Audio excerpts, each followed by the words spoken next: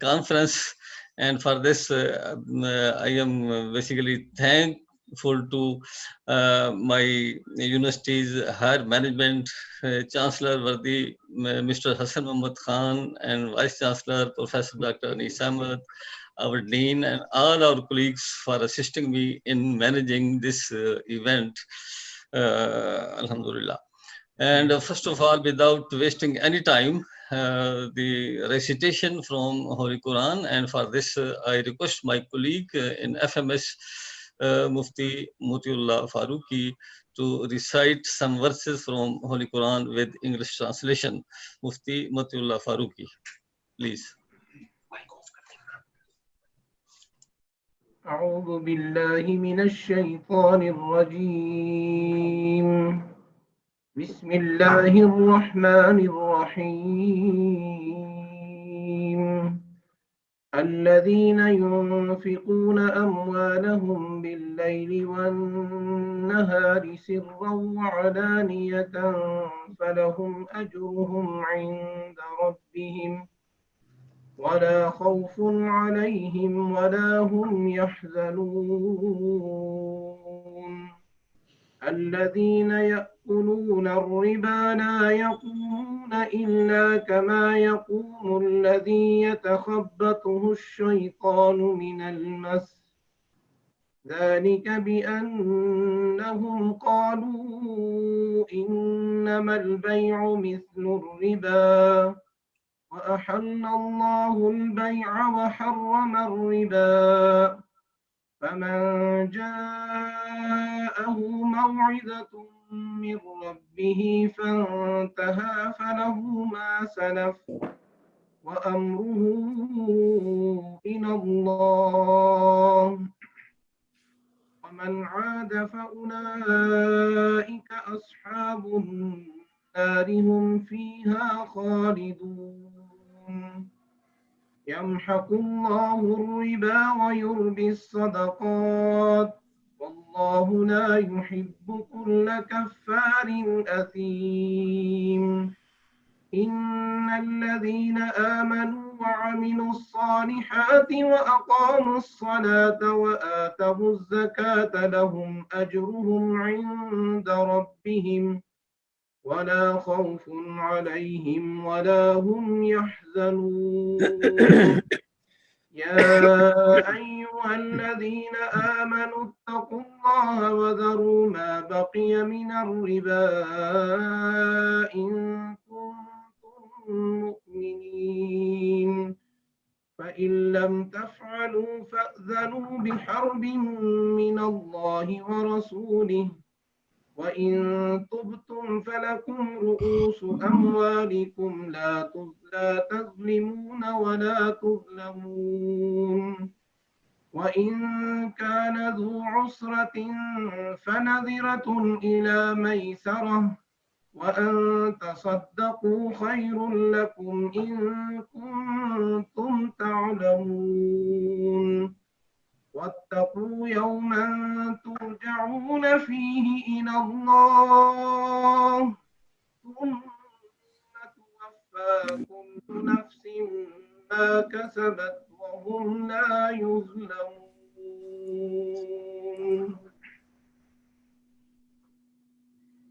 Those who spend their wealth night and day secretly and openly, they have their reward with their Lord. And there is no fear for them, nor shall they grieve. Those who take riba, interest, will not stand, but as stand the one whom the shaitan has driven crazy by his touch. That is because they have said, sale is but like riba, while Allah has permitted sale and prohibited riba. So, whoever receives an advice from his Lord and desists, then what has passed is allowed from him, and his matter is up to Allah. As for the ones who revert back, those are the people of fire. There they will remain forever. Allah destroys riba and nourishes charities, and Allah does not like any sinful disbeliever. Surely those who believe and do good deeds and establish salah and pay zakah will have their reward with their Lord, and there is no fear for them, nor shall they grieve. O you believe who believe, fear Allah and give up what still remains of riba. If you are believers, but if you do not give up, then listen to the declaration of war from Allah and His Messenger. However, if you repent, yours is your principle, neither wrong nor be wronged. If there is one is misery, then deferment dil is, and that you forgo it as alms, it much better for you if you really know. Be fearful of a day when you shall be returned to Allah, then every person shall be paid in full what he has earned, and they shall not be wronged. صدق الله مولانا العظيم. Sakala. Subhanallah. Now I request Professor Dr. Khurram Shahzad, Dean, Faculty of Management Sciences, Rifa International University, to make welcome address. Professor Dr. Khurram Shahzad, please. Thank you, sir. Bismillah ar-Rahman ar-Rahim. Assalamu alaikum to everybody. Wa alaikum assalam. In the name of Allah, the most beneficent, the most merciful. Honorable Chancellor, Rifa International University, Mr. Hassan Muhammad Khan, worthy Vice Chancellor, Rifa International University, Professor Dr. Anis Ahmed, international and national keynote speakers, technical session chairs, technical session moderators, research paper presenters, faculty and students of Rifa and other universities, and importantly, professionals from Islamic business industry. I feel privileged to perform this duty of welcoming you all in this International Conference on Islamic Business being organized by Rifa Center for Islamic Business, which is a constituent part of its Faculty of Management Sciences.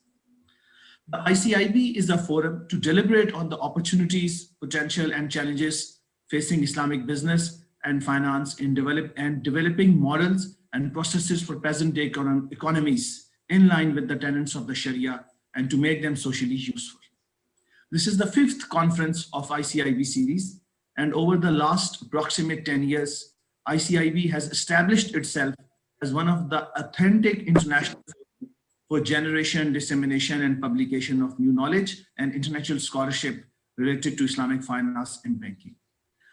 Along with the efforts of our CIB team, led by Professor Muhammad Ayub and assisted by Dr. Zishan Ghafoor, it's all because of the commitment of you people who have been part of it over the years as keynote speakers and presenters that ICIB has reached to this point. With our vision that all organizations in this world should be run on Islamic principles, we still have a long way to go. And with you alongside, we are quite determined to achieve success in this journey, inshallah. I once again welcome you and thank you for being with us, and hope that listening to today's keynote speeches and technical papers will be a very rich learning experience for all of us today, inshallah. Thank you so much, and may Allah be pleased with all of you. Thank you. Thank you, Professor Dr. Khurram Shahzad, for your welcome address. And now I invite Professor Dr. Anis Ahmed, Vice Chancellor, Rifa International University, for policy address. Basically, the problem the world is facing now, they need a paradigm change, and we would love to have some direction and policy points from our worthy and experienced scholar, Professor Dr. Anis Ahmed, please. Jazakallah khair. Bismillahir Rahmanir Rahim. Alhamdulillah. Wassalatu wassalam ala khatamil anbiya. Rabbi shrah li sadri wa yassir li amri wahlul 'uqdatam min lisani yafqahu qawli. Honorable Chancellor, Honorable Deputy Vice Chancellor, deans, directors, participants, Assalamu alaikum wa rahmatullahi wa barakatuh. I must say at the outset, I'm extremely glad to see in this fifth conference some of our former colleagues with whom I have worked for quite some time. I welcome all of them and hope our deliberations will lead us to some concrete policies. There was a time over a half a century back when a discourse on Islamic economics, Islamic finance, and Islamic banking was regarded a fantasy and some backward-looking Islamists who were not aware of modern global economy, finance, and business. In early 70s, International Conference on Islamic Economics organized at the King Abdulaziz University, which I attended myself, brought Muslim economists, bankers, and finance experts, and at an academic level, things started taking their shape. In the 70s, no one had an idea about the market behavior and global presence of Islamic institutions dealing with Islamic finance, economy, and banking.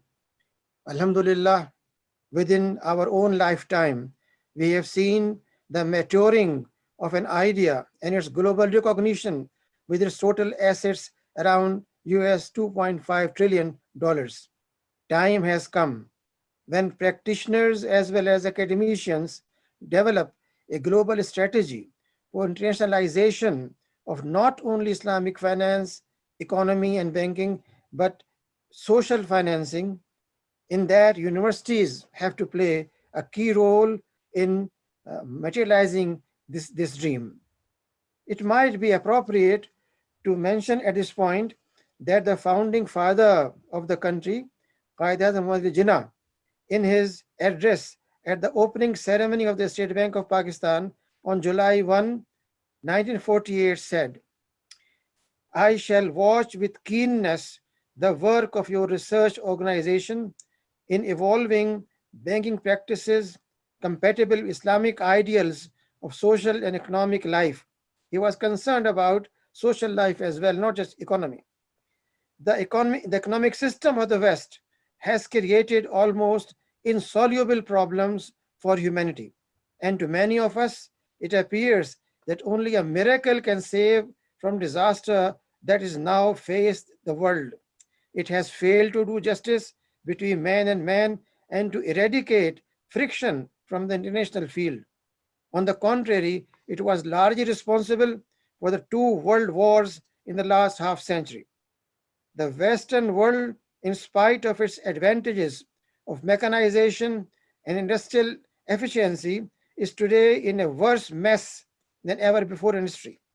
The adoption of Western economic theory and practice will not help us in achieving our goal of creating happy and content people. We must work our destiny in our own way and present to the world an economic system based on true Islamic concept of equality of mankind and social justice.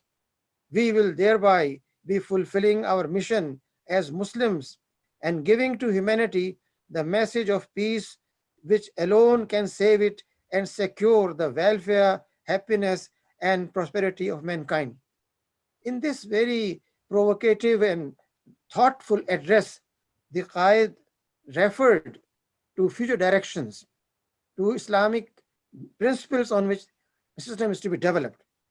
The Qaid touched on three important aspects. First, that Western economic system has failed in providing a fair and equitable economic system which may benefit a common man. And by the way, capitalism was never meant for common man. Second, we must have our own economic and banking system based on Islamic ideals in order to become a model Islamic state and share our experience with the world, which may help humanity to sustain. Thirdly, universities have to play their role in developing trained human resource needed for this paradigm shift. I think this assembly of committed Muslim economists, finance experts, and practitioners with banking background have a prime responsibility to come up with a work plan for production of a required human resource, training materials, and academic research translated into textbooks and case studies needed for exposing our university community to Islamic economics, Islamic finance and banking, and the system based on Quran and Sunnah.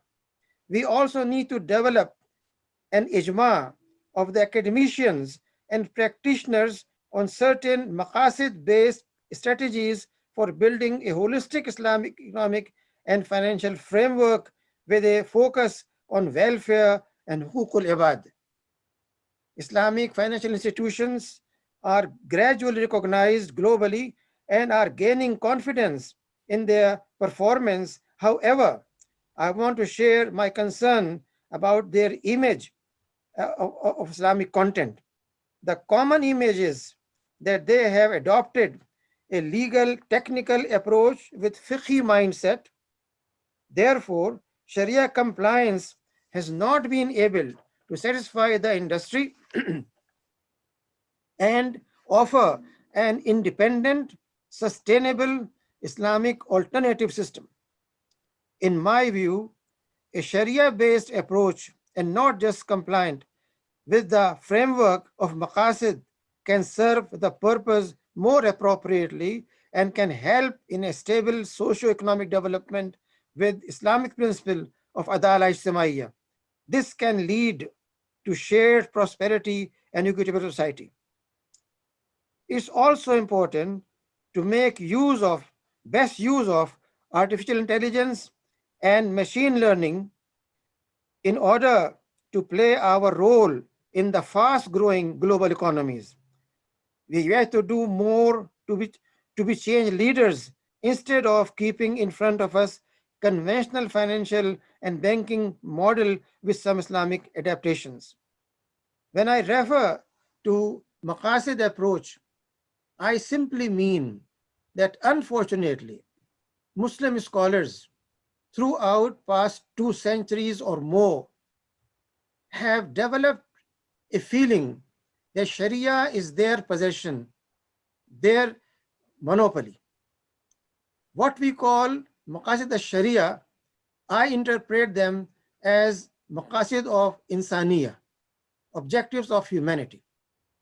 Who can deny that Islam wants to have a truthful, honest, and fair person, not only as a Muslim, but also a non-Muslim?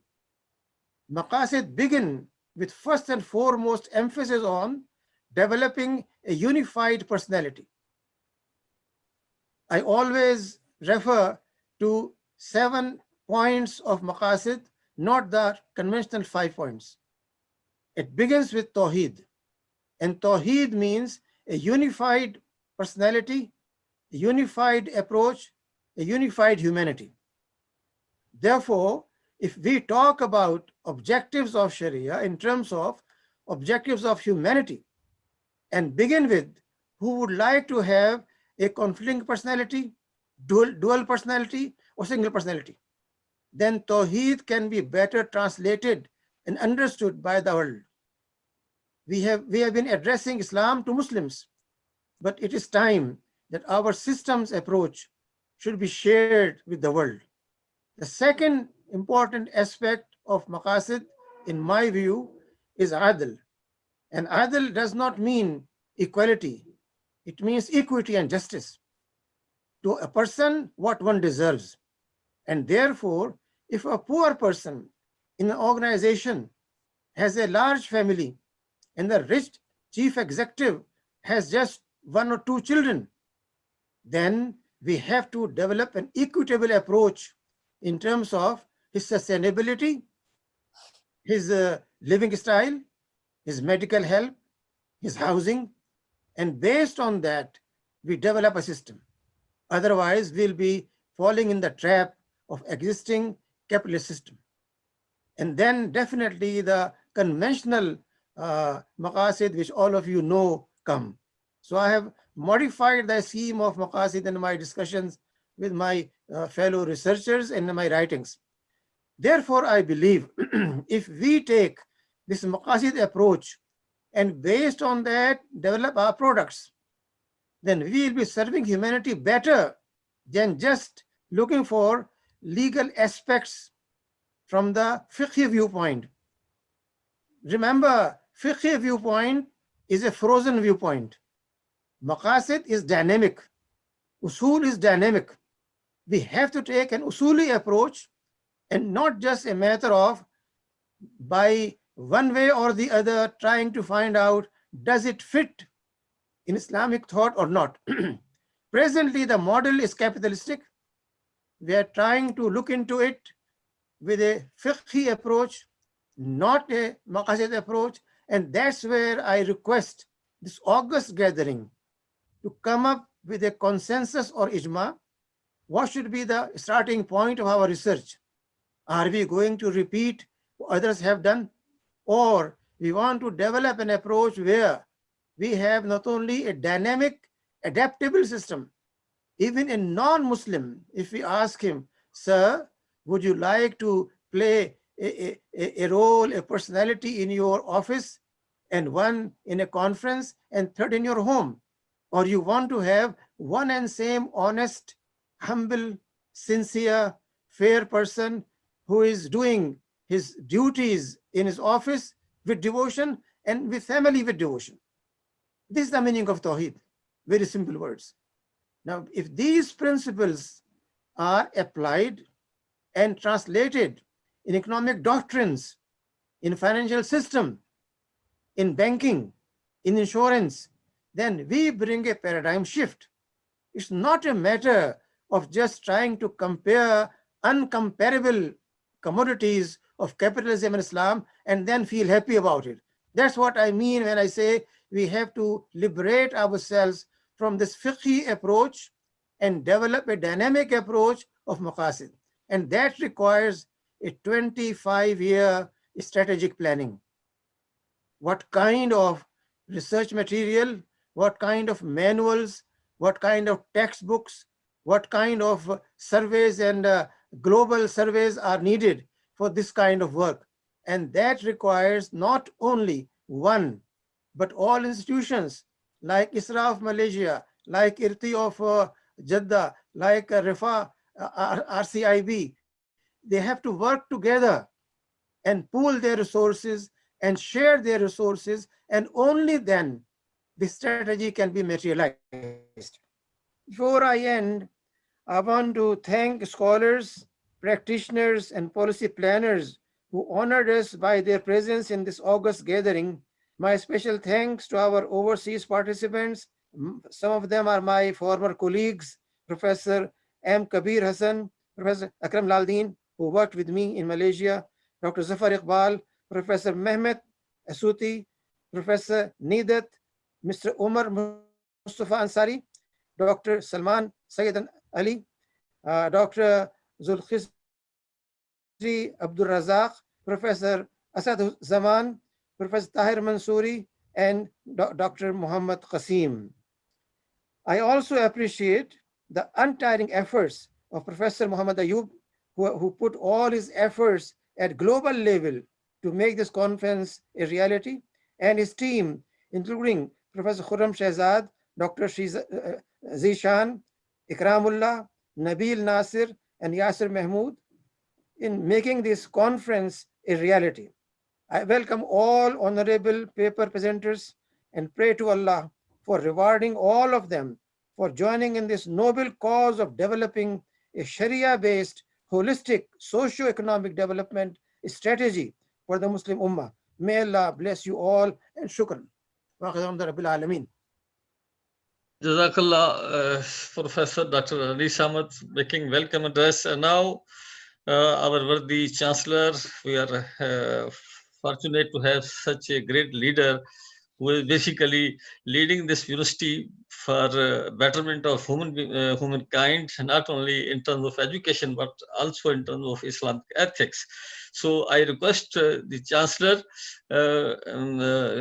Mr. Hassan Mahmud Khan, to make address to the conference, please.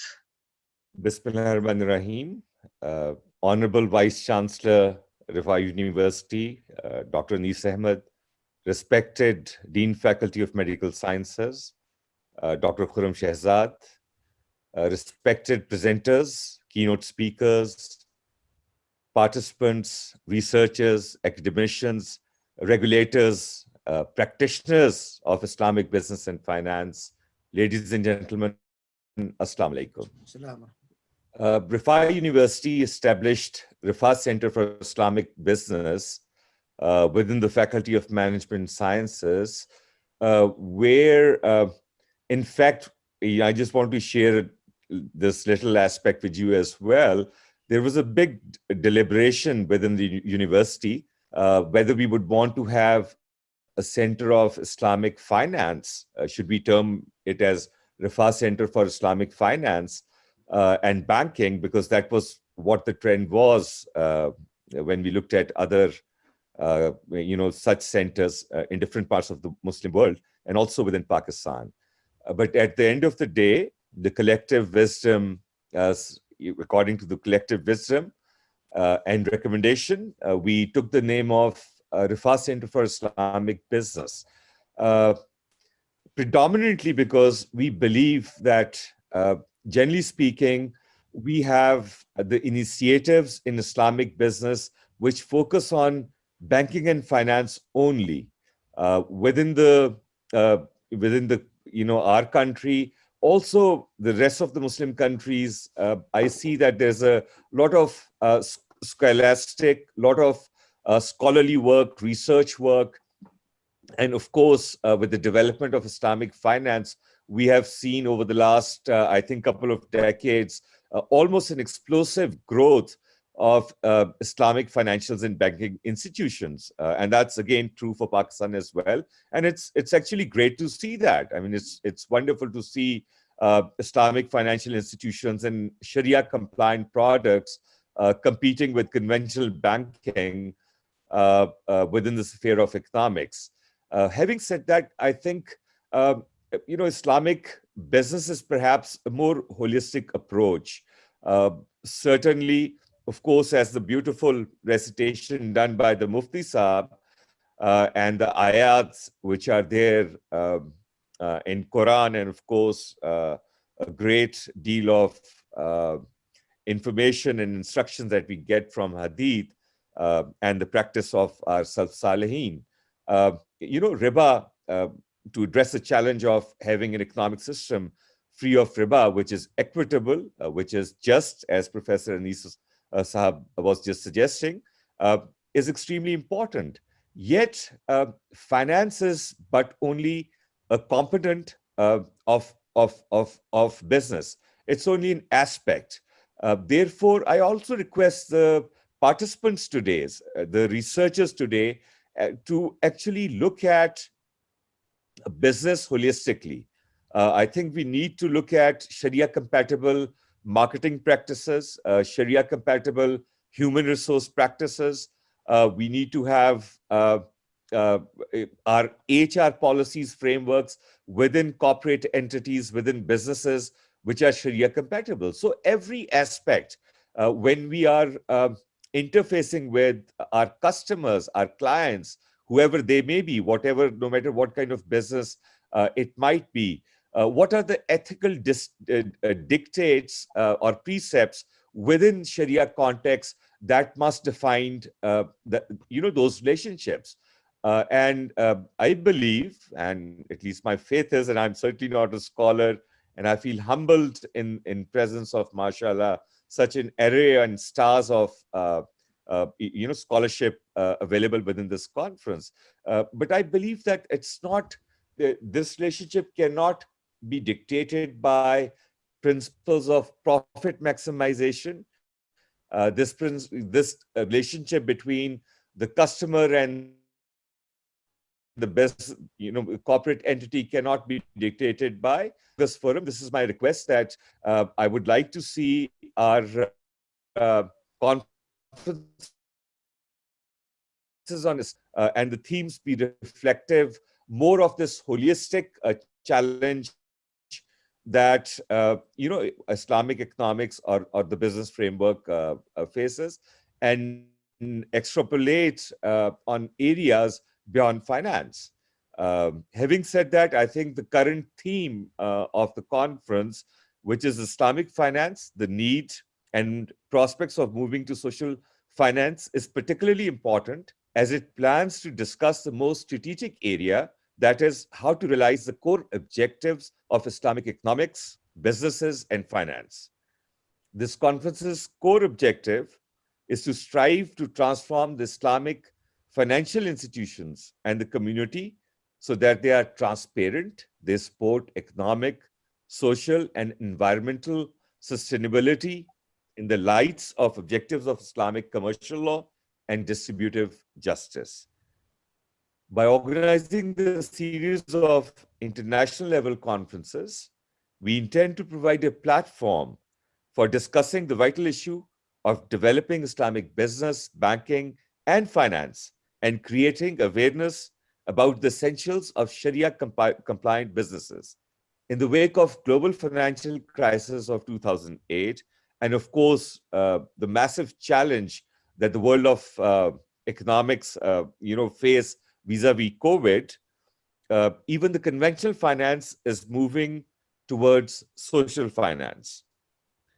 The United Nations UNDP's SDGs to 2030 also emphasize all aspects of social finance, like value-based intermediation, socially responsible investment, SRI, environmental, social, and governance issues.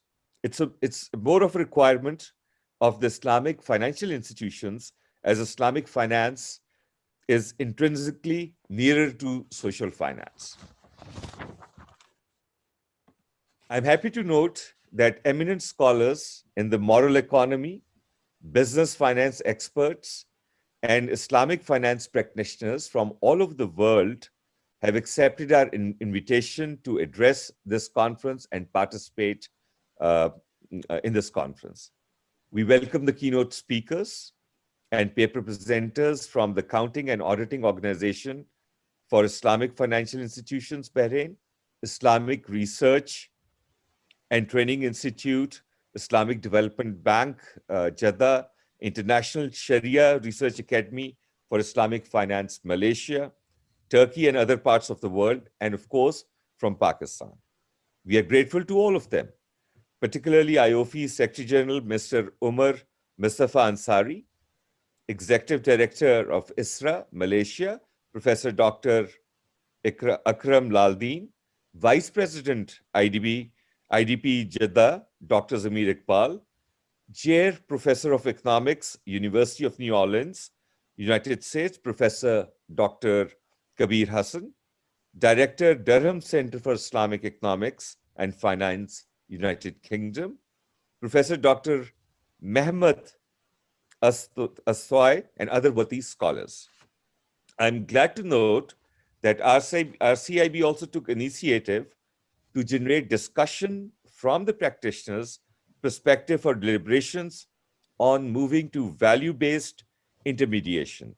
I'm grateful to senior Islamic banking practitioners from Islamic banking institutions like Al Mizan Bank, Askari Islamic, Silk Islamic, ZTBL, Islamic, and Sindh Bank Islamic for accepting our invitation to discuss the potential role of Islamic banks in socio-economic development of our society and economy.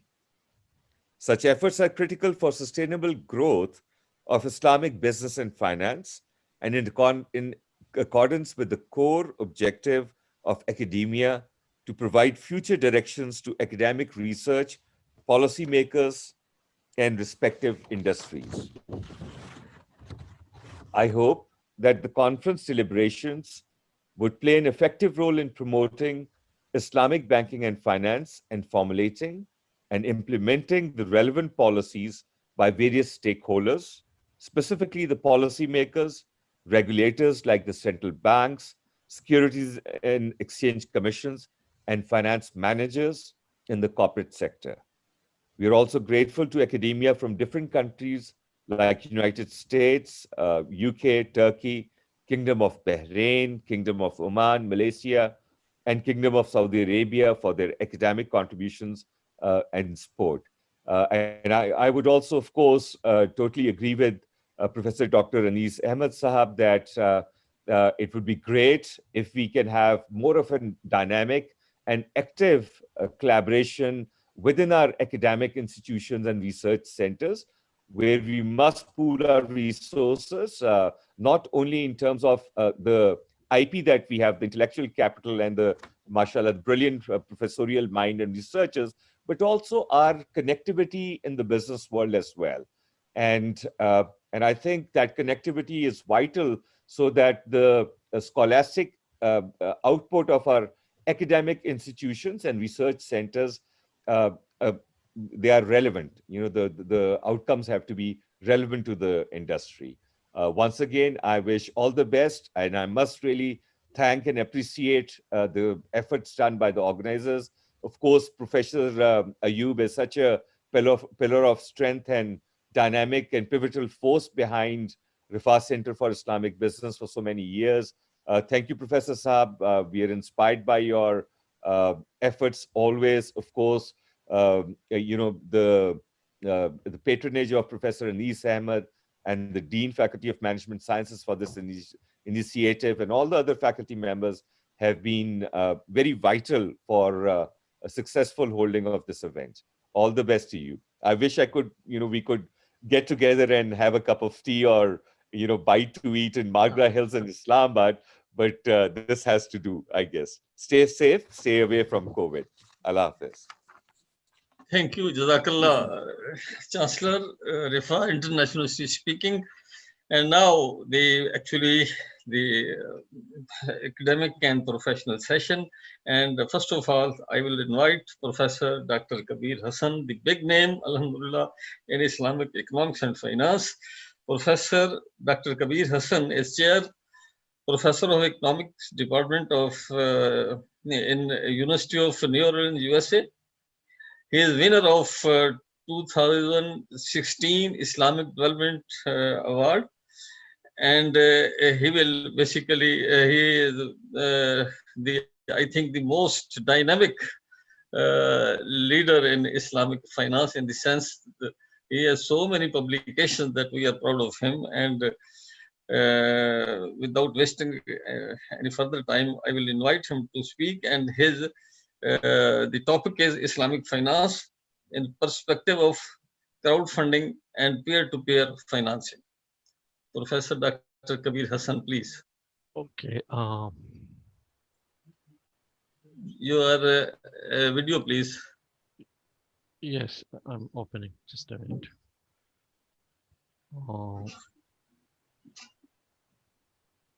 I'm not on video. Yeah, still not. Okay. Let me see. Yeah, now okay. Okay, right. What is my presentation? Yes. Just a second.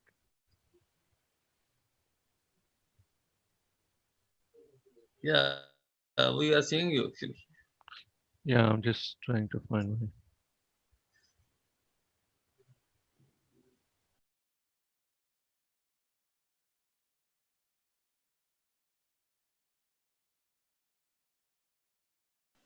Okay, can you see it? Yeah. Okay. Yeah, we can see it now. Okay. Alhamdulillah. أعوذ بالله من الشيطان الرجيم بسم الله الرحمن الرحيم رب اشرح لي صدري ويسر لي أمري أحلل عقدة من لساني يفقهوا قولي. Assalamu alaikum wa rahmatullahi wa barakatuh. Distinguished guest, I just want to, I'm writing a series of articles on this Islamic fintechs. I want to share some of my recent work on this thing. So I'll be basically focusing on crowdfunding and peer-to-peer lending and on the Islamic part of it. So, you know, the raising capital for the small entrepreneurs has become a big concern because the big banks do not want to give money to these small companies. And consumer trust also in fintech companies has increased in recent days to manifold, and more companies are adopting these technologies. And the crowdfunding and P2P lending refers to getting funds from the individual without financial intermediation from banks and financial technology. And this crowdfunding and P2P lending has exposed the whole new set of sources of funds for the new, young, and innovative entrepreneurs. And this is the next generation medium of finance. And this also brings financial inclusion, which is also very much in the core of Islamic finance. Now, it also has provided the younger generation to get funding. It also provides the opportunity for the financial institutions to exploit this opportunity and create a niche for itself. Now, today in this presentation, we'll critically analyze the Sharia compliance of the crowdfunding and peer-to-peer lending. So, what is crowdfunding? So crowdfunding is generally a tech-based platform connecting funders with companies to provide finance. What crowdfunders, investors, or donors get in return for their money depends on what kind of crowdfunding model is being used to raise funds. As compensation for their financial risk, crowdfunders can receive either a tangible reward, interest payments, ownership in the business or a finished product, or an intangible reward like recognition or the joy of supporting a project. In the latter case, the funds raised are provided as a donation. So this is basically the type of crowdfunding models that we see. It could be equity-based crowdfunding, and it could be non-investment models. It's a reward-based crowdfunding or donation-based crowdfunding. So there are different crowdfunding models, and there are different modus operandi. So for example, if you take for donor-based donation-based, donation crowdfunding, reward-based, equity-based, and landing-based. Let's take one extreme to the other extreme. So if you take the donation-based, the motivation is intrinsic, social. The type of contribution also intrinsic social. If they expect a return or intangible benefits, main focus is philanthropy. Complexity of the process is very low, and type of contract, a contract without tangible reward.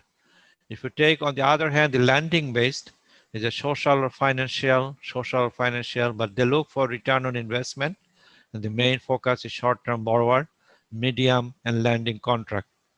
And in between, you have reward-based uh, crowdfunding platform and equity-based crowdfunding platform. So the equity-based crowdfunding platform is more akin to the Islamic Sharia. Is a financial gain is there, financial gain, return on investment, and it is needed to have the startup via SMEs. Complexity is very high, and of course, is a shareholding type of contract. So the crowdfunding models, debt-based. Debt-based crowdfunding is characterized by investors providing funds in exchange for the right repayment terms specified in a loan contract, a debt security.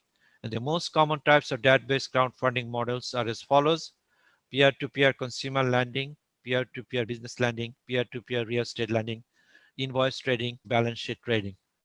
So if you take, for example, peer-to-peer consumer lending. So peer-to-peer consumer lending is also known as a marketplace consumer lending and consumer crowdfunding. And this type of debt-based crowdfunding is characterized by individuals or institutional investors providing loans for consumption purposes to a natural entity such as business, a non-governmental organization, or a public organization. In general, lending money to consumption can be very risky affair, especially if you're lending money to someone who is going to use it on something that is not tangible asset. It is impossible to sell a family's vacation home from 1 year ago or other already consumed intangible assets. Also, repayment usually relies solely on the borrower's ability to pay back the loan. to generate a salary-based income compared to peer-to-peer business lending that usually relies on the assets of a business to generate income. Peer-to-peer consumer lending is dependent on a single person's family's household income. So it's a loan agreement, disbursement of the loan. You have the platform in between. On the left-hand side, you have the lenders, and the right-hand side, you have the borrowers. So what are the pros and cons of this debt-based crowdfunding? Of course, there's a stable cash flow. It's a very, very less risk. Instead of buying a piece of company, lending money usually involves less risk. Lending with a crowd opens up for the wider diversification. It is also very short-term investment duration. But the cons are returns are capped because it's fixed rate return, so you cannot get the upside reward from an equity investment. It's high maintenance. Of course, taxation question is there. If you look at the equity-based crowdfunding, so you have the equity crowdfunding platform. The startups look for this equity-based crowd platform. The investors get money. Now, equity crowdfunding opens investment opportunities that were previously only accessible to venture capital, private equity, and angel investors. That was the formal way of getting money. But the main difference between equity-based crowdfunding and the more traditional ways of raising funds with equity is that equity is offered to a wide range of potential investors through an open call on a crowdfunding platform. This type of funding is a combination of raising funds on a small stock market and raising funds from private investors. Now, the two main equity-based crowdfunding models are startup, in the left-hand side, you see the picture, and the real estate. And startup equity crowdfunding. So the startup equity crowdfunding involves investing in startups and early-stage companies, and it is usually a digital experience with an online process of investing with early-stage companies for shares representing a percentage of ownership in the business. A shareholder with partial ownership has the right to profit that might arise if the company succeeds with the business plan. On the other hand, if company fails, the shareholders will lose some or all of the investment. So you have different platform and you have different companies, the investor source fund for the companies from the platform, and the platform publish companies in their website which investor can choose from and to invest in. Now the real estate equity platform, real estate is a big because housing a big problem in developing countries, especially Muslim countries. So equity investments do not have a cap on possible value increase. It's a convenience and diversification. The cons, the last in line, equity crowdfunding is usually higher risk as it participates in a startup business, long and unknown duration. So the key difference between traditional real estate financing and real estate equity crowdfunding is that crowdfunding is done online with the platform used to facilitate process. Then you have the reward-based crowdfunding. In a reward-based crowdfunding, funders in exchange for a non-monetary reward usually place a pre-order for a new product or service which is still under production. This allows businesses to secure cash flows and launch their product with committed customers and orders already in the book. To attract funders of a product or service which is not yet available, a discount on the expected future market price will often be provided. And donation-based crowdfunding. In donation-based crowdfunding, donors provide funds for philanthropic or sponsorship reasons with no expectation or right of remuneration. This is usually for altruistic and charitable intents. At times, the donors are rewarded with either a non-tradable tangible asset, such as a token, recognition, or brand promotion, and or a tangible asset of much lower value than the donation itself. So if you look at crowdfunding and peer-to-peer lending, as I said, in different way to Prof, recap. may I interrupt, please? Actually, the time is issue. I would be highly obliged if to kindly, Okay, let me uh, yeah, let me come conclude. to this Yeah, yeah. close the growth of crowdfunding. Part of the reason it grow, the smaller loans mean smaller profit, increased regulation for banks, lack of collateral, weak cash flows, poor credit histories. So if you look at this is the Islamic fintech funding stage. So you have a Series A and seed between these two, 38%, 28%. So there are different ways the crowdfunding platform works, and it's a different stage. There are some success stories. Let me talk about this Sharia compliance of this crowdfunding. So this will be my two last slide. So equity-based crowdfunding, the purpose, financing for investment based on profit loss sharing method, what the potential beneficiary, small and medium enterprises, startups and cooperation. What type of instrument we can use? Musharaka, diminishing musharaka, and it must go to the Sharia screening. Debt-based crowdfunding, financing for investment based on earning fixed amount of profit with the minimum risk or no risk. And small and medium enterprise startups can also benefit from it. And we can use Murabaha type of financing. It is less Sharia based. And the second best, you have the reward-based crowdfunding products and services to get one-time reward. Islamic microfinance SME can benefit from it. It is ijara and sale-based. It is also Sharia compliant. Donation-based crowdfunding, Islamic charity, social, not-for-profit and charitable organization. You can Hiba, Qardul Hassan, Social Sukuk, Green Sukuk, Zakat, all the Islamic social finance, and is definitely Sharia compliant. If you look at the real estate crowdfunding for the housing, financing for profit on PLS basis, real estate companies, you can also define the Islamic mudaraba, musharaka, diminishing musharaka, it also depends on Sharia screening. So the conclusion is Sharia principle-based fintech models for crowdfunding and peer-to lending platforms can resolve most of the existing problems and challenges of this platform. It further reports that crowdfunding and peer-to-peer lending could be the future Islamic fintech, especially for the high-risk startup and the small and medium enterprises. And you know that 80% of the employment generation are done by SMEs. And because of the importance of this new technology or technological growth or providing funding through fintech, the AOFI Trendsetter organization is also looking at the governance and the Sharia issues of crowdfunding, fintech, and different types of new development in Islamic finance. The last word, this crowdfunding and the fintech is going to help to bring more people in the financial world. So it is a very suitable platform to increase financial inclusion and let everybody follow their commercial life in a Sharia compliant way. Thank you very much. Assalamu alaikum wa rahmatullahi wa barakatuhu. Alaikum salam. Thank you for very, very Allah Ta'ala. crucial and important presentation on an emerging area of involvement of more and more people in investment. So next, without wasting any time, I will request Professor Dr. Akram Laldeen to make a address on basically how Islamic financial institutions could move to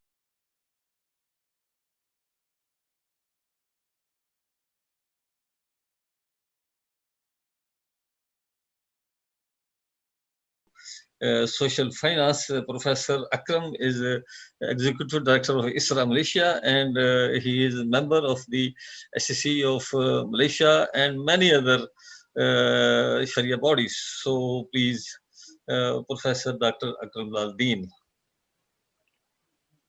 أعوذ بالله السميع العليم من الشيطان الرجيم بسم الله الرحمن الرحيم الحمد لله رب العالمين والصلاة والسلام على أشرف الأنبياء والمرسلين وعلى آله وصحبه أجمعين اللهم لا علم لنا إلا ما علمتنا إنك أنت العليم الحكيم اللهم لا سهل إلا ما جعلته سهلا وأنت تجعل الحزن والصعب إن شئت سهلا أيها الإخوة الكرام أحييكم بتحية الإسلام السلام عليكم ورحمة الله وبركاته. Thank you, Brother Professor Ayub Saab, respected Professor Dr. Anis Ahmad, whom I consider as my guru and also my qudwah. Alhamdulillah, we spent good time in IIUM. Respected Professor Kabir Hassan and also Professor Asad Zaman, Brother Mustafa Ansari, and all the distinguished speakers. Alhamdulillah, first of all, we praise Allah subhanahu wa ta'ala. And I would like to also thank the Ripah Center for Islamic Business for inviting me to speak on the topic related to value-based intermediation. I hope you can see my slide, yeah? It is on the screen. Yes, we do. Yes, Thank yes, you. we are seeing. Yeah, all Yes. right, okay. Thank you.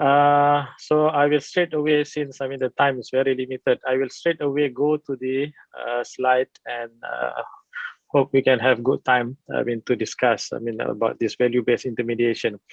Now, if you look, I think respected Professor Anis did mention earlier on relating to the expectation of the society in general when it comes to Islamic finance. And if you look into the development of the Islamic finance in inception, you see, the focus has always been on the legal aspect of it, and also to a certain extent, I would say that people are using, the rich people, they're using Islamic finance to make them richer. At the same time, the poor segment of the society does not really benefit from Islamic finance. And I think this is the gap that we really need to look into it, and we need to, lessen the gap, because as mentioned by the Quran, one of the very important principles, very important notion that the Quran teaches us is that, the Quran does not want the wealth to be concentrated to the certain segment of the society, as what is happening at the moment. And you can see that the kind of wealth that the rich are having, and there is no distribution as envisaged by the Quran. And I think from here, this is one of the initiative that is being taken by the Central Bank of Malaysia, that is introducing the value-based intermediation. And I think the unique about VBI is that it is an initiative which is started by the regulator, and which is being driven by the regulator. So very much it is top bottom kind of approach, even though we can see that there are other initiative. You see in the market, you have the ESG, you have the SRI and whatnot. These are something which is being propagated by the people in the market. To a certain extent, some regulator, they do encourage, this kind of initiative. But when it comes to VBI, particularly in the context of Malaysia, it is the regulator that is driving it. And the regulator, they are following up with regard to the development, as well as the application of it by the financial institution. So the incentive, I would say that, perhaps might be different when it is the market that is pushing it. It is good, of course, if the market is pushing it. But I think looking at, the situation in our part of the world, perhaps, it is important for the regulator also to come in and try to push the market to do whatever is good. So the intended outcomes of VBI are broadly similar to the objective of well-established concepts such as ESG, SRI, and whatnot.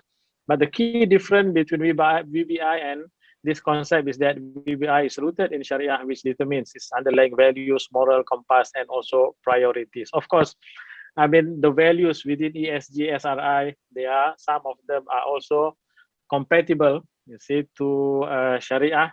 But the unique about VBI is that, when the regulator push, this agenda of VBI, they are pushing it for the Islamic finance industry.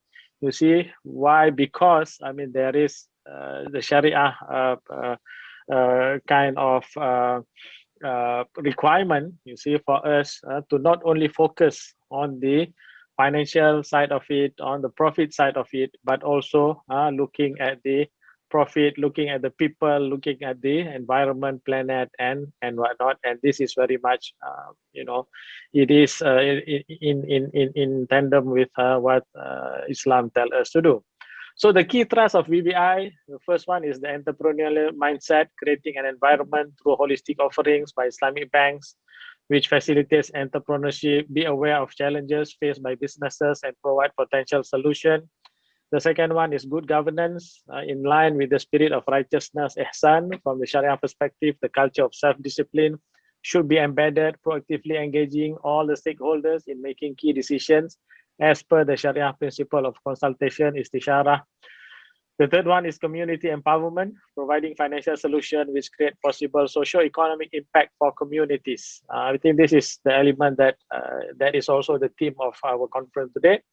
And also developing funding and also implementing effective solution for problem faced by the community. So I think these are on the community empowerment side. And finally, I mean, the best conduct, adoption of practices that improve the offerings, processes, and treatments of Islamic banks towards their stakeholders. The right of the stakeholders are protected through fair and transparent disclosure.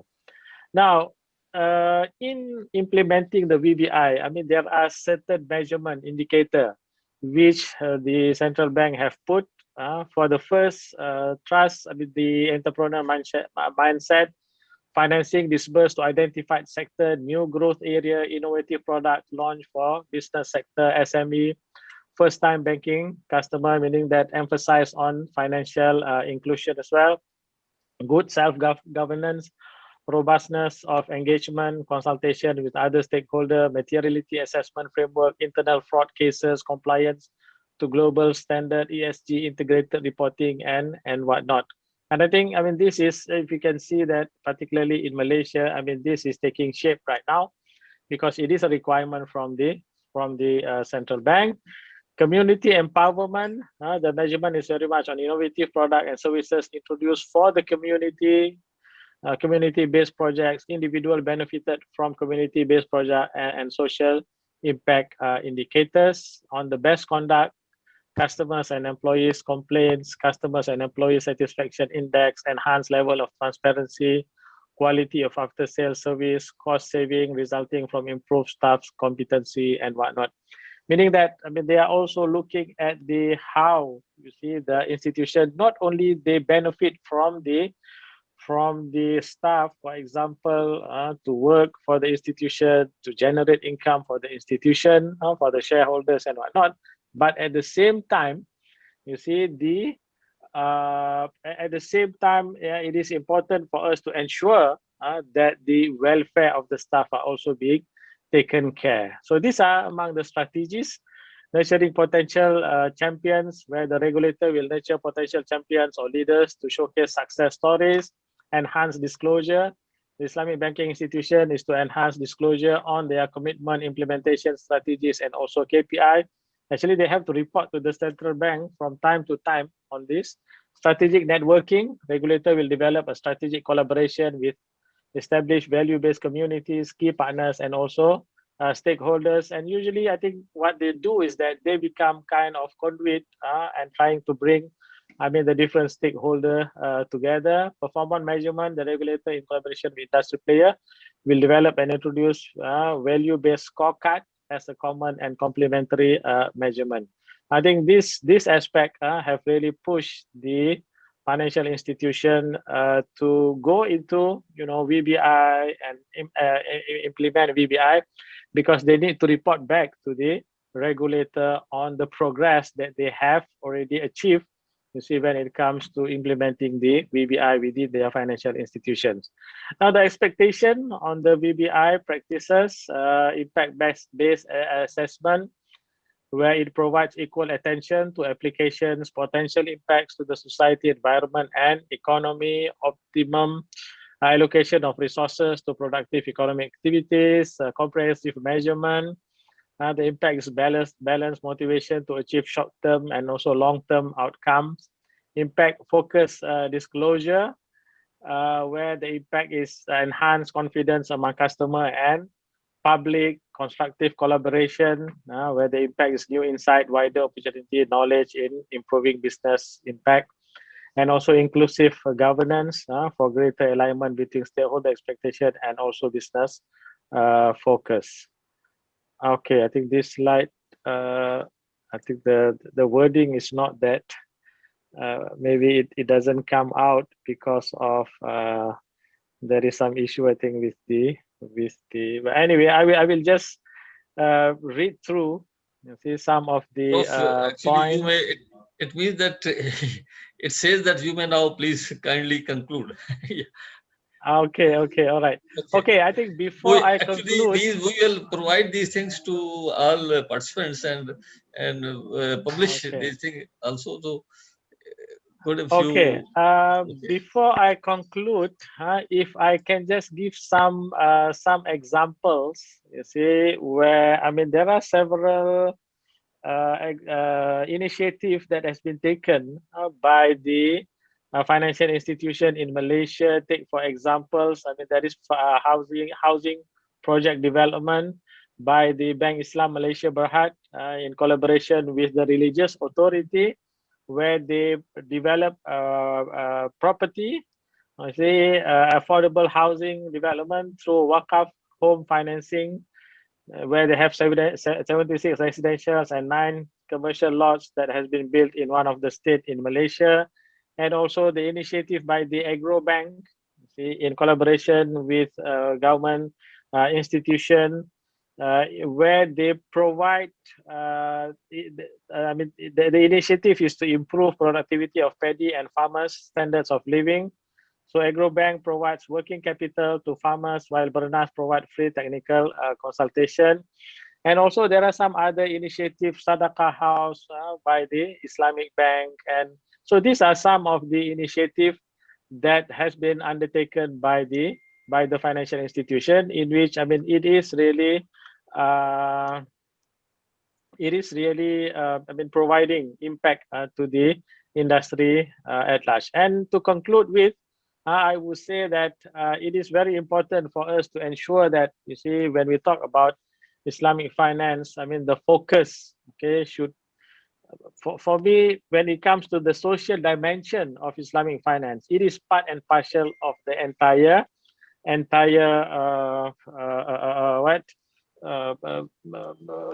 holistic and entire framework. You see, it is not something which is detached from the framework. And all of us, of course, I mean, we have to really go for it, and we have to really try our best, you see, to push, I mean, this agenda of social finance within Islamic finance. So I think I will stop there. You see, hope, I mean, we have benefited from the presentation. Jazakumullah khairan. Wassalamu alaikum wa rahmatullahi wa barakatuh. Jazakallah khair, Prof. Dr. Akram Laldeen, for your very thoughtful address, and we are specifically proud of the Bank Negara Malaysia and our Malaysian brothers. They have done a lot of work in the field of VBI, and this was the main reason that we selected this theme, and we wanted that other jurisdiction, particularly we are in Pakistan, our regulators also go to this. And now Professor Dr. Asad Zama, our basically great economist, and he had been vice chancellor of PIDE Islamabad, and his degree is basically from Stanford University. That was in 1978. He is a well-known economist and social scientist. He is currently serving on the Economic Advisory Committee of Prime Minister of Pakistan and member of Monetary Policy Committee of State Bank of Pakistan. A great honor and great responsibility. So he will be speaking on a new vision for Islamic banking. Professor Dr. Asad Zama, please.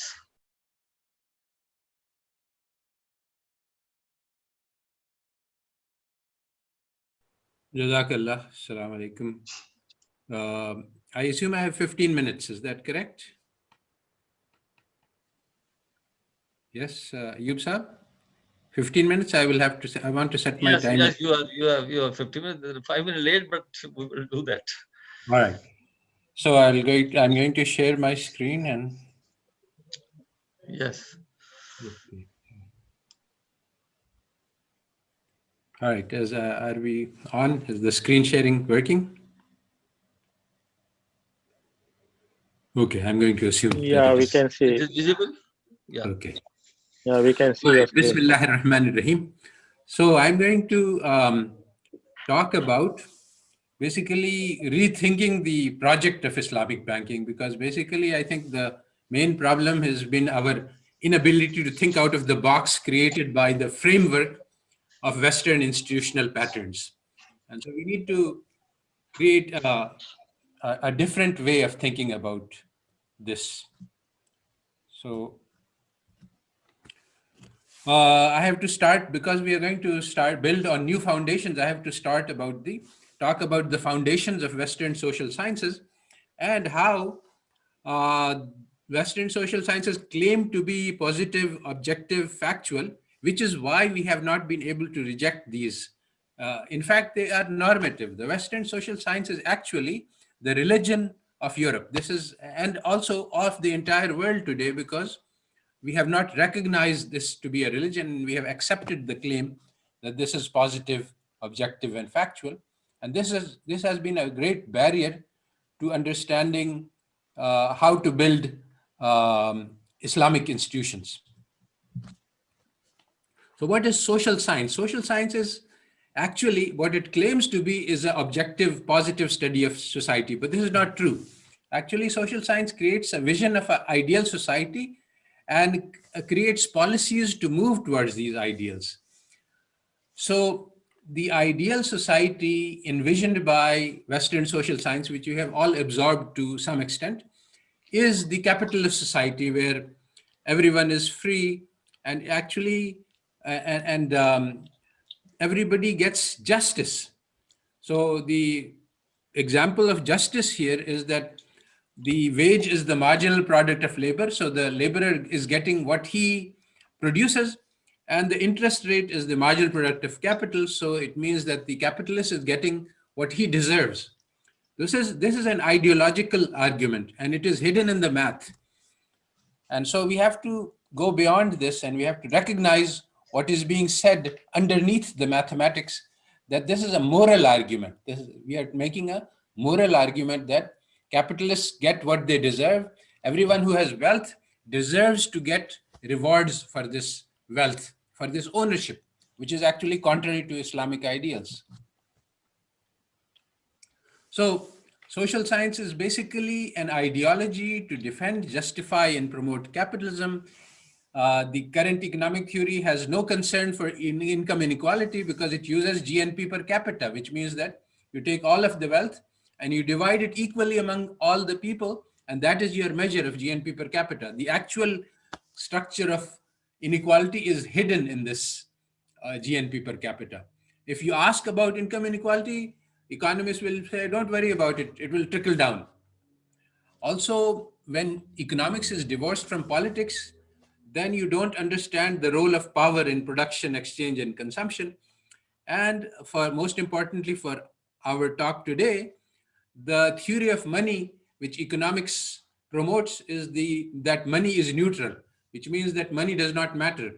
So the economic models of today don't have any role for banks and financial institutions because they say that it doesn't matter.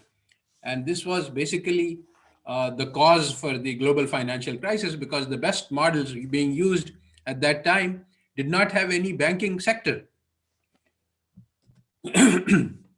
So why is this massively deceptive economic theory about money in circulation?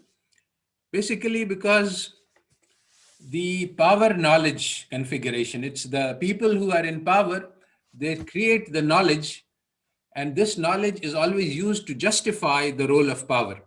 So the theories of money also reflect the interests of power. So the standard theories hide the role of money, and they say that money only affects prices. And there is a dichotomy, which means that the monetary sphere of the economy is separate from the real sphere. And all of this is an illusion. Money is actually the most important driver of the economy. And in order to understand how an economy works, we need to understand who creates money and who benefits from this money creation. So the key deception in economic theory has been hiding the role of money in the economy. In fact, the role of money has changed dramatically over the 20th century. So there was gold standard, which prevailed from 1880 to 1914. Then between the two world wars, the First World War broke down the gold standard because all of the European nations, central banks used up the gold heavily to finance wars. and they did not have enough gold to support the standard. So in the interwar period, there was lots of different arrangements and scrambles to try to get back to the gold standard. But when the Second World War broke out, it became clear that gold could not be restored. And so the Bretton Woods Agreement created the dollar standard, that or the hard currency standard, that most currencies would use, soft currencies would use hard currencies as backing, and hard currencies would use the dollar or gold as banking. But in 1971, Nixon, due to expenses of the Vietnam War, renounced the gold standard and said that from now on, the dollar will float. And this was of dramatic importance, but it has not been noticed in economic theory, at least. So this is what the modern monetary theory says, that when, when money is no longer linked to gold, then money has an entirely different meaning and role. And we must understand what it means and what role it plays in order to be able to use it correctly. So, for example, in the Pakistani rupee, it is written that the governor of the state bank promises to pay the bearer of the note whatever the value of the note is. But what is being promised? Nothing. It's just the same piece of paper that you own that is being promised. So it's a meaningless promise. What does this meaningless promise mean? Prior to 71, the rupee was actually backed by something. The governor of the state bank had to have dollar reserves or gold reserves, but so he could not print arbitrary quantities of money because it would cause devastation.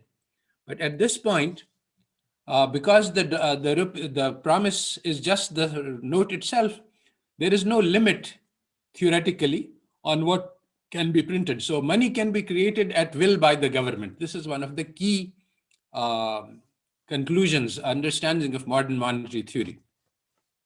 So to understand the role of money, we need to understand who creates money, how is money created, and what are the effects of this money creation, which I have discussed elsewhere. But now I'm going to specialize to the role of Islamic banks. There are two major flaws in the current financial system. The interest-based system rewards wealth without any risk, and this is against the principles of Islam and also against the principles of good finance. And Mia and Sufi have written this book called House of Debt, which is a brilliant argument against interest, and it basically shows how if we had not gotten interest-based mortgage contracts, and instead they were musharaka contracts, the global financial crisis would not have occurred. Basically, the point is that the musharaka aligns the interests of the lender with the borrower, whereas the mortgage contract, the contract is adversarial. The banks make money by deceiving the householder. So this alignment of interest created by Islamic principles creates a cooperative economy. But this is the interest which, this interest-based is something which Islamic economists have focused heavily on. On the other hand, there's another problem, which is the private creation of money. The banks get to create money in this system. And this has not been noticed very much by Islamic economists. On the other hand, in the West, people who have analyzed these banking crises have noted that this is the principal cause of these crises. And so the Chicago plan, the Iceland plan, there's a Bank of England paper, all of these discuss how the money creation by private banks causes damage. So basically the solution to that has been, first of all, in the West, they have not been discussing the problem of interest. That even though they have recognized it, they have not, this is part of their background. So they don't worry about that too much, but they worry about the private creation. And there are lots of good analysis of the private creation, which Islamic economists have not worried about. So basically, actually, we need to do both. And I have a paper called the Iceland, an Islamic version of the Iceland plan, in which I argue that we need to combine both of these. We need to ban interest and we need to ban private creation of money. But basically, the West does not offer a good solution to the problem of money creation. And the MMT recommends that instead of giving private banks the power of money creation, we should give it to the state. But this is not a solution for many reasons. Today, for example, in the USA, there are many ways to show that the state has been taken over by finance. So basically, if you look at all of the laws being enacted, they are in favor of finance and against the consumer. One of the greatest examples of this is when the global financial crisis occurred, the bailout was given to the banks in trillions of dollars and not to the mortgages who had lost their homes and jobs and everything. And actually, one of the arguments of Mia and Sufi is that one could have saved the economy by just bailing out the mortgages instead of the banks. And there would have been no recession that followed. So basically, the problem with private money creation by banks is that the banks invest money in financially profitable projects like stocks and real estate, and not in socially productive projects. So this is tied into the theme of this seminar, that how do we get newly created money to be invested in socially beneficial projects instead of privately beneficial. Now, the Western solution, that is, okay, we take this money and we allow the government to create it. This has many problems, even in our Pakistani economy. Well, instead of getting the corrupt financial institutions, we get the corrupt politicians to use the money. Doesn't seem to be that it is going to help a lot. So the problem is actually arising. I think 3-4 minutes are there. I would Yes. like to, if you kindly relate your Okay. all this message with the theme of the conference, Right. please. All right. So basically, in the secular society, there was envisioned as a group of people who are all striving for their own goals. So collective action was left solely for the government. And so the businesses are oriented towards private profits. The Islamic vision is that it's the community. You see, we have to change the level of action. It's not the government which is going to act on behalf of the people. Communities act, and we have social responsibility. We have farz kifaya. So we have to reconceptualize business as being targeted for service instead of profits. Once we make this paradigm change, then we can create Islamic banking. And so basically the alternative I'm suggesting is that we allow private banks to have money creation, but this is possible if the banks themselves are driven by service instead of profits. And so this is something which is uniquely suitable for Islamic banks. Islamic banks can say that the purpose of creation of Islamic banks was to provide service to the people. It was not to make profits. Today, unfortunately, Islamic banks have adopted the same driving motivations as the Western financial institutions. They are also driven by profits, just like Western finance. But the purpose of creation of Islamic banks was to create justice and equity. And this was the goal. So if we say that let us target service instead of profits, then Islamic banks can become development partners. They can create money for the benefit of the community, and doing so has a lot of advantages over the government. So there are some specific projects that we could recommend. In the USA, there was the 30-year mortgage, which revolutionized USA finance because it's very long-term. Private sector could not do it, but when the government came up with initiatives to secure these, then it became possible, and it created huge amount of money, which was very useful in the development of the USA. But in Islam, what we could offer is a 20-year human capital loan.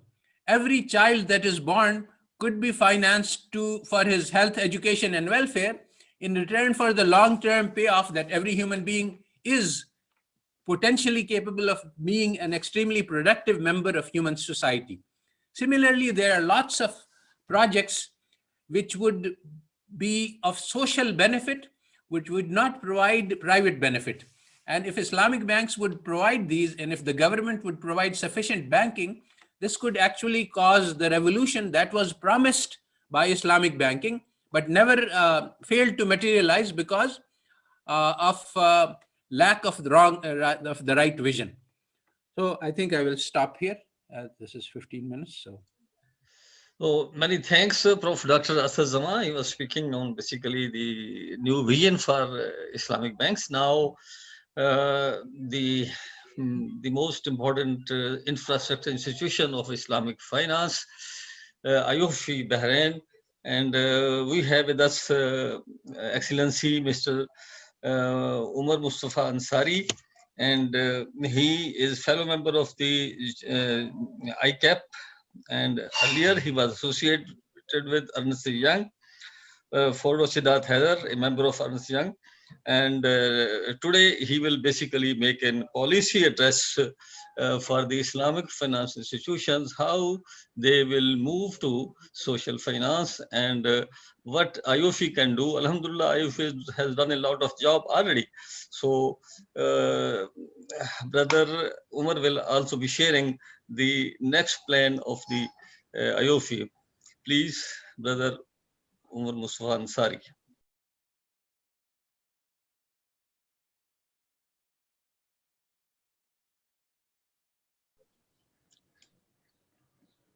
أعوذ بالله من الشيطان الرجيم بسم الله الرحمن الرحيم رب اشرح لي صدري ويسر لي أمري واحلل عقدة من لساني يفقه قولي.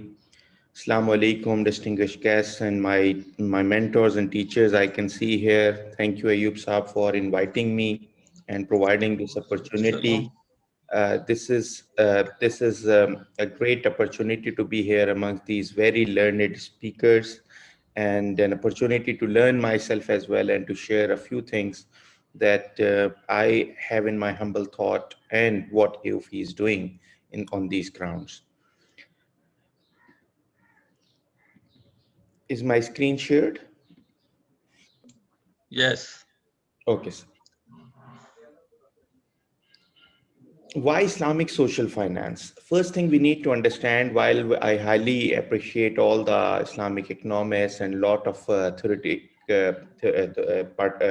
those experts who have participated significantly on the theoretical side of Islamic economics and Islamic banking, we need to understand some of the practical sides as well. And I'm myself coming from the more practical side, so I will be talking about things slightly differently. Why we are talking about Islamic social finance is because Islamic commercial finance that we see today is commercial, not only for capital provider, but also for the depositor, investment account holder, and the customer. So every party in the cycle is actually trying to have the rate fixation according to conventional. They want to have things at par with conventional. So irrespective of anything, the problem right now is it's commercial.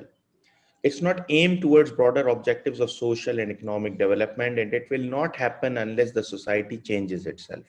We need to understand that this is very important aspect of Islamic finance as of now, that it has been driven from the commercial objectives. In Urdu, there is a ghazal, they say that मैं ख्याल हूँ किसी और का मुझे सोचता कोई और है. So this has been a reality, that lot of thought process that was in Islamic finance in the beginning, that was coming from the Islamic movement, coming from those Islamic scholars who were willing to contribute a lot on the social development, and they were planning to have Islamic finance as a solution for social and economic development. But the way Islamic finance actually started, it was done with commercial capital, and all the parties involved, including employees, even I did not mention it clearly, but they all were coming from the commercial mindset. So this thing has happened, and this will not change that easily. Islamic finance, commercial finance, does not have means and tools for the achievement of social objectives. It is working in a difficult regulatory regime, which is primarily developed for conventional financial services. The capital requirement, the risk requirements, all these things are not easy. It has a different mindset. It has a different business model. It has no tools to work towards economic parity and avoidance of concentration of wealth. So we need to understand that a halal meat shop is different from the community meat shop. Providing halal in a community where halal meat is not available is still a noble objective. We need to appreciate that objective, even if it is done from the commercial perspective. But assuming that only within the community, only the rich can purchase meat. This is the commercial mindset. We need to come up with the concept of community meat shop rather than only the halal meat shop. So this is one thing that I need to talk about in most part of our presentation today. So what social finance we are talking about, what are the key considerations? Ideally, it should be a sustainable model like WAF. Social finance can also aim for commercial capital and investment returns, unlike philanthropy. This is a very important aspect that we need to understand, that while working for social finance, we can still make it commercially attractive, conceptually unique as an approach to solving problems while creating economic value, collaborate with community at large for socially beneficial activities, addresses challenges in the areas of social and environmental issues. The most common focus that we need, there are a lot of areas, but education, economic development through entrepreneurship, poverty alleviation, um, uh, uh, the healthcare sector, the environment, Sharia compliance, and child labor. These are some of the main factors that we need to consider for that. Now, what tools we are talking about as of current times? Right direction for Islamic commercial finance and integration with Islamic social finance. This is one of the most important objectives that we believe. And as AOFI, we are actually working and trying our level best to achieve these objectives. Revival of the institution of Waqf and introduction of newer models of Waqf, including capital market Waqf instruments and other possible solutions, even through the crowdfunding Waqf solutions. Islamic microfinance, Islamic equity finance, use of Islamic crowdfunding for social finance, and entrepreneurship development for economic development. These are some of the most important tools where we need to focus as of now in these times. And as I mentioned in the beginning, that the right direction for Islamic commercial finance and its integration with Islamic social finance can help a lot in this direction. What AOFI has been doing more recently, has been done in past and more recently, we have developed Sharia standard on zakah. We have developed we have developed Sharia standard on waqf earlier, which we have now replaced with a new, much improved standard on the Sharia side. We have developed accounting standard on zakah, and we have developed financial reporting for waqf institutions as a part of a comprehensive project, which included the accounting, governance, and Sharia standards. On the governance side, we have a very good standard corporate social responsibility, conduct, and disclosure for Islamic financial institutions. Lot of social finance related initiatives are part of either mandatory or voluntary conduct in this standard. We have developed a very good, very nice standard on Waqf governance, along with a guidance note on that. Very comprehensive and very nice document. I would suggest all of you to have access to that. Just one thing to mention, a lot of people don't know, but now we have made all our standards freely available on our website. So right now they are free to read, but inshallah we'll be we are trying to get some sponsorship to get them free to download as well. But for all of you now, all AOFI standards are available on website.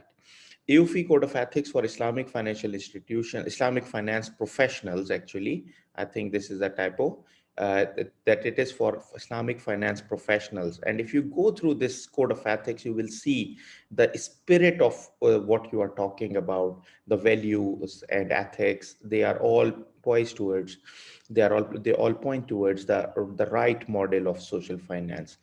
And we have been discussing relevant topics on the AOFI conferences, and we'll continue to do so as to continue our dialogue on that.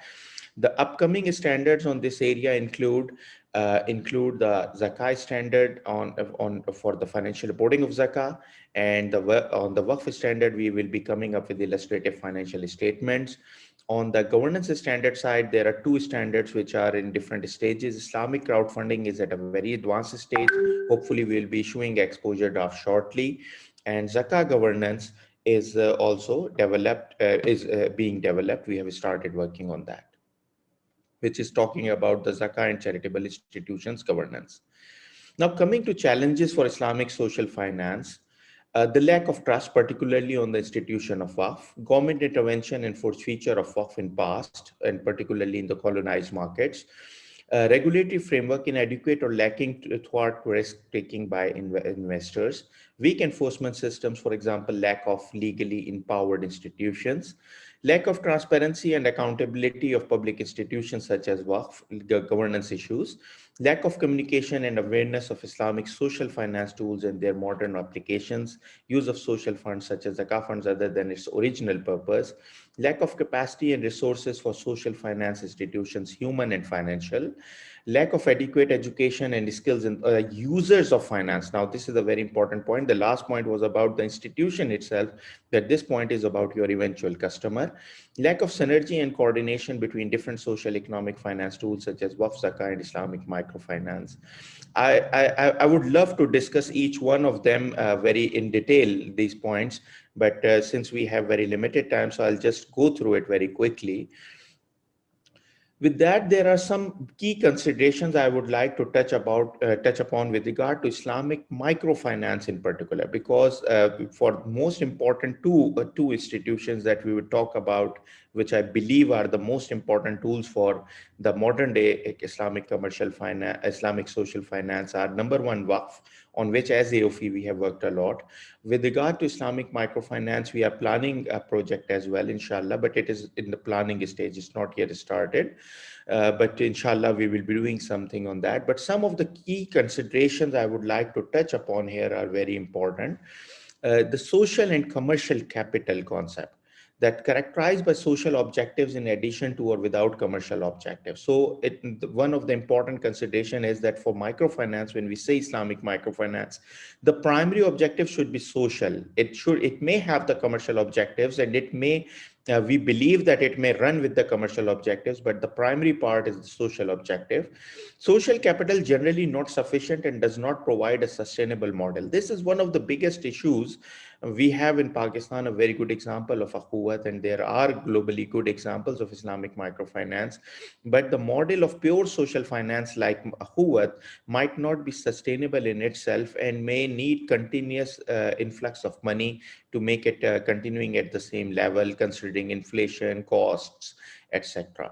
So considering these things, the proper sustainable model is needed, while pure social model like Akhuwat performs its functions very well, and it is highly to be appreciated. But at the same time, we need to find more sustainable models which are self-sustainable and create the cyclable profits and surpluses. Important to collaborate social and commercial objectives through Islamic finance tools. Commercial finance can find it commercially viable yet achieving social objective. This is a very important point, that we need to convince the commercial finance that they need to come to Islamic microfinance and they can still find it commercially viable and they can still find it achieving social objectives. I remember one of the Islamic bank's chief executive, we talked about, and somebody was asking in a conference, and he asked, why don't you do Islamic microfinance? His answer was, we feel it very attractive. The rate you are charging to your customers is too good for us. So again, I don't want to go into that rate debate, but my point is that still a commercial banker can start thinking of Islamic microfinance. You need to make it viable and make it commercially feasible for them. But for that, the point that we suggest is slightly different. That is in the next part of this slide. Do not earn from your customers. That is, sourcing and channeling is the key. So you do not earn from your customers, keep them sustainable. Earn from suppliers and middlemen. You can earn more than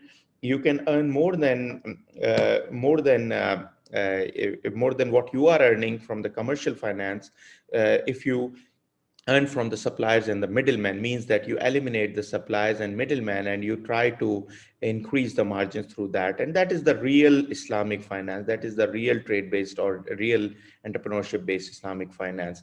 Create entrepreneurship and risk-taking culture. Customer and you both end up earning better. Economy gets the benefit. Formulate integrated policy framework. Integrate with SDGs, government and regulatory policies. Create collaboration model with other social finance initiatives, for example, health and education, and explore means to fulfill maqasid al-Sharia. As I mentioned, I would have loved to discuss more, but the time would not be allowing me.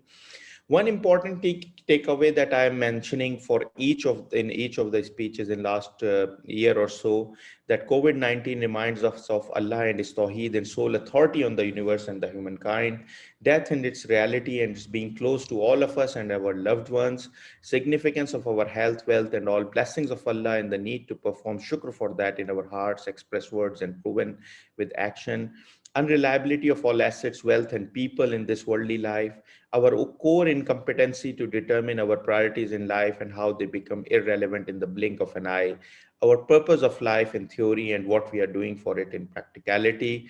And this is a message for us and individuals and for the Islamic finance industry to reconsider its path, its behavior, its attitude, and the way forward.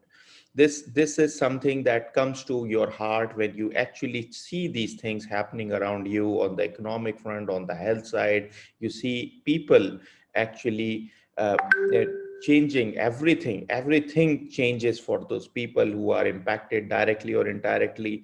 So before that something like that happened to us, we need to think ourselves. Leverage and harness technology. This is one of the most important point. When you go to the next step, you need to leverage and harness the technology. You need to understand the potential, use technology for that, invest in technology ventures, regulators and governments to play their role. And this technology can be used to eliminate conventional banking hurdles and foster new ideas of financial channeling and changing the way intermediation works. And this is a good way for Islamic social finance.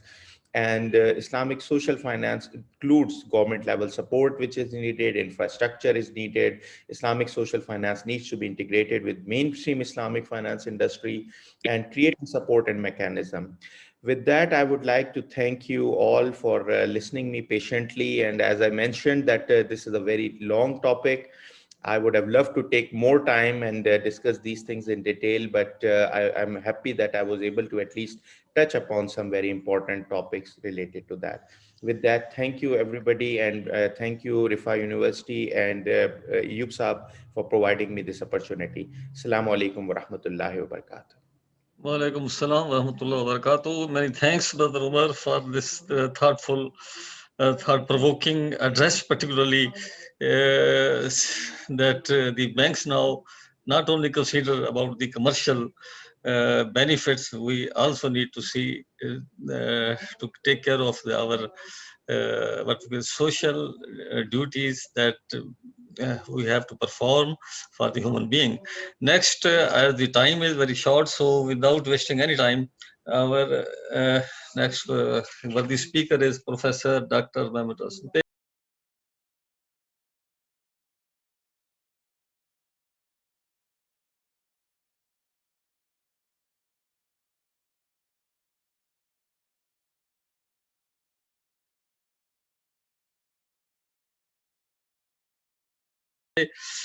He is director of the Durham Center of Islamic Economics and Finance, UK. Also the program director of MSc, and he is director of the Durham Islamic Finance Summer School. Also, he is honorary treasurer of the British Society for Middle Eastern Studies and the IAIE, basically Islamic Association of International Association of Islamic Economists. He had been their secretary. He is their secretary. Sorry. So he will speak on Islamic moral economy. So please, Professor Dr. Mehmet Asute.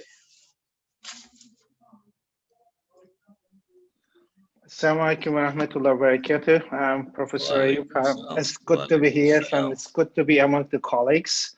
It's a pleasure to be part of this conference. Thank you very much for having me. I will try my best as well. It's a very detailed and large topic, but I'll try my best in 15 minutes, inshallah. Well, a number of colleagues before me presented the case looking into how Islamic banking can be made possible and better.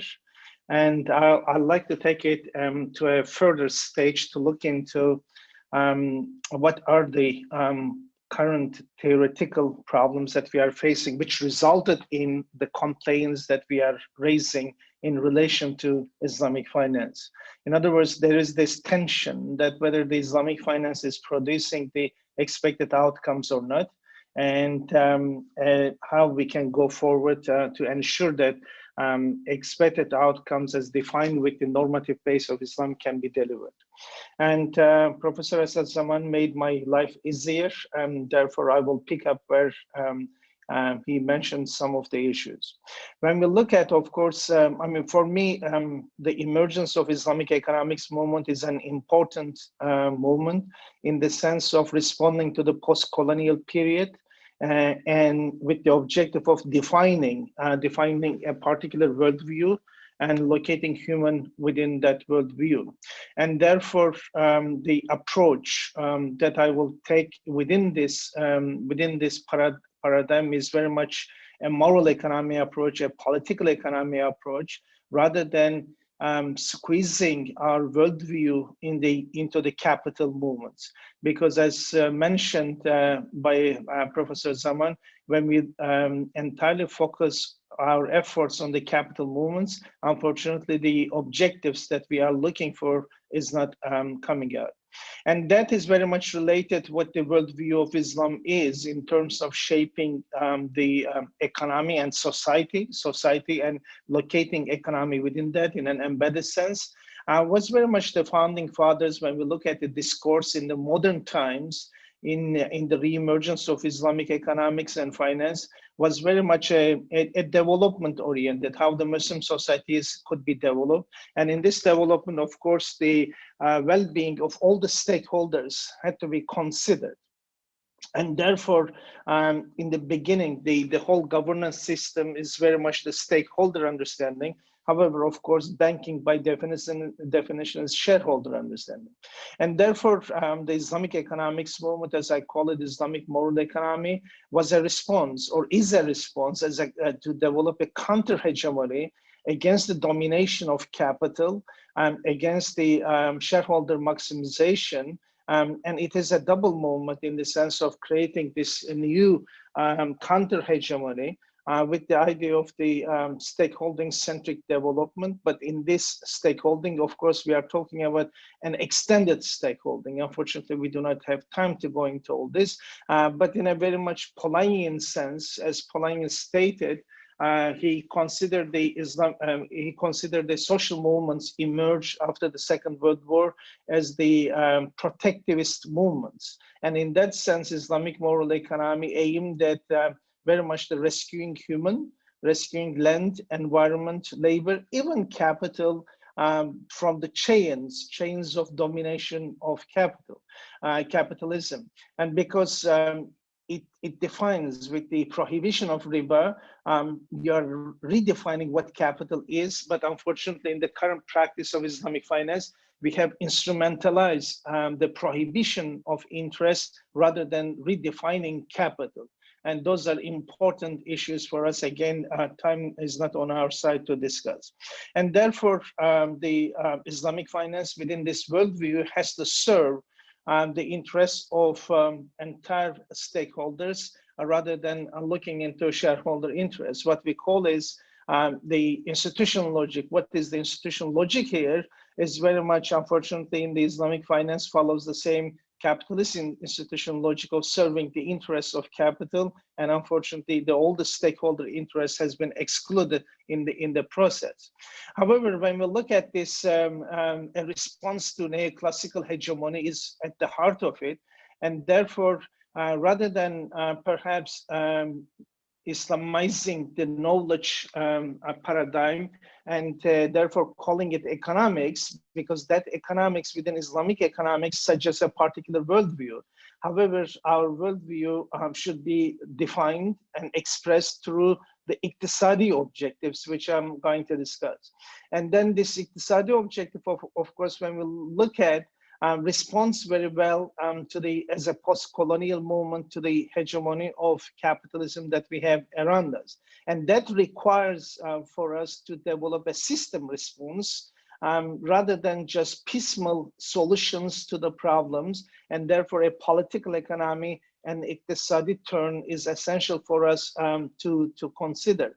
And when we look at the 1960s, 50s, and 60s contributions from different scholars in the Muslim world, is very much a political economy understanding and opposition to accumulationist hegemony, calling for an autonomous nature of Islamic economics, embeddedness, and Makasidi approach that we see around us. And as stated, with all this, they aim that also the rescuing process, rescuing human, rescuing land, environment, labor, capital. And therefore, rather than looking into how we could moderate the consequences of capitalism, what we are talking about an organic emergence according to a particular ontological base, because Islam suggests a particular ontological base and defines everything in a particular way as compared to enlightenment-based neoclassical understanding. And therefore, it is very much important that those definitions should be made in order for us to move into authenticity. And therefore, within this definition, what we see, individual objective function is no longer what economics suggests in terms of maximizing and efficiency, but rather falah in this world and hereafter, through socializing individual, or ihsan, and ihsan aims at through iqtisad, equity, balance, and equilibrium. And therefore, the distinction is very much in the methodology, but importantly in the creation of knowledge, and through that knowledge, how we understand the world. Because within this understanding, of course, the religion, Islam, ontologically shapes the behavior, but and the result of that, of course, the institutional logics are determined as well. And that institutional logic is very much important for us to make the distinction between Islamic and the neoclassical that we have around us. And that institutional logic, of course, such as the bank is not the product of Islamic ontological base or the knowledge base, but is a product of an experience of a particular society. And therefore, whatever the language we have in the world, and every language refers to bank as bank. They do not, and that's a very clear indication that it is not an organic institution, but it is imposed. The reality, however, remains around us, as we can see, domination of capitalism, and even if you try to establish equality, unfortunately, that doesn't solve. And that brings us the moral question of justice in order to be able to solve, because only through justice that we can make people to establish this Islamic economics objective, Islamic moral economy objective of establishing equilibrium in the society. But the problem even worse, because when we look at the right-hand side, many people are in the negative, while you have huge domination, as we have seen in the COVID situation as well. Despite the economy is not functioning, capital has become more dominant even, despite the fact that economies are not functioning. And therefore, we cannot solve the problem with equality, because that would not rescue people. The importance of distributing equity so that we can make sure that people have access. And therefore, the right-hand side, the accessibility is an issue. And that is very much the concern of iqtisad or Islamic moral economy, not only creating an equity-based structure, but enabling people to have access. In other words, all the resources are created by Allah subhanahu wa ta'ala for everyone to have accessibility. However, of course, with the current economic environment based on neoclassical worldview, you are not allowed to have access. So what are we calling is commodification of resources, and that commodification, unfortunately, prevents people to have access. However, Islamic moral economy entirely rejects this commodification idea. And therefore, when we look at, for instance, the empirics in the Islamic banking, we see that even Islamic banking financing heavily towards financialized sectors rather than the productive sector.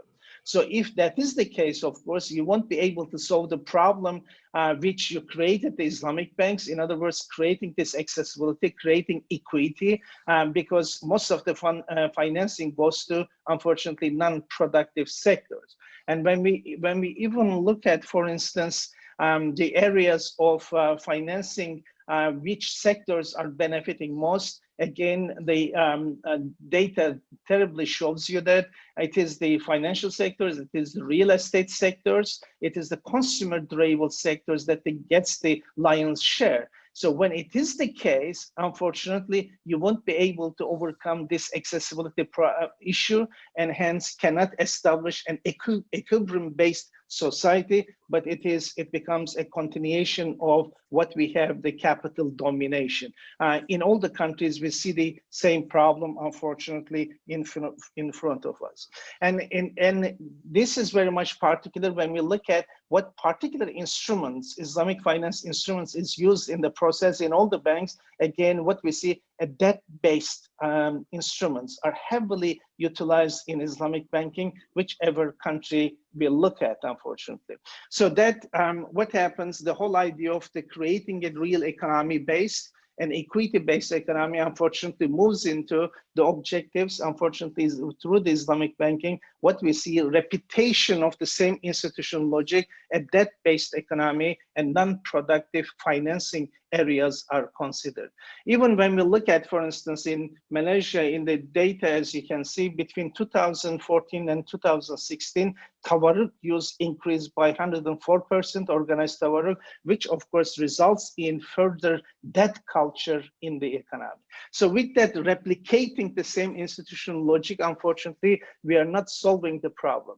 So here, the problem, of course, with the realist school or the formalist school looking at instrumentalization of Islamic norms, or the historical school only looking at the historical institutions and their importance for the solution, or the behavioralists mainly suggesting that economy in everydayness is the same for everyone, so therefore doesn't matter.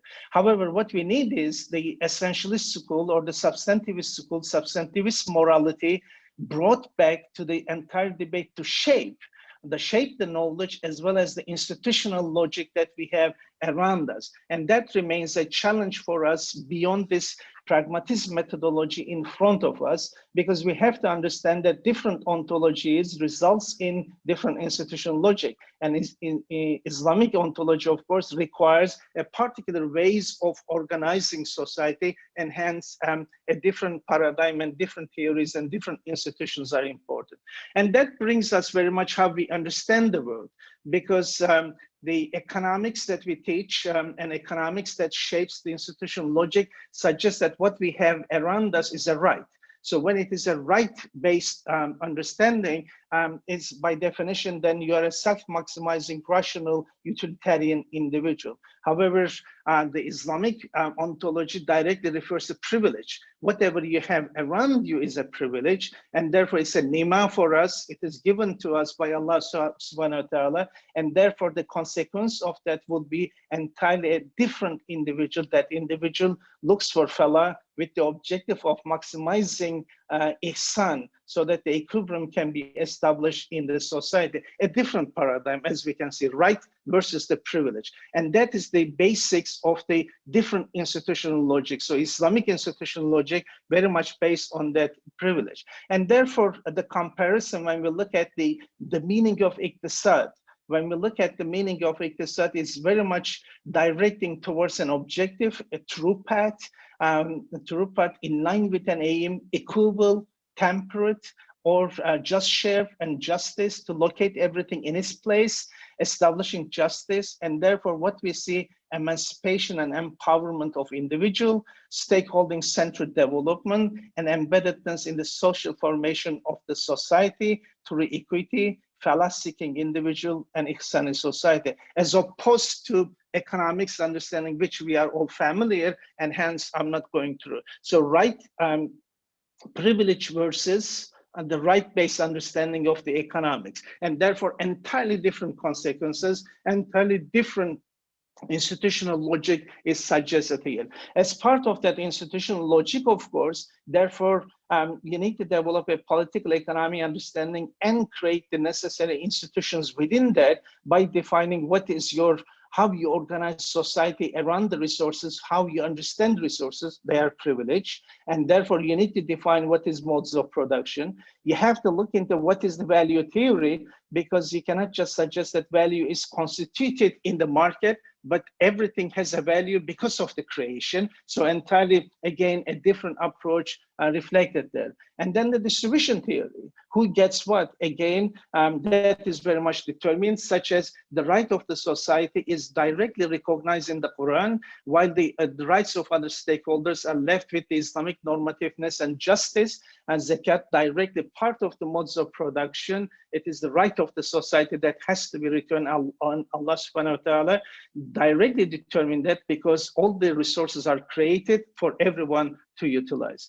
And therefore the institutions within this institutional logic has to emerge from the value system of the society according to the norms, and those norms directly as well vetting the cognitive repertoire, defining the roles, what is capital, what is labor, what is human. All these definitions have to be made so that the institutions should emerge. But in our case, what we have done with the Islamization of knowledge since the 1970s, we have taken all these definitions, and unfortunately, we are trying to squeeze ourselves, our worldview within those definitions.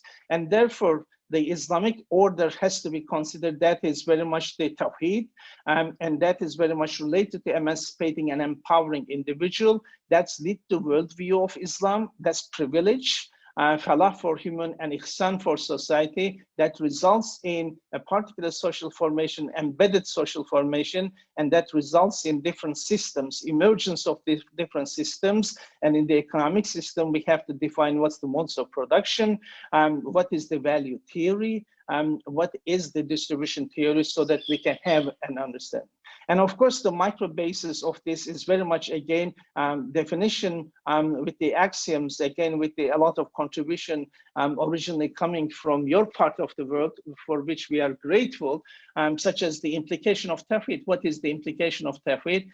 In particular, when we look at riba, why riba is prohibited? Because riba creates disequilibrium in the society. However, Tawheed suggests what? Complementarity. All the stakeholders have to be complementing each other for the unitarity. So riba, prohibition of riba, is directly preventing the domination of one particular stakeholder, that is capital, having hegemony over the others. Tazkiyah requires that, yes, growth is important, but we have to be in harmony. We have to consider all stakeholders' growth and development in harmony. And why? Because Rububiyyah suggests that every Allah subhanahu wa ta'ala created everyone and everything with an objective of development. So I know time is an issue, so I'm not going to go, but the result of all this within the Maqasid understanding is to create an embedded society so that the justice can be essentialized through the value system of Islam. And because the embeddedness would require that you do not have commodification. You cannot accept commodification as we are doing, and unfortunately Islamic finance is moving into that direction heavily. Fictitious commodities are not acceptable, unfortunately, with organized tawarrukat of fictitious commodities. Reciprocity as an important quality, the community, collective action, a real economy. In other words, what we are saying that, as Oscar Wilde suggested, is the values. Values determines everything here. And within that, of course, unlike the market understanding of price determines everything, what we are suggesting in the Bourdieuian terms, no, everything determines price. All these qualities, all these relationships comes together to determine the price in the economy. And therefore, we are talking about a cooperative and sharing economy. Please, I'll finish. time issue, Okay. please. Thank you. So we are talking about a sharing economy, we are talking about a collaborative economy and participatory economy, so that all the norms that we suggested shapes the institutional outcomes, rather than what we have around us. Unfortunately, institutions emerge from the Enlightenment ontology, and the neoclassical economy determines the outcomes. Therefore, we have to develop a systemic response to the issues that we have around us in order to be able to develop a particular understanding. And Islamic finance, therefore, has to demonstrate such qualities, including embeddedness, non-fictitiousness, and profit and loss sharing, risk sharing, so that we can prevent financialization, and it can work in the interest of what we have created. Because under the current circumstances, while you determine through the value system in a top-down manner, unfortunately, the institutions that we have around us, Islamic banking, for instance, is grafted from bottom-up process. It is being grafted, and unfortunately, the market has been imposing itself, the market system, to take the objectives of the market system and internalize within Islamic norms, and redefines our norms. Unfortunately, market determines our norms. Therefore, just to conclude, there's an amazing story here, and it is not because I am Muslim that I believe that there's an amazing story, but here you have a very intellectually constructed and ontological understanding and leading to organic emergence. However, the shape without form currently and shade without color, and it's a paralyzed force and gesture without motion. Therefore, we have to put the efforts together, how we can give the colors and inshallah provide the necessary force to make this motion working. Thank you very much, and my apologies for going over the time. Thank you. Assalamu alaikum. Many thanks for so powerful presentation on adopting a stakeholder-centric approach. Very, very important. The issue is time. Otherwise, we love to listen to you for hour even. Next, brother, Professor Dr. Diktik Sensoy. He is Director, Istanbul Commerce University Research Center on Islamic Economics and Economic Systems. He is also a member of the board of the Central Bank of Turkey. His area of expertise are accounting, finance, management, and other Islamic finance things. And he was speaking on responsible finance, meeting point between Islamic and conventional finance. Professor Diktik, please.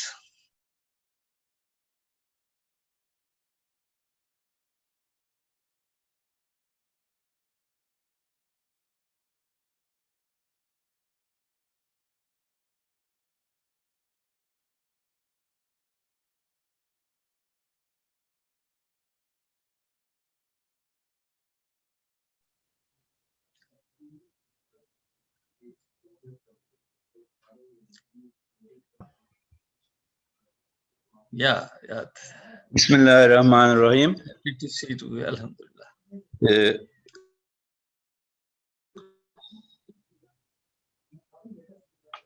You may please share your. Can you see my presentation? Yes. Okay. Bismillah ar-Rahman ar-Rahim. Assalamu alaikum, dear distinguished participants. Today, my topic is responsible finance, meeting point between Islamic finance and conventional finance. Here, I point out a common area with Islamic finance and responsible Islamic finance and conventional finance, which is responsible finance. Here, if we think about economic paradoxes, growth versus environmental sensitivity, greed versus conscience, profit maximization versus social responsibility requires trade-offs. And we observe evolution either in capitalism side and also in Islamic economic side. Capitalism started with wild capitalism and later evolved to moral capitalism. Today we talk about ethical finance and green finance. In Islamic economics and finance side, it started with elimination of riba, refrain from non-halal business. Later now we talk about sensitivity to environment and respect to human resources. Conscience emerge, and we observe that United Nations Sustainable Development Goals are set. We talk about ESG, environmental social governance issues. There are principles of responsible investment, sustainability accounting standards, Standards Board is working, Global Reporting Initiative is working, sustainability reporting is developing, integrating reporting is developing. You know all United Nations Sustainable Development Goals are 17 and they are in the 2030 agenda of United Nations. You know all these.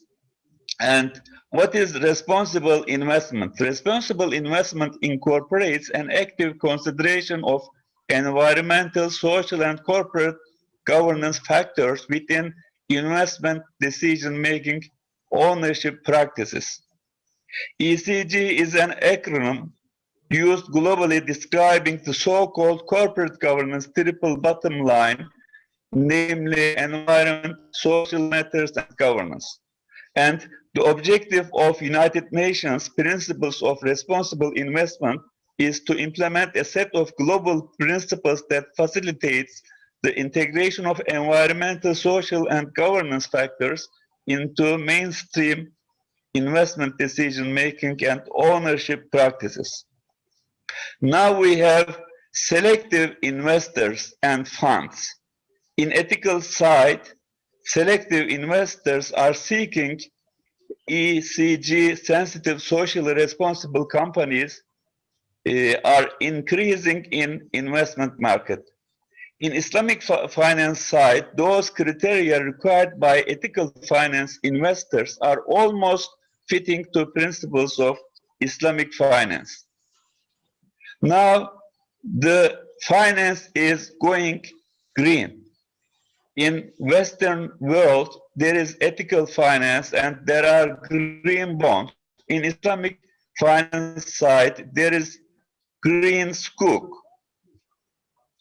In Indonesia, we see some green sukuk issuances, also in Malaysia, in also Turkey. In Indonesia, according to this report, we see that the 2019 issues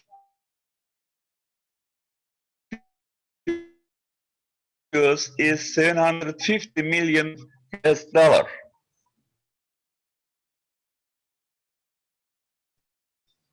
Sustainable sukuk ijara, we call it lease certificate in Turkey, on behalf of a private company, Zorlu Energy. Before that, Turkish industrial developer for natural gas distribution and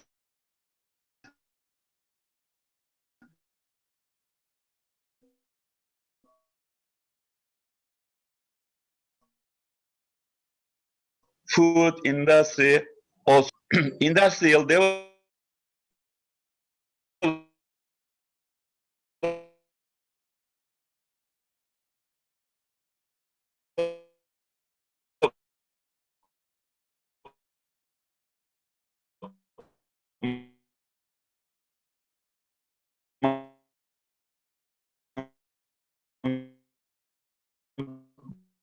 bank research and its CG assets equivalent to 51% of $12 trillion that money managers identified as institutional assets. Here we see types of investors filing shareholder proposals. Here we see that ECG shareholder proponents' assets are by public 68%. And there are faith-based investors also.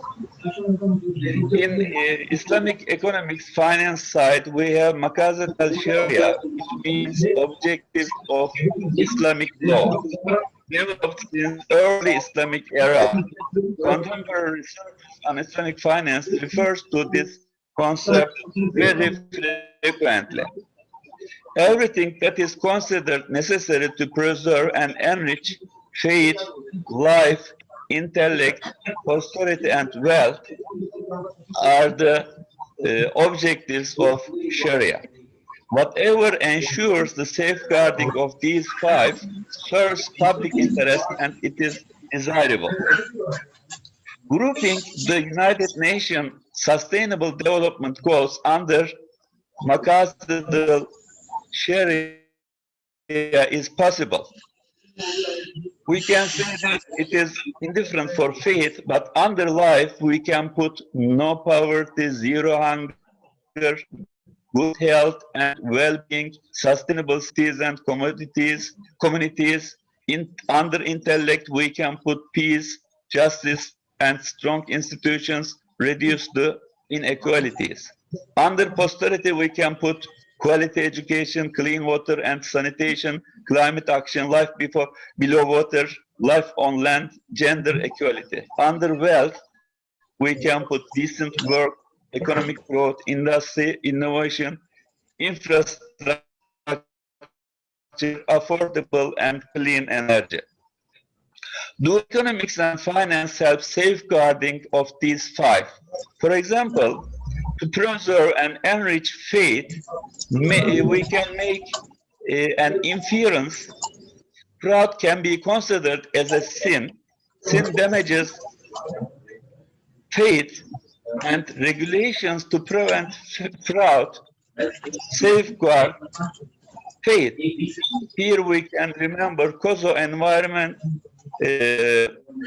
control environment rules. To preserve and enrich life and intellect, everything done to ensure adequate nutrition, clothing, proper upbringing and education for spiritual development. Housing, a healthy spiritual and physical environment, medical facilities, comfortable transport. For posterity, preserve and protect rights of future generations. The following are not complying. Transferring debt obligations to future generations, transferring degraded environment to the future generations. Here I refer to Professor Tariqullah Khan.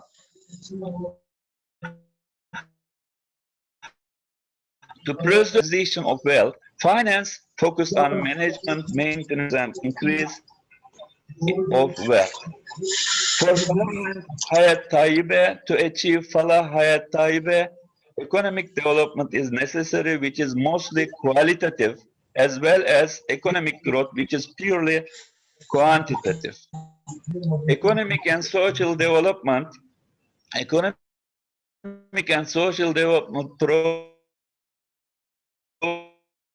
rule of law, equitable distribution of income and wealth. Islamic finance helps preserve and enrich wealth. The grouping which I have mentioned can be shown as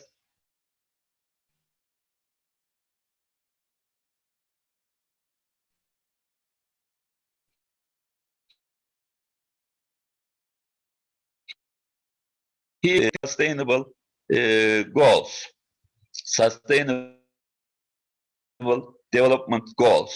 For protect of posterity also we can do this. For protect of wealth we can do this. And we see convergence of Islamic finance to sustainability standards. CIBAFI has Environmental and Social Responsibility Award, and also we have Institute of Responsible Finance Foundation established by Bank Negara, Malaysia.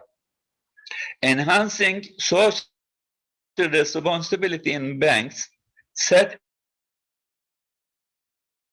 business practices, monitor customers' compliance with environmental standards, support philanthropic and social, environmental and social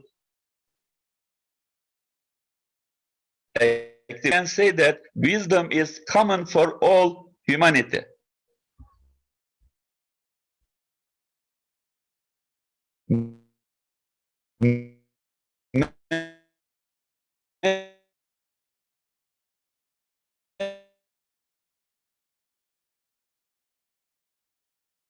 merits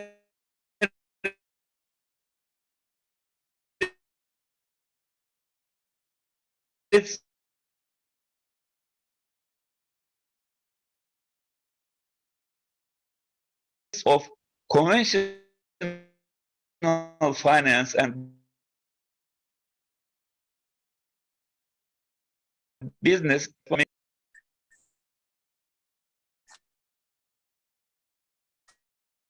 Thank you. Yeah. I mean, I should carry on? Carry on, yeah. Is a professor at International Center of Education in Islamic Finance. I mean to say INSIF, Malaysia.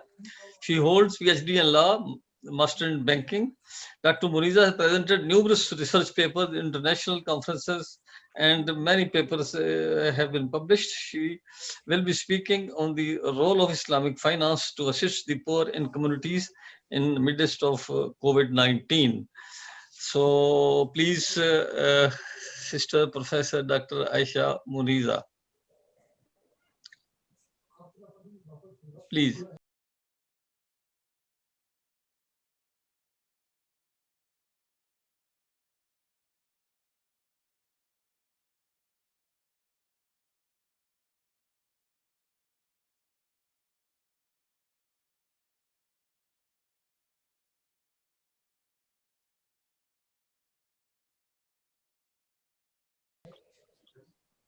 Bismillahirrahmanirrahim. Alhamdulillah Rabbil Alameen. Wassalatu wassalamu ala ashrafil anbiya wal mursaleen wa ala alihi wa ashabihi ajma'in. Ladies and gentlemen, Assalamu alaikum wa rahmatullahi wa barakatuh. Can you see my slide? Yes, we see your slides. Yeah, please. Yeah. Okay, first of all, I'd like to thank the organizer for giving me this opportunity to present my views on the topic. So the topic which I'm going to discuss today is about Islamic social finance to assist poor in communities in the midst of COVID. So basically, this is the outline of my presentation. I'd like to make this very brief so that we would be able to discuss everything which I intend to discuss today. So firstly, on introduction, it is important for us to understand that when it comes to Islamic social finance institutions or tools, some of them are considered as quasi-ibadat as well as muamalat matters. And as such, it is not only a rewarding act for those who pays it or for those who engage in contribution, but it also gives a benefit to the society. Especially for those who are marginalized, they are given hope through the tools or institutions of Islamic social finance. As such, it's very important to understand how we could effectively implement the tools or institutions of Islamic social finance in our societies. Therefore, the objective of this quick presentation is to understand the ways in which we could enhance, especially at a time during COVID, where we have realized that the global poverty clock has turned back to more than 30 years. Therefore, we have a moral obligation as well as a legal obligation to ensure that our societies have social justice in terms of balancing the rights of poor as well as protecting the rights and obligations of the rich. Now, let us briefly look at issues in Islamic social finance in assisting poor and needy. The first issue which I've highlighted here is issues in having enough supply of funds to distribute poor and needy. This simply means that sometimes we presume that the funds will come automatically, and once the fund comes to the organizers of the Islamic financial tools or institutions, then only they have an obligation to distribute it. The active fund seeking is not something we have strategized, and this is something we need to focus as well. Next is lack of effective mechanisms to distribute funds to poor. So obviously during COVID, unlike before COVID, we are unable to go physically and locate the most deserved recipients and distribute to them like we did it before, because COVID simply means that it has created a situation whereby we can't physically go and distribute the aids or the funds to those who deserve. Next is issues in physically locating the poor to reach out to them. Now, as you know, even before COVID, this was a challenge to identify who is the most deserved recipients of Islamic social financial tools or institutions. So after COVID, it became more challenging because most of the institutions or those who were providing Islamic financial tools or institutions did not have any type of infrastructure that would enable them to do this type of identification or distribution of the aids to the recipients without a physically distant manner. So meaning that, as you know, for example, let's say if we switch to an online platform, definitely some kind of basic infrastructure is required, and to have such kind of an infrastructure, definitely some kind of investment needs to be done. So if you are not ready to do that, then it would be impossible to switch from a physically non-distant manner to a distant manner. So this is the challenge we are facing currently. Next is cross-verification procedures applied for poor and needy leads to humiliation. So most of the times when we interview, especially the legal recipients of either zakat or sadaqat or infaq, one of the complaints which we hear from them is they have to register multiple times to get aids, and as well as when the cross-verification processes are taken place, they feel that they are humiliated more. They seems to have that feeling that they are washing their dirty linens in public, because there should be a balance whenever there is verification made in the process of identifying who's the most eligible recipients.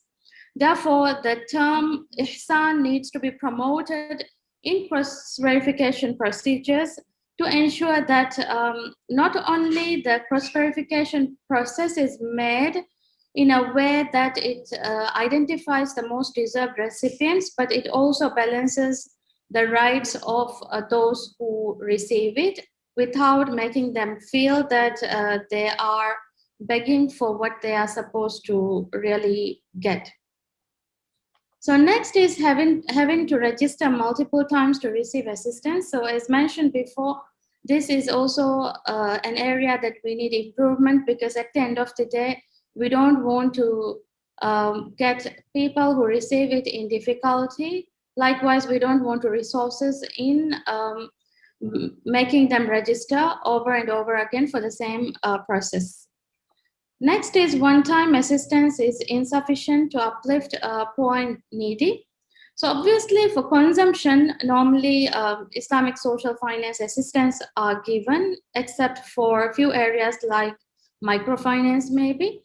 The rest, it is just assistance given. And if you don't come up with proper assistance programs to make the receivers of zakat today as the payers of zakat for tomorrow, then definitely we might not see the social impact in the manner we want to see it today.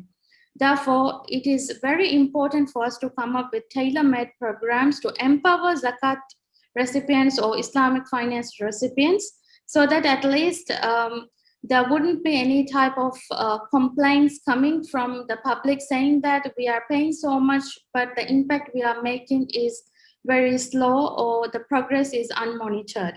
So whether it is zakat, sadaqat, infaq, or any type of Islamic social financial tool or instrument or an institution, we need to make sure that the impact is measured in such a way that those who pay it understand that they are making a huge contribution to the success of the societies in which they are residing in. Next is individual responsibility to assist poor and needy is forgotten. Today, the mindset is that my obligation is fulfilled if I pay the due zakat or sadaqat or some cash to waqf fund.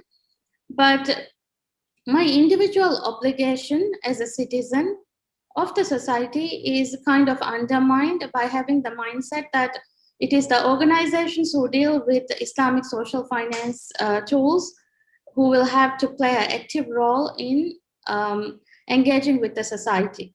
So as a result, the individual obligations, individual kind of rights and duties that owes to the society is forgotten. For example, in Islam, if you look at the role of an individual towards their neighbor, towards anyone who's poor, who's begging on the road, we know that we have some kind of obligation that we have to fulfill towards them.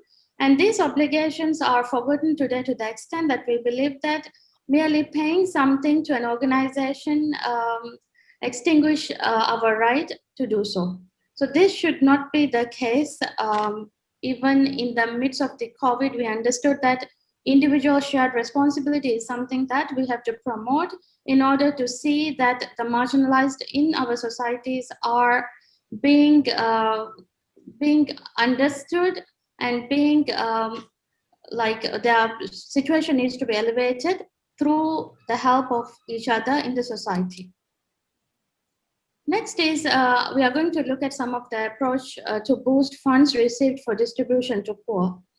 Now, previously before COVID, normally what we see is that in these things can't be generalized, but if you look at the major zakat institutions or waqf institutions or sadaqat institutions, you will see that they normally rely on physical means of collection of funds. However, due to pandemic, it became impossible to do so, and therefore people switched to online fund transfer mechanisms. However, this actually depends on the infrastructure or the enabling infrastructure which they have in their particular jurisdiction. If the banking is not so sophisticated, if the payment gateway option is not available in that particular jurisdiction, these things becomes a challenge, and therefore we see different countries or different organizations making different level of progress in this. However, in a nutshell, we can say that from physical collection of funds, it was migrated to online collection of funds. So this is something which we have seen swiftly being changed for the sake of sustainability of these funds. And when it comes to marketing of such options, definitely we found some hiccups in the institutions itself, because when you don't have social media platforms these days, and when you don't have online channels being established to cater for this, definitely starting from scratch is a difficult option, especially in the middle of a pandemic. So what are the ways in which we could innovative ways to attract fund? So one proposition is to have charity roundup initiatives.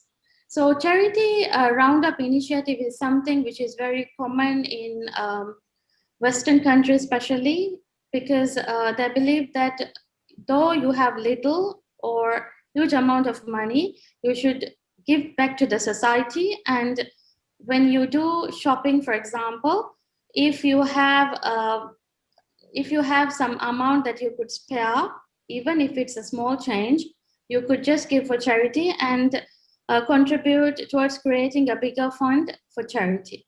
So I think if we activate charity roundup initiatives in Muslim societies, definitely we will see a huge success, especially nowadays we use e-commerce platform mostly to do our shoppings, and therefore there's a huge potential of this which could be tapped. So next is having a crypto charity platform. So this is by using blockchain technology. And for this, obviously, there need to be made some kind of adjustment in terms of,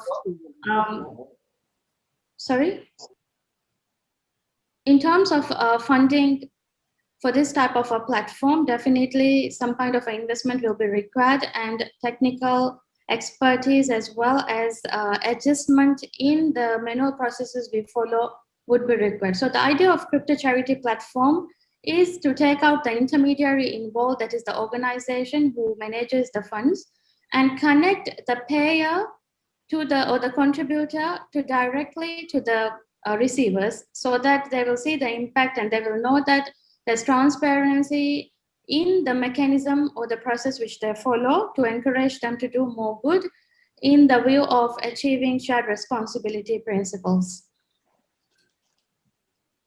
Okay, so next is about how to make an effective way to make the distribution to poor.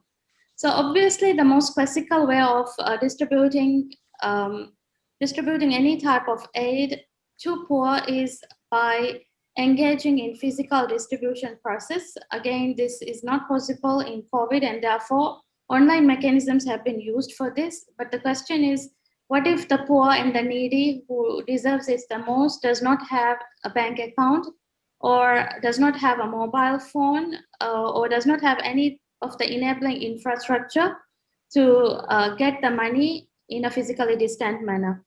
So in this case, definitely. So, can you please conclude now in a couple of minutes, please, kindly? Okay, sure.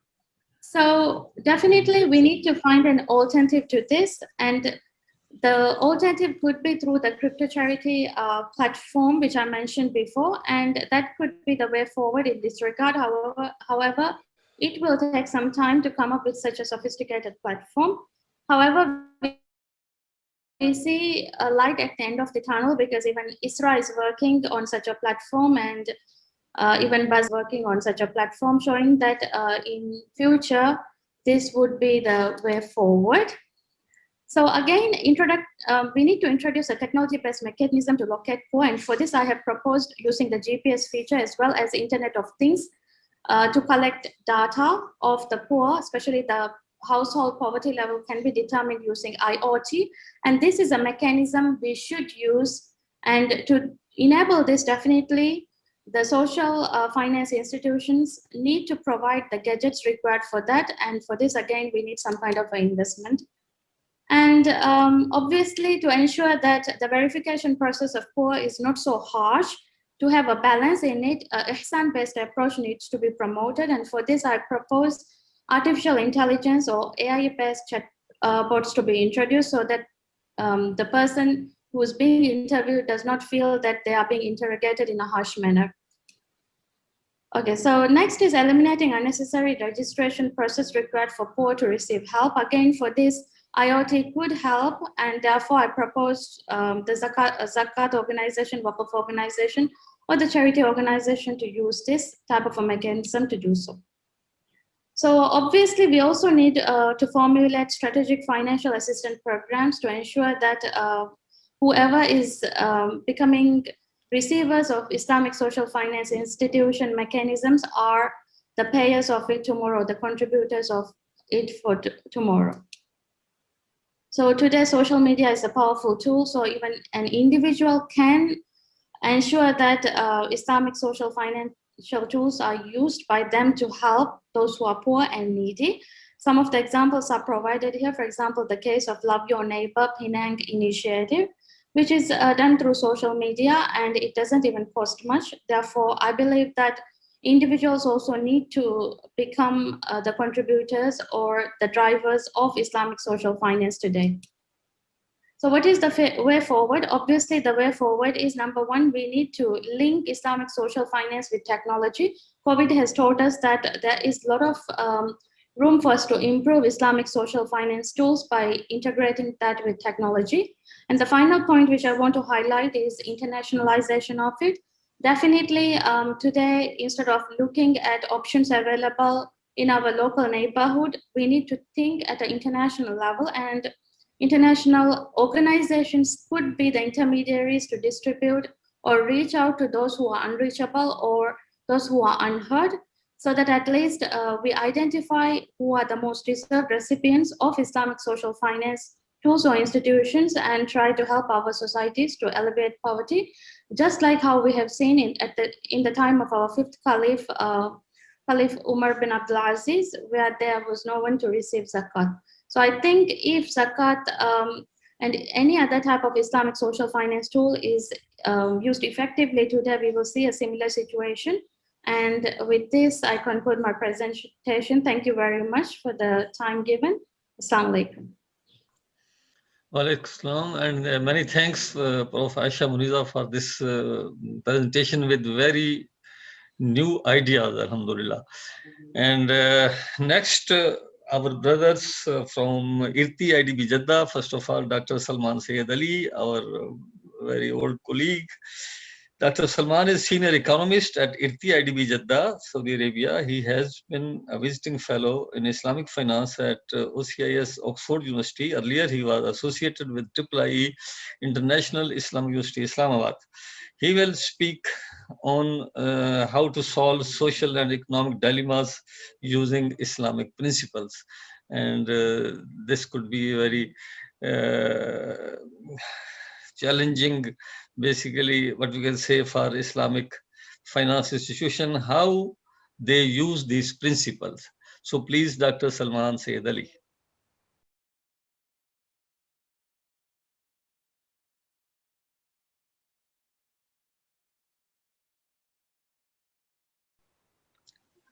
Assalamu alaikum wa rahmatullahi wa barakatuh. Thank you very much.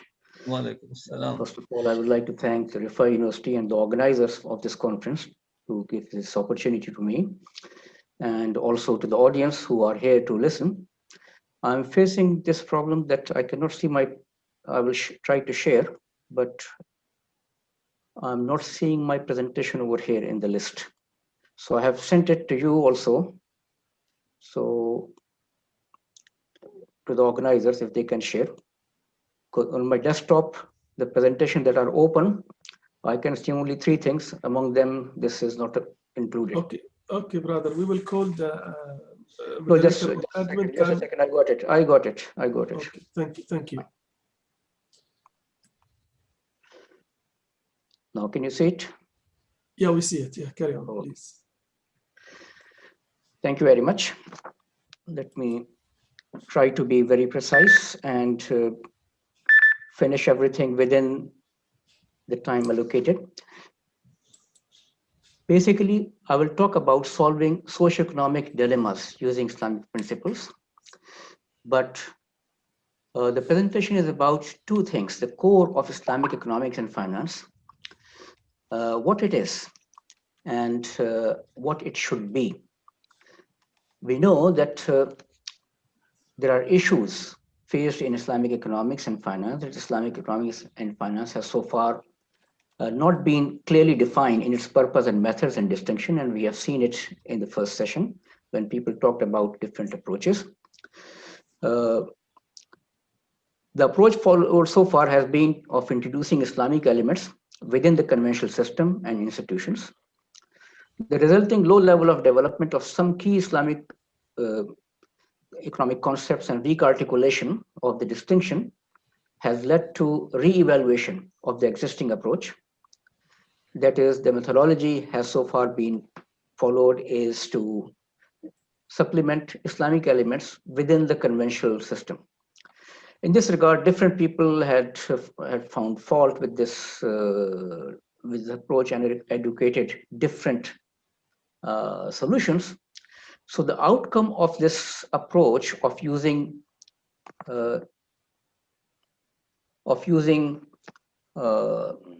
Islamic elements within the conventional system is that low level of development of some key Islamic concepts and weak articulations. So this has led to re-evaluation of the existing approach, and different people found different faults and educated different approaches. And I will show you basically 7 different approaches over here. And the question is, where is the core of Islamic economics and finance? And I will try to describe the core. I will not have time to go on the pros and cons of each approach, but I will educate the last one, with the focus on solving social and economic dilemmas, and we'll try to come up with an example of solving one particular dilemma.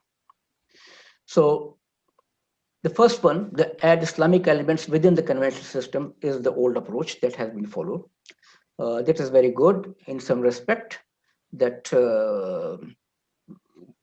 it's more practical, but the problem is that it is it's a piecemeal approach, that you do not address the full system. You take one thing and try to induce, and this may be a good approach in pure sciences, but as we know that social sciences evolve, and there is also a philosophy behind every concept. So this approach runs into conflict, as described earlier by many speakers in the first session, Dr. Mehmet Asute, Dr. Zaman, and to some extent by Brother Umar Mustafa Ansari as well.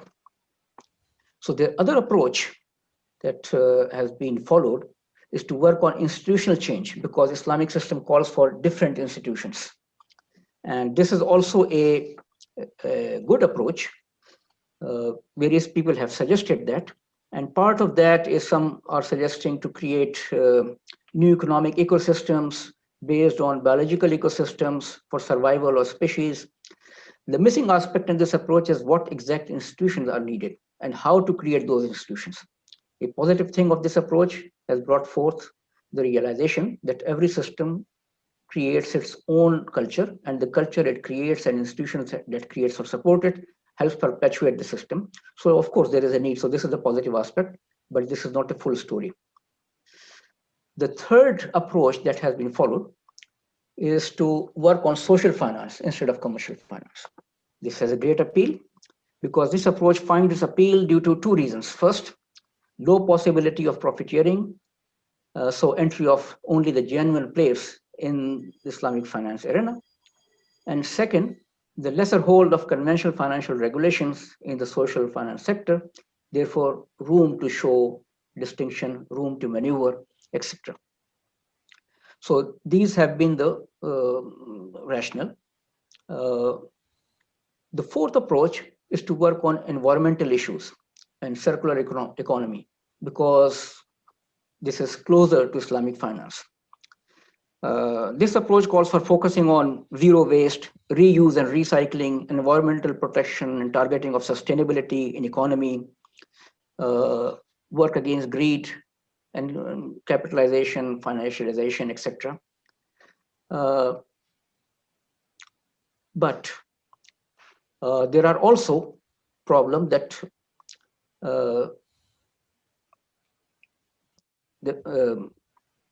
what kind of system we want to create, what are its objectives, what institutions need to be educated, how the decision making will take place. This is not clear in that. But this is, all approaches are good. I'm not negating any approach. I'm just trying to bring the pros and cons. Number fifth is to work on Islamic moral economy. This is at philosophical level right now. The sixth one is to create new paradigm by rejecting everything conventional and build different mindset.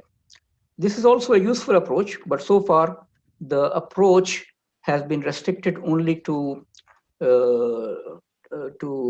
reject. But the second step to build is still required, and this is this may take some time because this approach requires long duration. And what is missing aspect is that we need to show how the new mindset would influence economic decision making. I mean, Islam is a very broad, it doesn't focus only on economic aspect, it is focusing on the entire life. But when we as economists talk about economics, we have to isolate from the variety of behaviors at individual and collective levels, how the mindset will change, which behaviors and outcomes are optimal, which ones will emerge as dominant, how to nudge this thing. We also know that Islam advocates cooperation, but cooperation cannot exist just by desire. It will require coordination, because a desire for cooperation without coordination can result in disarray. So these are the issues that have to be addressed within this approach, which is still missing. The seventh approach is to focus on ways to address social and economic challenges using Islamic principles. So this is what we would like to advocate, which combines all the aspects of the previous other approaches that I talked about. This is the potential approach. All social and economic challenges involve social dilemmas. Economic reason is one way of solving them. What economic and financial solutions can be offered using Islamic principles and society's existing level of faith and commitment? How those commitments can be improved and nudges applied to modify the behavior. How to judge what is relevant to emphasize, what needs to be measured, and how, so that solutions to the challenges are found and implemented. So this is the approach. This is more practical approach, balancing between experimentation and theory building. Some other approaches emphasize more on theory building, but this approach combines experimentation and theory building. It is also all-encompassing approach covering all aspects of economics and finance at individual and collective level. The circular economy, the building of new mindset and paradigm, the institutional change approaches will all just be few elements of this approach applied to address different social and economic dilemmas and challenges. So with this, let me try to give an example of solving a dilemma. Since this conference is about finance, there is one dilemma faced by all micro, small, and medium enterprises. What is the difficulty? Access to credit is limited to a smaller group of micro and small enterprises outside the formal borrowing lending relationship. So why this is so? This is so because there is limited and unstructured information about these entities, because of asymmetric information, because tracking and follow-up is difficult.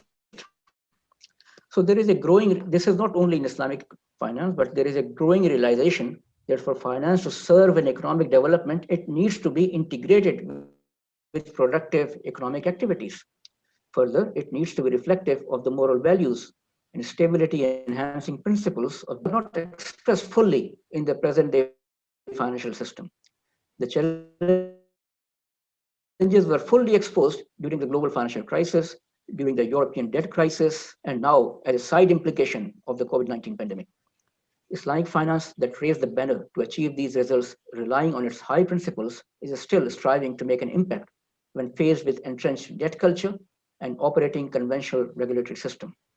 In this scenario, the new technological advances have opened new avenues for Islamic finance to implement its principles with more ease without much stringent regulations.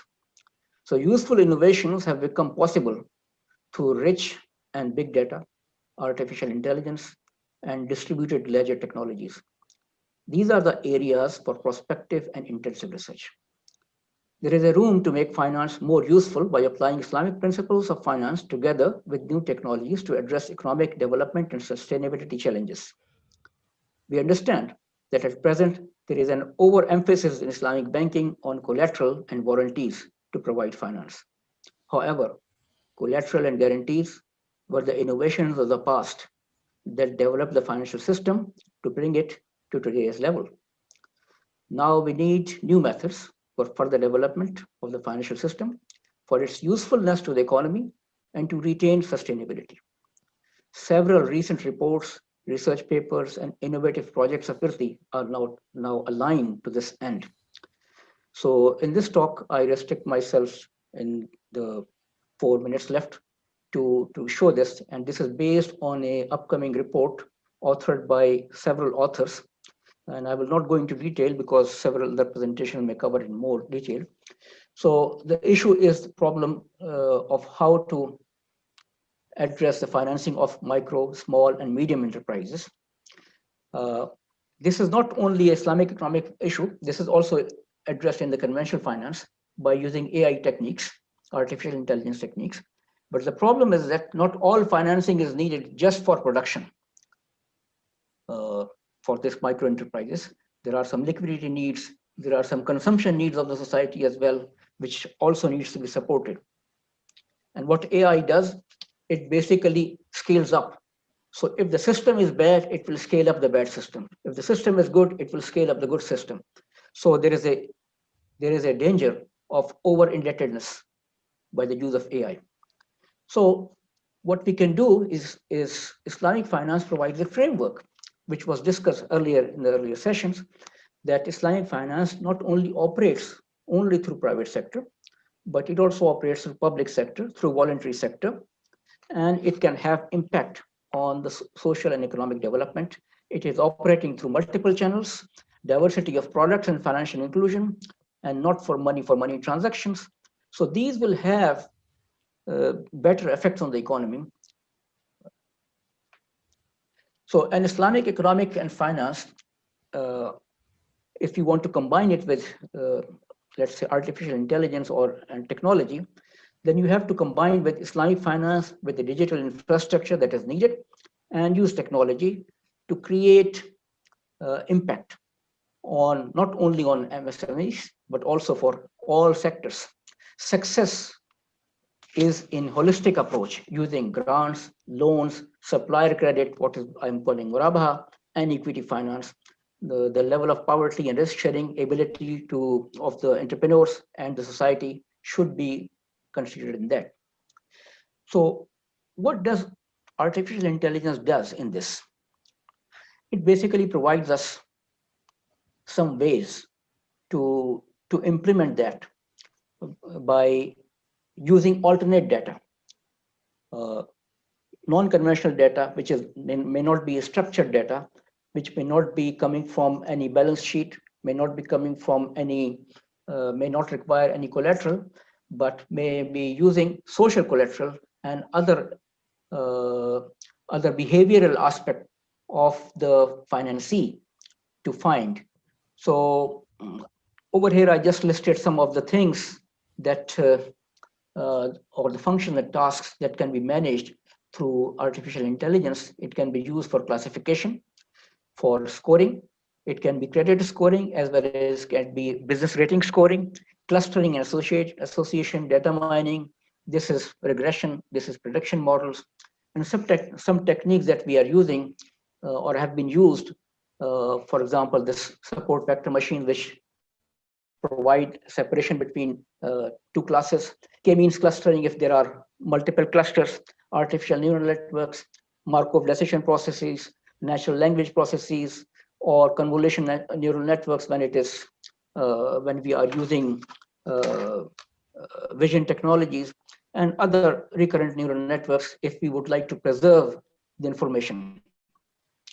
So the beauty is in combining technology with an Islamic economic system, which not only looks at poor identification for targeted assistance, but at the second step also looks for credit scoring using alternate data for micro and small business financing, which are productive entities. And thirdly, can also look for entrepreneurial capacity identification for profit and loss sharing financing. So what is the approach that I'm trying to advocate over here for creation of Islamic economics and finance is to choose a real problem, attempt to solve by creating an Islamic framework, use available techniques. When not available, devise new techniques, then apply, test, and refine the solution. This is how the Muslims have developed knowledge in the past, and this is the way to go with experimentation, refinement, systematization, and theorizing. So just theory building may not be enough. We have to go practical and back and forth. Thank you very much. Thank you, brother Dr. Salman Said Ali, for so beautiful address, particularly introducing artificial intelligence on social collateral. I think, very important. So next, brother Dr. Dawood Ashraf, he is also from IRTI. He is a senior research economist there. He holds PhD in banking and finance from University of Wales, now University of Bengal. He is a charter holder of CFA Institute, and earlier he was with Prince Mohammed bin Fahd University in Saudi Arabia and TD Bank Financing Group in Canada. He will speak basically on the same topic as to some extent indicated by Brother Salman, and this is the COVID-19 and its impact on micro and small SMEs, and how Islamic finance will be more useful to resolve their financial problem. So please, Dr. Dawood Ashraf.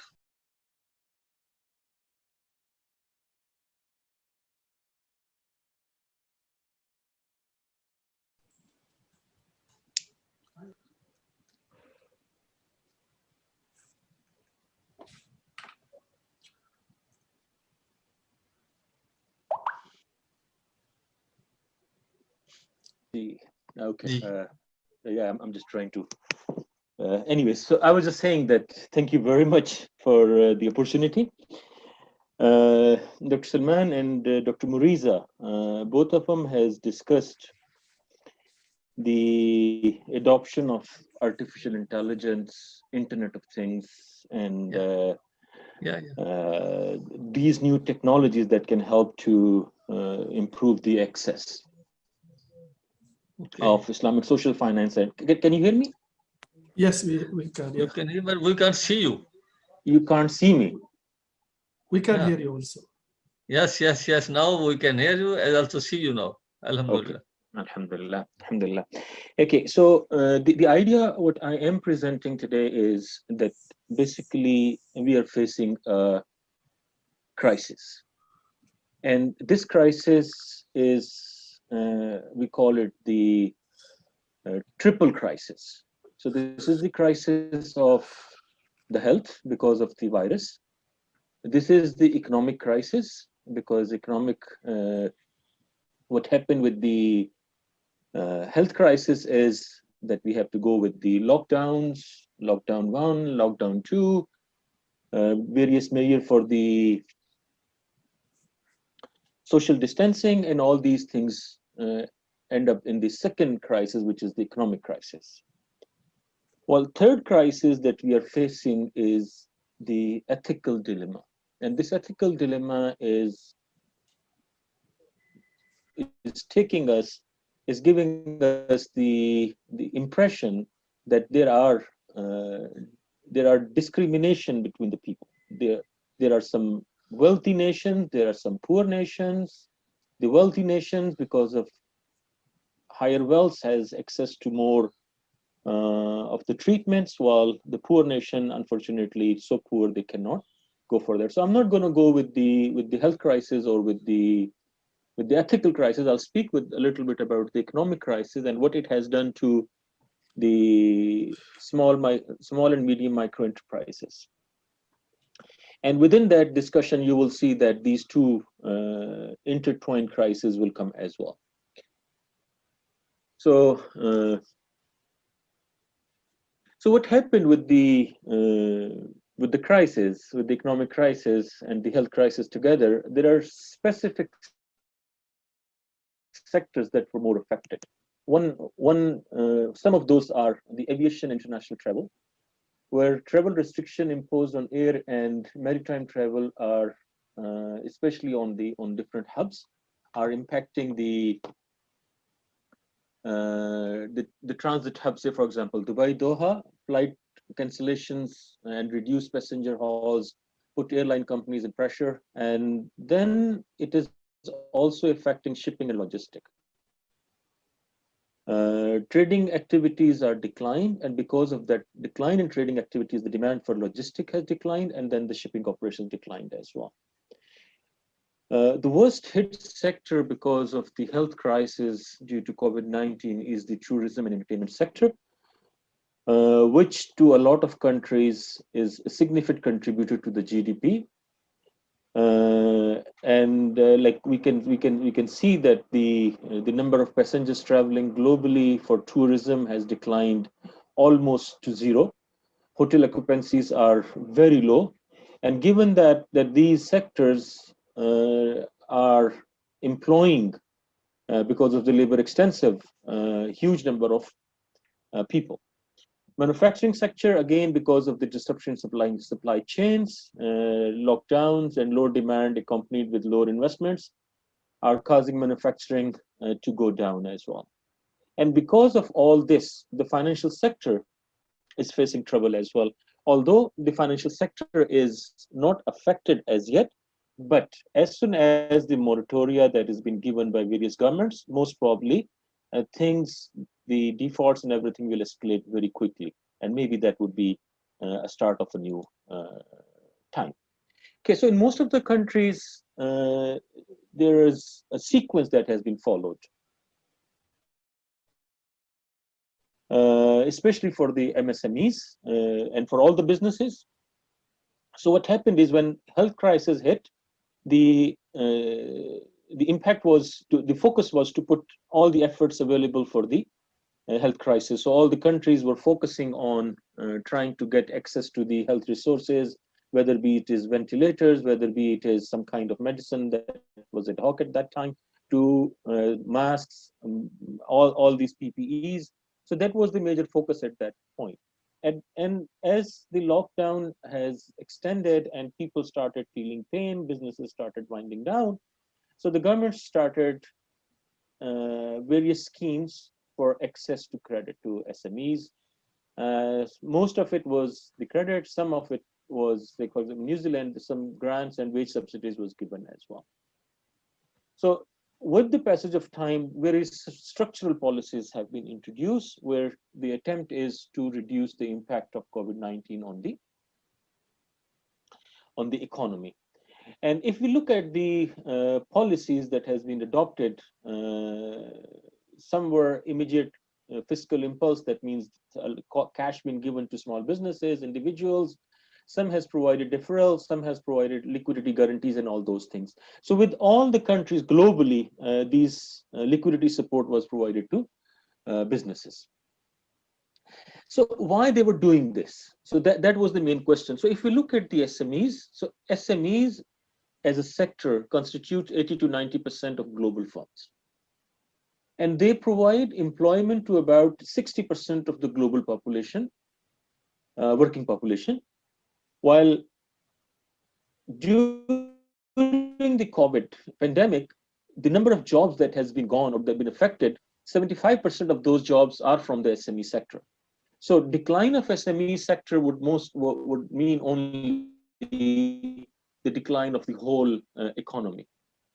And how SMEs try to survive with that. So we see that because of there was some SMEs that has went into complete shutdowns, mostly from travel, tourism, daycares, entertainment. Some enterprises went down, but they remain with reduced operations, so for restaurants, farms, and some manufacturing. While enterprises continues, some enterprises continues but face logistic challenge. So manufacturing sector was one of those sectors. They wanted to continue their operations, but they were not having the supply chain. So if you see, the challenges were all around. But major challenge for these SMEs were the challenge of liquidity and the challenge of sustainability. So challenge of liquidity came as the lockdown came. Suddenly, these businesses were not having enough cash at that time to survive for 12 months to 18 months period, as we see now with the COVID. They usually have cash for next week or 10 days, or maybe for a couple of months. So this liquidity was a major crunch. The receivables that they were supposed to receive were not able to receive, and it has affected their profitability as well. So major challenge that government has provided, major support that government has provided at that time was debt moratorium. So if you owe somebody any money to the financial institution, you can keep your money and then you can pay it when you have the money, maybe after 6 months or 12 months or whatever with the time the government has announced and the banks agreed to it.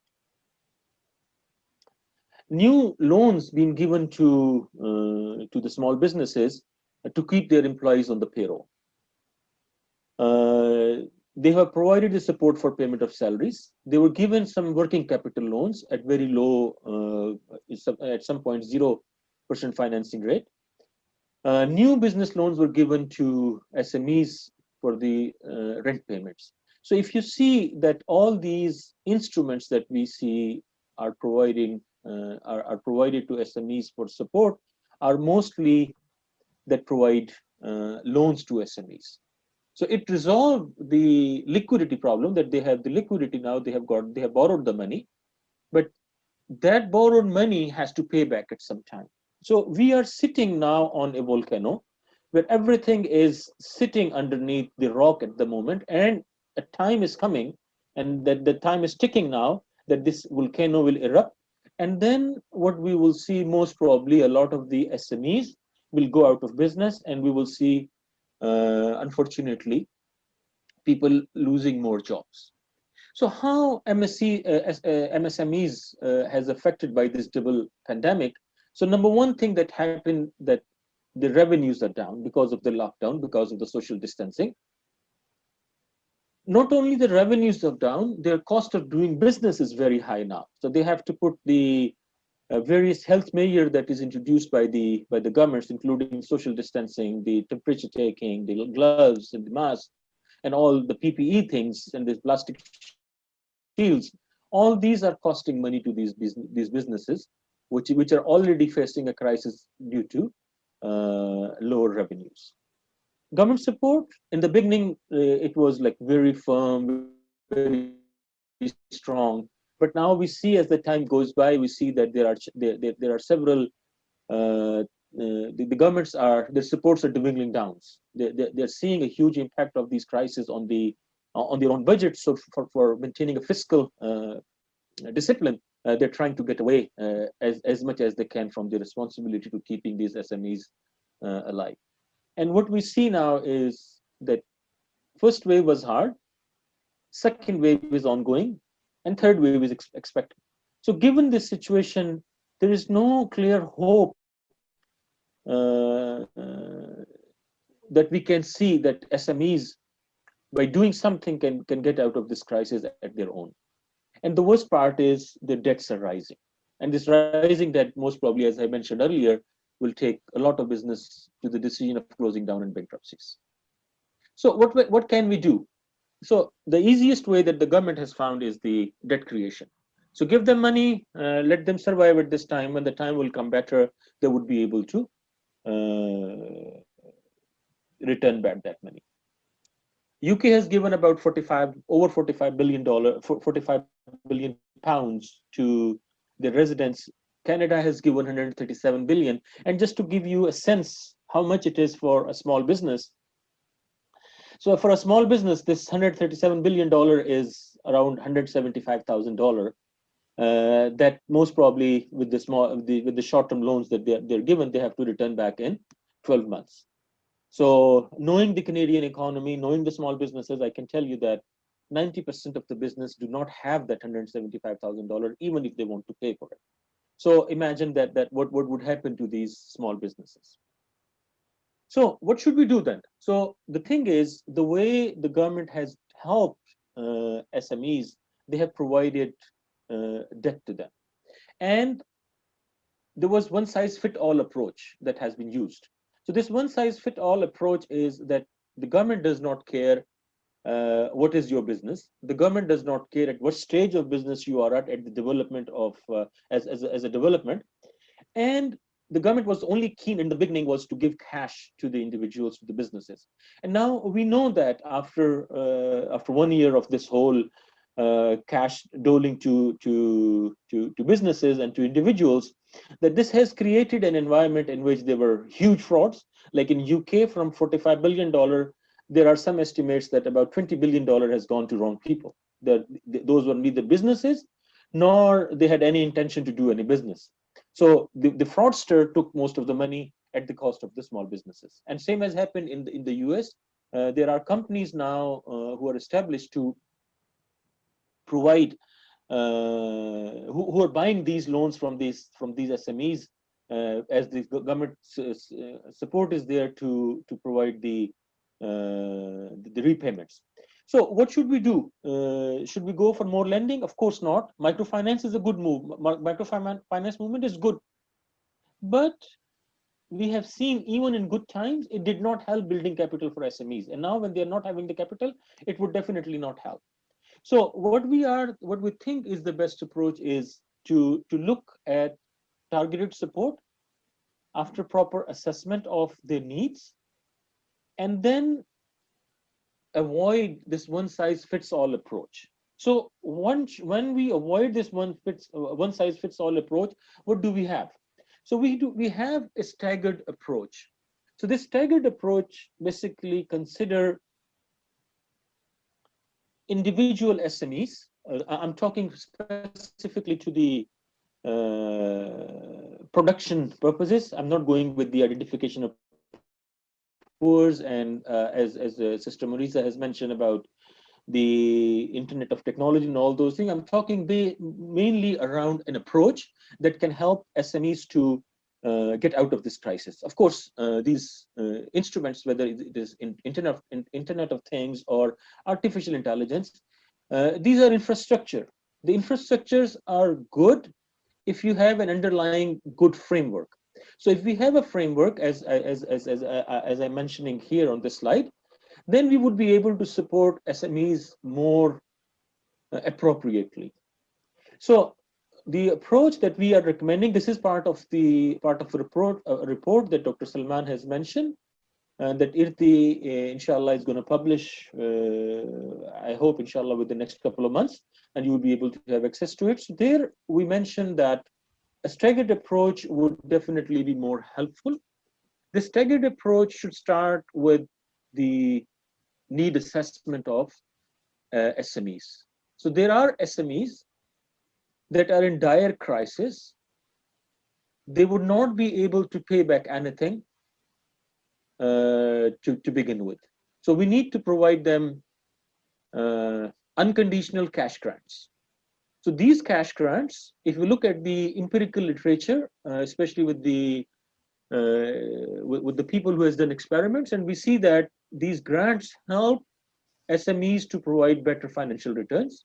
It helps capital buildup and long-term sustainability of SMEs, and it helps it produce a pronounced effect on the individuals and families who receive grants for business purposes. I'm not talking about the zakat here. I'm talking about grants, a cash grant and conditional cash grants for business purposes. Then there are businesses who may not be able to return back a profit back to the businesses. So for those businesses, interest-free loans would be a good option. And then we move to the microfinance, not the typical microfinance with the higher interest rate. We support the microfinance with the participation like Murabaha, transaction, leasing, and all those kind of instruments that we can use in the microfinance. And then the last one is equity financing. So if we look at these four options that is given, it basically mentions about the care for the businesses, the care for the individuals, the care for the business, and risk sharing for all. So if we adopt a framework that takes into consideration all these elements, and of course, if they adopt the Internet of Things for identifying where the grants is needed, where the small business loans are, where the interest-free loans are needed, where microfinance is needed, where at which stage the equity financing should kick in, that would be really helpful. So the framework, along with the infrastructure, would definitely be very helpful to move forward. So what should we not do? So as I mentioned to you, this approach that the government has used to provide one-size-fit-all approach, providing loans to small businesses or sending cash to everybody, what it has done is it has increased speculation in the economy.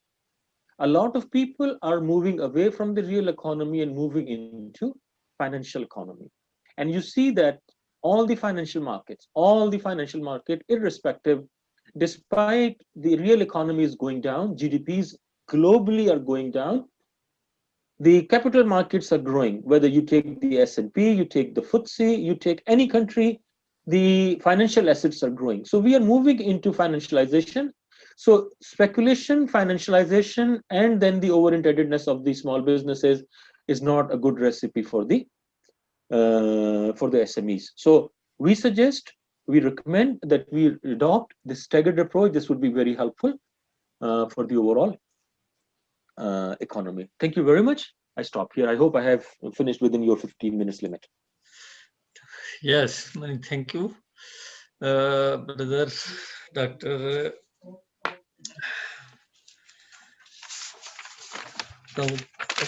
Now,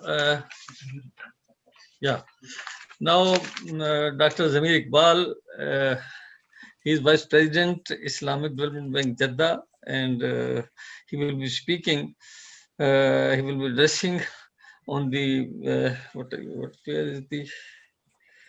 first of all about him. Previously, he headed World Bank Global Islamic Finance Development Center, Istanbul, and with earlier assignments in World Bank Treasury and the Finance and Market Global Practice. He earned his PhD degree in international finance from George University and served as professional faculty at the Carib Business School of John Hopkins University. Dr. Zamir will speak on the need and prospects of moving to social finance by Islamic finance institution.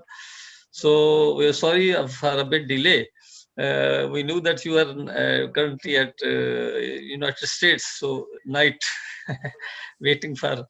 So please continue, Dr. Zamir Iqbal. Thank you so much, Brother Muhammad Ayub. Can you hear me? Yeah, Yes, yes. yes, yes. Okay. Thank you so much. Bismillah ar-Rahman ar-Rahim. Dear dignitaries, guests, and fellow speakers, Assalamu alaikum wa rahmatullahi wa barakatuh. First of all, I would like to thank the organizers for the invitation. Indeed, it's always my pleasure and to join this particular event. Although this time not in person, but I'm good to see a couple of our many friends online, and I hope they're all well. I hope all the friends in Pakistan are safe and well. Um, anyway, given the importance of this particular event, I thought, I will try to discuss about more from the practitioner's point of view. It was really fascinating to hear from Dr. Salman as well as Dr. Dawood Ashraf, who are my respected colleagues. But at the same time, I was thinking that I wish I could switch my roles with them, because their roles seem to be a bit easy, because theoretically a lot of things can be done, a lot of things make sense, but when you are in practice as a practitioner, you have other challenges and which you have to deal with things within a short period of time. So from my point of view, from our point of view, the practitioner's role became much more complicated and difficult because of the COVID-19.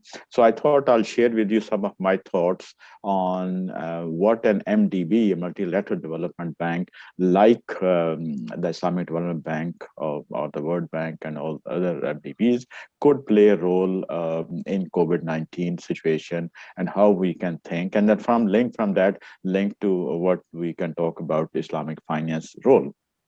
So with that, ladies and gentlemen, let me kind of share with you some of my thoughts.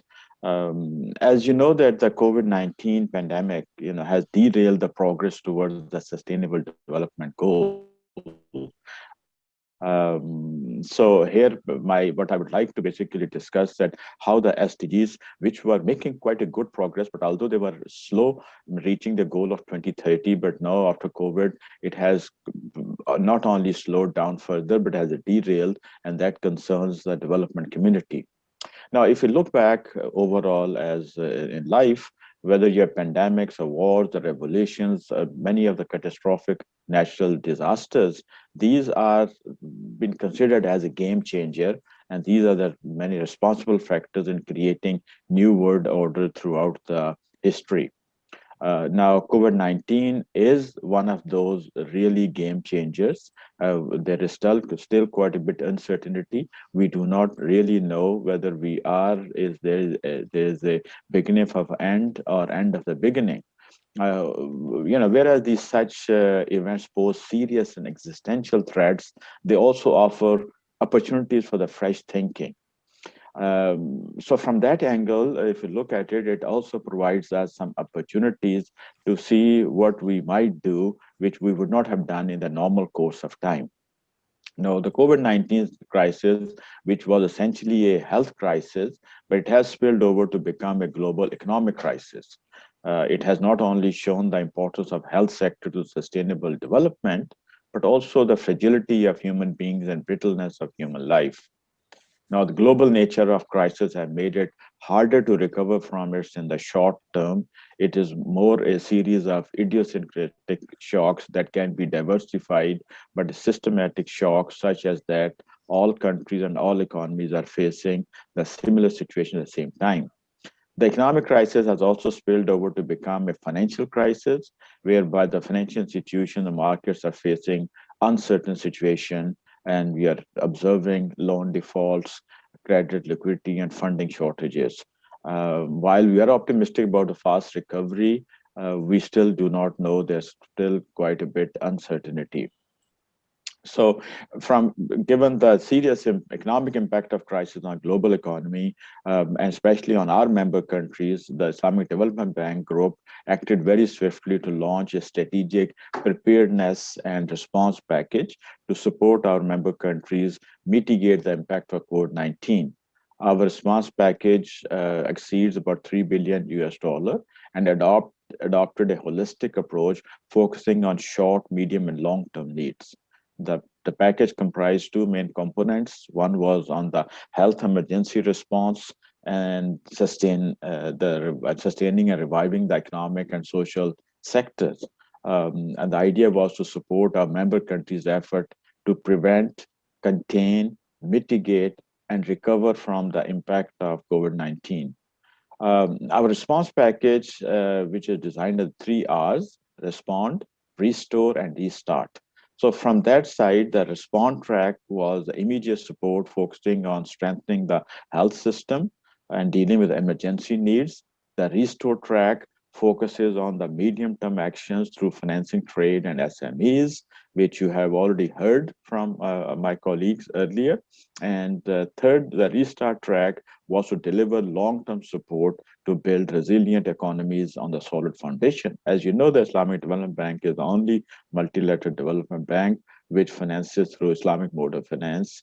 So therefore, all of our financing has embedded principles of Islamic finance. Now, we are committed to also investing in research and development and providing technical systems for development of innovative solutions to prevent and contain the pandemic. Our science, technology, and innovation aspect of the focus in our strategy plays a major role in helping the fight and containing the COVID-19 impact. We have different entities, and all our entities are also supporting COVID-19 fight either through private sector or through our trade or from the insurance. As there is a lot of talk about the technology, we have also launched a COVID-19 global coordination platform, which is enabled by blockchain technology to support the member countries in the fight against COVID-19. Now, going with the new developments in the SDI, we have also launched a call for innovation under the Transform Funds with a special allocation of about $1 million to encourage innovations relevant to COVID-19 for mobilizing global partnerships. So just to summarize, Islamic Development Bank is employing all financing tools whichever are at our disposal to combat the pandemic and set the member countries back on track to achieve the sustainable development goal. Now, this is about what we have done going forward. So where do we go from here? So we are at a crossroad of making major decisions affecting our future generations. So I believe that the three factors which would play a very vital role in this respect. And first of all, that tackling the global crisis requires a global coordinated response that goes beyond the usual ways in which the financial and economic crises are handled. Second, we need to make private sector a serious partner in sustainable development. And the third, that taking core principles of Islamic economics and finance more seriously. So let me just quickly go over each of these. The first of all, we know that the task ahead of us is huge. The typical responses to take the government to take care and the multilaterals or the official development aid, all this thing cannot do it alone. We have to look at it much more a bigger aspect and try to see that what can be done in a more coordinated fashion among all the stakeholders which care about the economic development and SDG.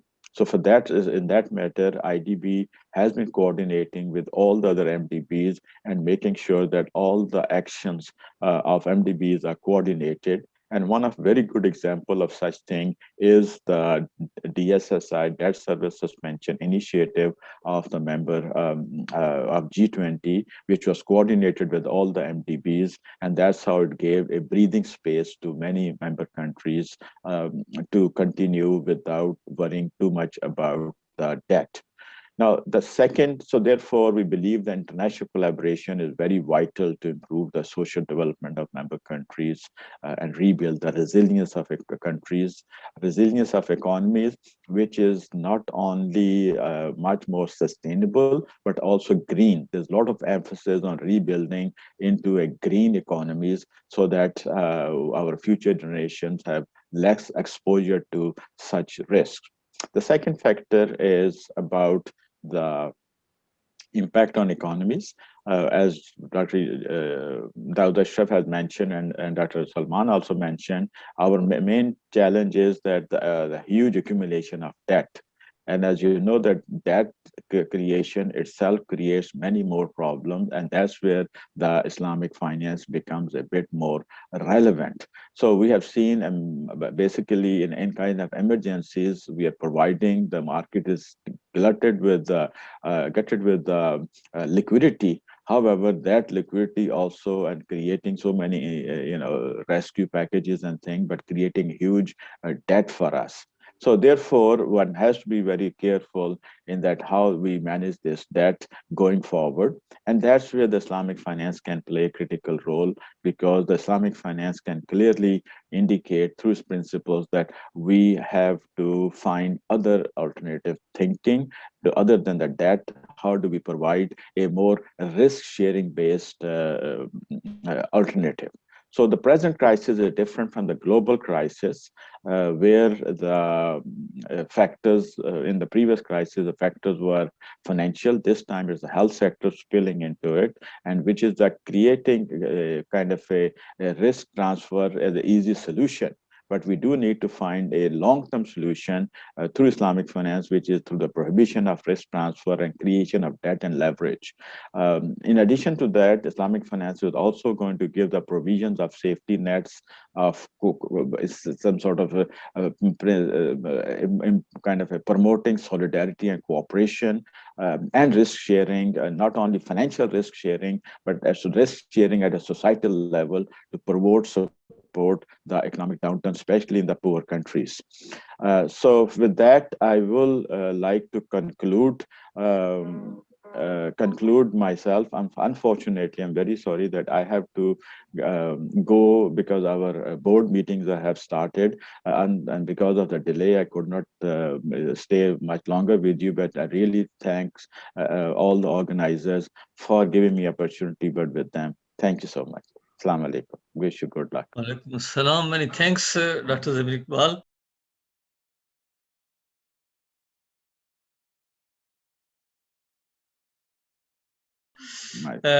Now, our dear brother, Mr. Mughis Shaukat, we are grateful to him. He is with us from very early morning, at 9 o'clock from Pakistan Standard Time.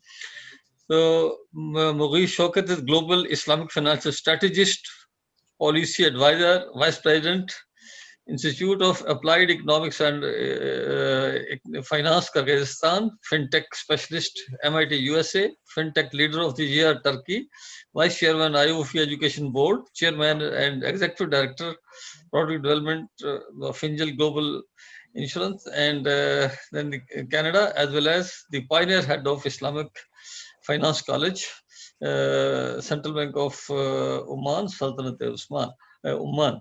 Sorry.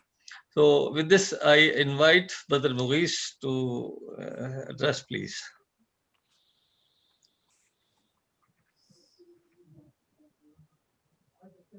We can't hear you, please.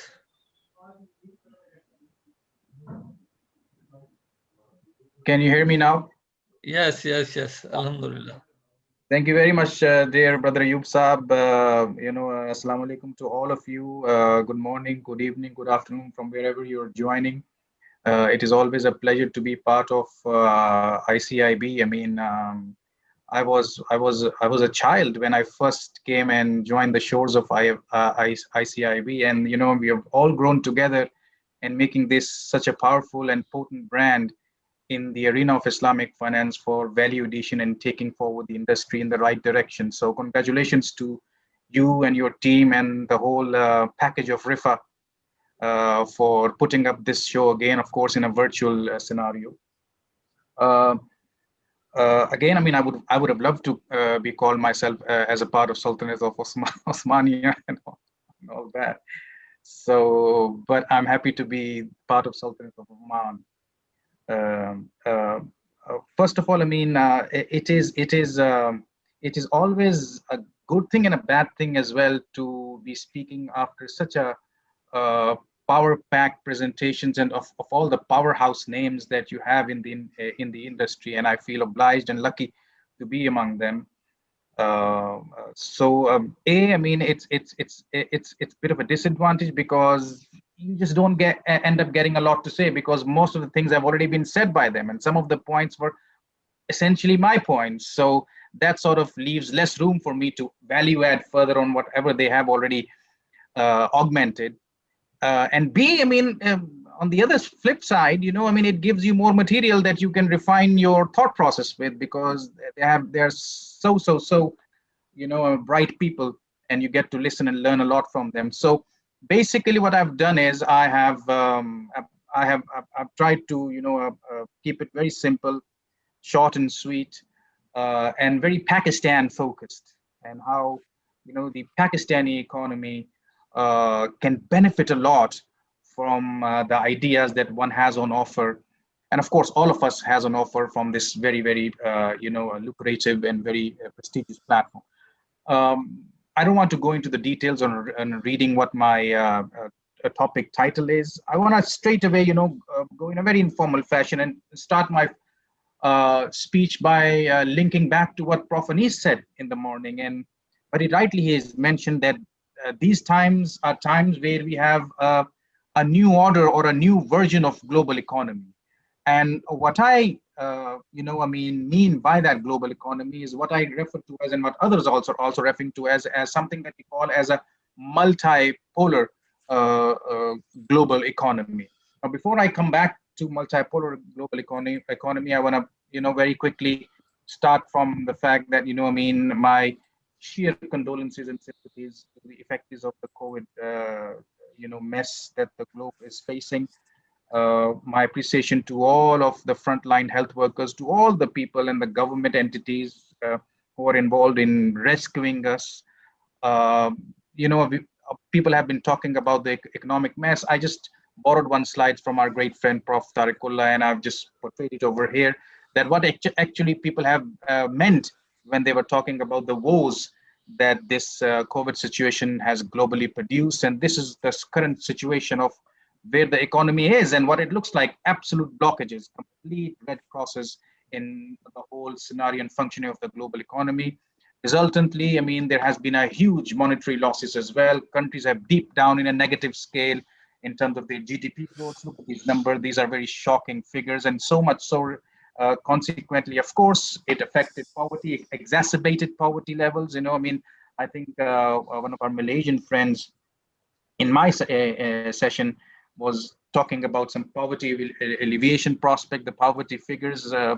So these are very shocking figures, and this is where this new age economy that is been shaken up by the COVID scenario has to be attuned, has to be reordered in a way that it serves its purposes and it serves its potential in a much more refined, much more better way.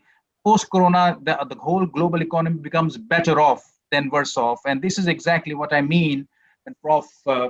Anis was referring to it as a new world or a new age, new kind of global economy, and we call it as a multipolar global economy. And what I mean by multipolar global economy, and I repeat myself because I project the same and I want to drive attention of the masses, is the current global economy is no more a unipolar global economy where US, perhaps Japan, were running the show. So if US sneezes, everybody sneezes. If US goes well, everybody's tandem goes well. It is now a very diversified growth pole, multipolar global economy where alongside US, there are much more multiple powerhouses. Straight away, China comes into the mind. Russia is fast up and coming. South Korea is fast and up and coming. Indonesia is now in the ranks. Pakistan has been called, been labeled as the next 11 economies. So all in all, what we see right now is a very well distributed, well diversified global economic order that is much more globalized and much more tightly knitted and much more tightly connected than it was ever before.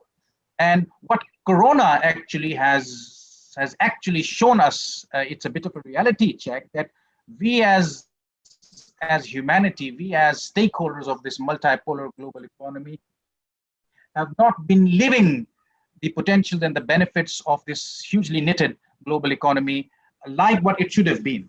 So what Corona did was, because the multipolar global economy yet again was building itself on a financial system that is based on an interest-bearing debt financing scheme, the shock or the reality check that the COVID scenario gave it is that it collapsed.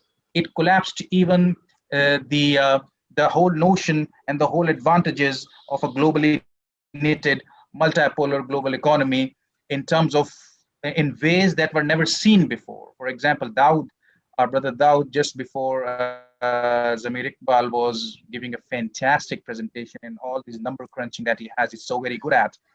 How SMEs have collapsed, how the backs have been broken, and the baseline, the bottom line, the root cause of behind all of this was that because they were all based and driven and financed to debt financing mechanism, COVID was just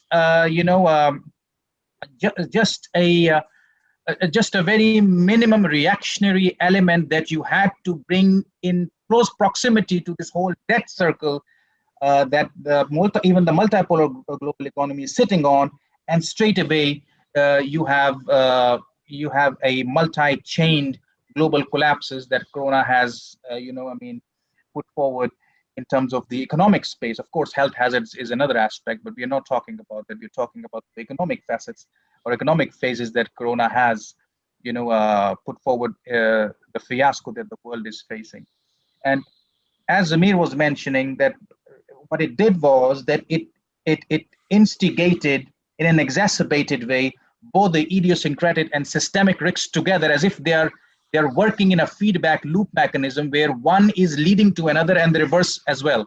So it is basically exposing the fragility of the interest rate debt dynamics, which is undermining the benefits of a multipolar new age global economy. And COVID just gave us a reality check, telling us that we are not living the potentials of a multipolar global economy because we have a fragile system that is backing it in terms of economics and finance. And this is where my notion of anti-fragility comes in, because if you want to live the maximum out of a multipolar global growth economy, we have to make sure that our tools, that our infrastructure, that our financing, that our financial institution, the financial schemes, the whole financial order of the global economy is built on an anti-fragile system or anti-fragile scheme, anti-fragile models of global economy. And this is where, Islamic finance to me becomes extremely pivotal, extremely important. And this to me is a third time lucky opportunity. I've said it more than once in other forums as well. To me, this is a third time lucky opportunity for folks in Islamic finance to rejuvenate Islamic finance in a new age manner and frame it as a much more suitable order or scheme or system or model of global financial and economic schemes to run a multipolar growth regime. Why I say that? Because, it has this huge essence. What people are still need to get clarity, need to get, linked to properly, and remove this cognitive dissonance and cognitive deficiency that is still prevalent in masses in terms of scholarly and even non-scholarly masses, practitioners included, about Islamic finance, terming it as a no riba alone model or a no riba more focused model and less a risk sharing model. This is exactly where the Islamic finance anti-fragility comes from, and hence the anti-fragility for the multipolar growth economy comes from as well. And on top of it, what is new these days, of course, is the notion of climate change, the green swans that the world is already facing and is expected to face. So what you have right now is an extremely interesting scenario, which to me is a huge opportunity, at least for Islamic finance, is you have a economy that is now a multipolar economy globally. You have an economy that has been given a solid reality check to fix its financial schemes to drive the multipolar growth economy from an anti-fragile mode to from a fragile mode to an anti-fragile mode.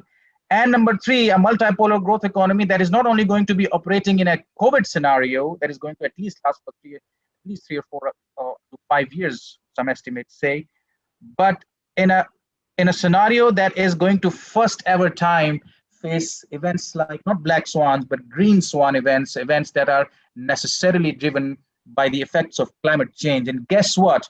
The whole notion, the whole philosophy, the whole scheme, understanding of risk sharing will risk management will transform as well, because the world will now face not only physical risks in terms of catastrophe or damage, physical damage risks, through climate change, human costs through climate change, but there is a new kind of risk that is going to be in a package of climate change, green swan risk, transition risk, where your focus of risk management will shift to something totally different. So, for example, my focus was to manage the risk of unemployment that is going to be a consequence of climate change, for example. My focus was to manage or mitigate the risk of climate refugees, which the Pakistani Prime Minister has been very vocal on. My focus was to manage the risk of climate refugees, but because something else simultaneously more important happened, which I never foresaw, my focus transited to manage the other risk that I'm now facing, which I never foresaw. So this is what we call as transition risk, which risks that will necessarily shift my focus from one type of risk management that was also unforeseen to now suddenly a different type of risk management that was also unforeseen. So this is what I call my focus is transiting between different kinds of risks. These are transition risks that climate change would bring, and world is not privy to it at all. Of course, the risks of new kind of unemployment due to COVID, where I don't know, in Pakistan or in parts similar to Pakistan, there is now a influx of people who got laid off, for example, who are very well off, running a very good show, but laid off from the countries where they were working due to this COVID scenario in those countries, and they had to be sent back to Pakistan and other similar parts. And now you have this new breed of unemployed Pakistanis coming back in the system.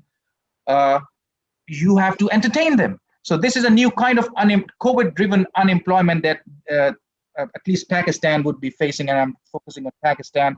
Climate refugees. Why climate change is so much important to Pakistan? Because it's among the top 3 countries that is going to be affected from climate change. So you have a multipolar growth economy, you have a COVID-driven growth economy, you have a fragile multipolar growth economy, on top of it a climate change prone growth economy. Man, oh man, this is a plate full of bombastic stuff that is coming your face. And this is where Islamic finance becomes so very important, because for Pakistan, if you look at the flip side, there is more glee than gloom. There is this huge campaign of Riyast-e-Medina going on. I was looking at some estimates and some initiatives that the government took. There is this wonderful Asas program going on. Welfare state phenomena is there. The Asas policies, the Kafalat program is going on. Women are getting a bigger share of the pie. We have Bank Nizwa, even, Omani Islamic Bank, Bank Muscat, I don't mind taking their name, who are very much focused on these as well. You have this Kamyab Jawan program, the youth of Pakistan, which is a dominant tech-savvy and underserved population that is being addressed. The Kamyab Kisan program, you have cheap housing, Akhuwat, of course, somebody mentioned Akhuwat as part of the scheme. But one takeaway for Akhuwat from myself is that if Akhuwat wants to further sustain its model in a new age manner, it has to focus a little more, other than on Qadr Hassan, modes of social finance. For example, Waqf could be another mode that can augment a forward. And then, of course, the 10 billion. Please, can you please continue I'll now? be done. Yeah, just a couple of minutes, I'll be done. So, Yeah, please. 10 billion tree project coming up, the Ravi City, the Karachi Island. These are fascinating projects. And of course, I'm a billion dollar projects from CPAC, the OBOR, the One Belt, One Road initiative, the Gwadar Master Plan. Man, oh man, I mean, this is glee for Pakistan that other countries do not have. This is the USP. This is the unique selling point, the unique glee points for Pakistan. But question is, where is Islamic finance in all of this? I was looking at some estimates and I was struggling to find some credible estimates that how much the Islamic banks or Islamic financial system in Pakistan is taking a stake in this. So that was a bit shocking for me, because Islamic finance risk-sharing modes, given the infrastructural involvement, given the power project, the human capital involvement on offer, is classic 101 matching to all of the achievement in all of this. And remember, China is already the pole, if not an up-and-coming pole of multipolar growth regime. We have to promote Islamic finance as a risk-sharing model, then a no riba alone model. I mean, only then we'll be able to achieve these benefits. Of course, folks have talked about that. Of course, technology comes in hugely handy. I term fintech as AKA Islamic finance, because guess what? I think Prof. Kabir was talking about crowdfunding, angel investing, and whatever similar modes that you have. All in all, that made fintech so famous and so disruptive. At the base of it is classic mudaraba, musharaka, risk sharing going on. So this has this huge natural semblance with Islamic finance and Islamic fund. As a matter of fact, this fintech is serving the actual mandate of Islamic finance. Social finance, Umar Mustafa talked about, other folks talked about as well. I mean, I think it is about time that a new age understanding and implementation of social finance should be there. Microfinance should be there. I have proposed a model of Islamic philanthropy ventures or a new age fintech Waqf model. And also, we have to focus on the social mechanism of Ushr. Hardly we talk about Ushr. Every time we talk about Zakah, but there is the other part is Ushr, the harvesting tax, the agricultural 10%, 5% tax. Ushr has been so under-talked, so underserved, so underutilized, and Pakistan is a country that has a department on Zakat and Ushr. Somebody has to focus on that too. These are these beautiful social financial modes that other systems are not available. This is a slide that how technology can be used to enhance social finance utilization for all those glee points that I mentioned for Pakistan, including CPAC. Key takeaways, guys, we have to look at Islamic finance version 2.0, that is technology, climate change savvy, with cyber risks and climate change risks already being proactively addressed, a risk sharing driven model that is essentially using also its social financial scheme for better financial inclusion, UN SDGs. Europe is looking at risk-sharing financial schemes to get out of this or rescue themselves from this COVID mess, economic mess. SMEs are being rescued from this, what they call as a risk-sharing pan-European public-private partnership scheme. They still call it a bond, but it's a classic risk-sharing bond. Germany has used that earlier. Time is ripe, guys. Time is ripe to now, because of this potency and efficacy of social finance in a new age manner, as I just portrayed in a couple of other slides. Time is ripe to now call it formally to have a focused, full-fledged body that governs and administers and standard sets the whole dynamics, even the delivery of whole dynamics of social finance. You must have an IOFI-like or an IFSB-like or similar global body that only focuses on social finance. So you need a Islamic social finance body that manages the whole dynamics of social finance. So important. And whatever name you may call, UN SDGs, circular, blue, green economy, whatever it is, guys, this has been coded already to us 1400 years ago, and we call it Islamic economics and finance / halal economy. So all of these green, blue, orange, purple, pink, circular, responsible, at base, they are downscaled version of Islamic economics and finance / halal economy. Has to focus on young experts. We have already lost 2 to 3 decades of young experts. We do not see young modern thinkers in our ranks. These are the breed that is going to take a 2030 driven model of Islamic finance. Again, I've mentioned, youth is going to be the focus. They must be trained with the history as well as the future of Islamic finance in tandem. Prof. Sulte has been touching a number of core topics.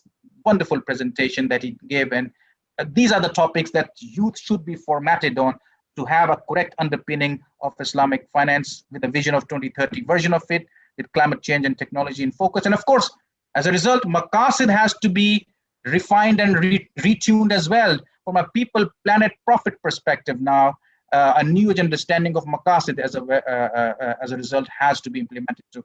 With that, I mean, I would end my address. I mean, these were a lot of points, but a lot of, I'm guessing, thought-provoking points, particularly for Pakistan, which is so CPEC focused, so initiative focused with all of these wonderful initiatives that the government has taken.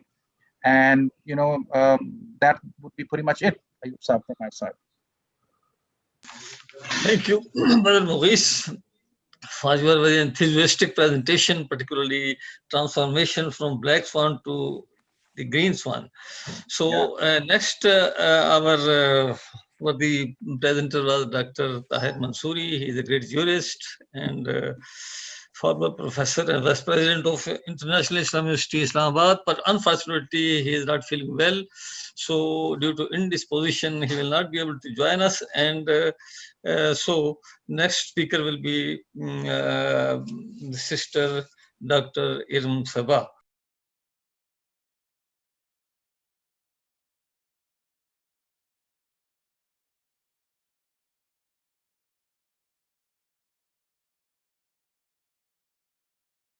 Dr. Irm Sabah did PhD in banking, Islamic banking and finance from INSEAD, Malaysia.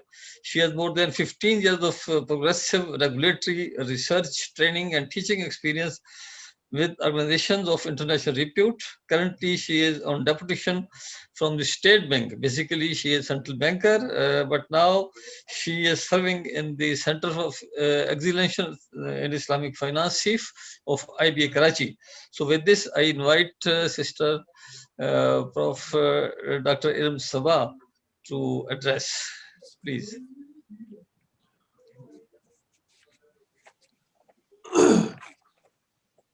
Bismillahirrahmanirrahim. Assalamu alaikum and welcome to all of you for the today's conference. Firstly, I want to thank definitely Rifa's team. They have done a great job in order to organize this conference. And secondly, the topic for my today's discussion is basically Islamic corporate governance for social development. When we talk about Islamic corporate governance, and especially this topic, then first question that comes in mind is basically why we have chosen this topic.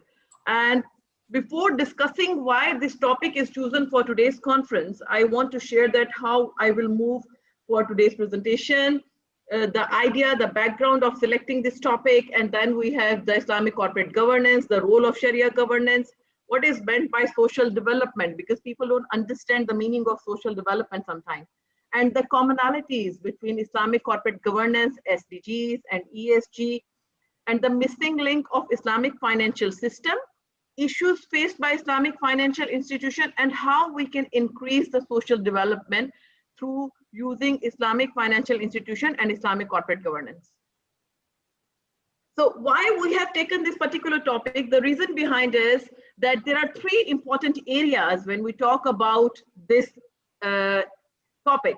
The first one is basically corporate governance, and on top of that we have Islamic corporate governance, first one, and then we have the Islamic financial institutions where we have Islamic corporate governance, and lastly the social development aspect of this particular presentation.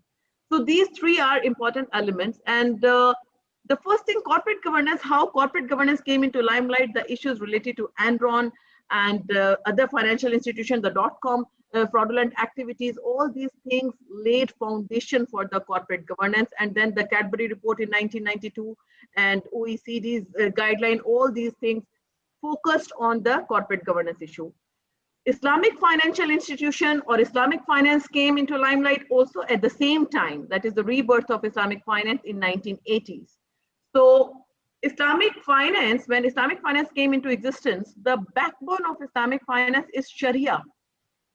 Islamic financial institutions have to follow Sharia guidelines for their business operations and activities, because if they miss anything related to Sharia, then they are not Sharia compliant.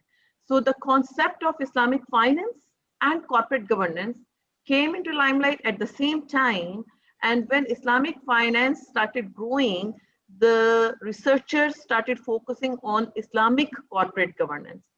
Now, after having this Islamic financial institution since 1980s and the corporate governance, people started focusing on the maqasid al-sharia, that either the Islamic financial institutions are doing their job in order to achieve maqasid al-sharia. So all these three elements are moving hand in hand for the development of Islamic finance industry.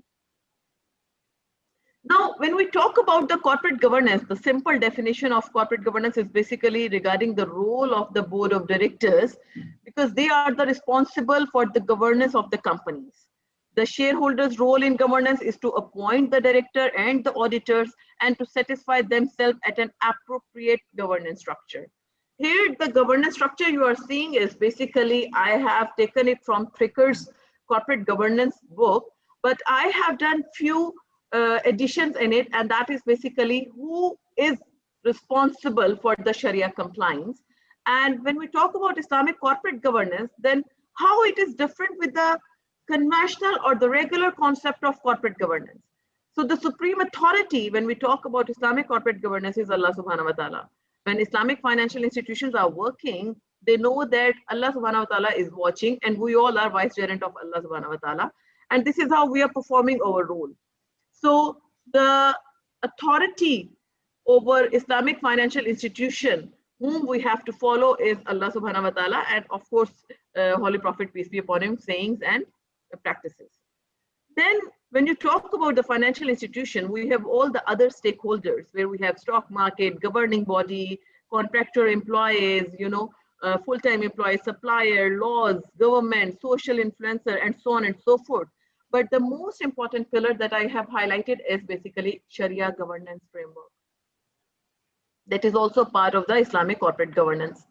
And thirdly, all these activities that the financial institutions are doing, we have to see that either they are going to impact or achievement of Maqasid al-Sharia or no. So having said that, the second important pillar of today's topic is basically social development. Now, if we see Islamic finance is here to serve the people in line with Sharia. And what is meant by social development? Social development is also improving the well-being of every individual in society, so that the individuals can become the productive member of society and achieve their potential. Now, the growth and success of society is basically linked with the success of the citizens at large. And social development means investing in people. So how Islamic financial institution or the role of the Islamic corporate governance in order to invest in people is basically huge. And this activity requires to eliminate all the obstacles that create hurdles for the growth of people at large. And it means that I heard in one of the sessions that sometimes when we are giving financing to the poor community, we ask them so much documentation. I guess Dr. Aisha mentioned about it, that they feel their self-esteem and self-respect is basically, tarnished. So it is very important that we work on the social development, but we take care of the respect of other people as well. It is also about to accept that people who live in poverty will not be always living below the poverty line. So we have to take them out of the poverty. And all this we have to help so that people can become self-sufficient. Now, this is the second pillar of today's presentation, how Islamic corporate governance will support social development. Now, when we talk about Islamic finance and corporate governance, the ultimate objective is basically same. The ultimate objective is basically to protect the stakeholders and to give the best to people.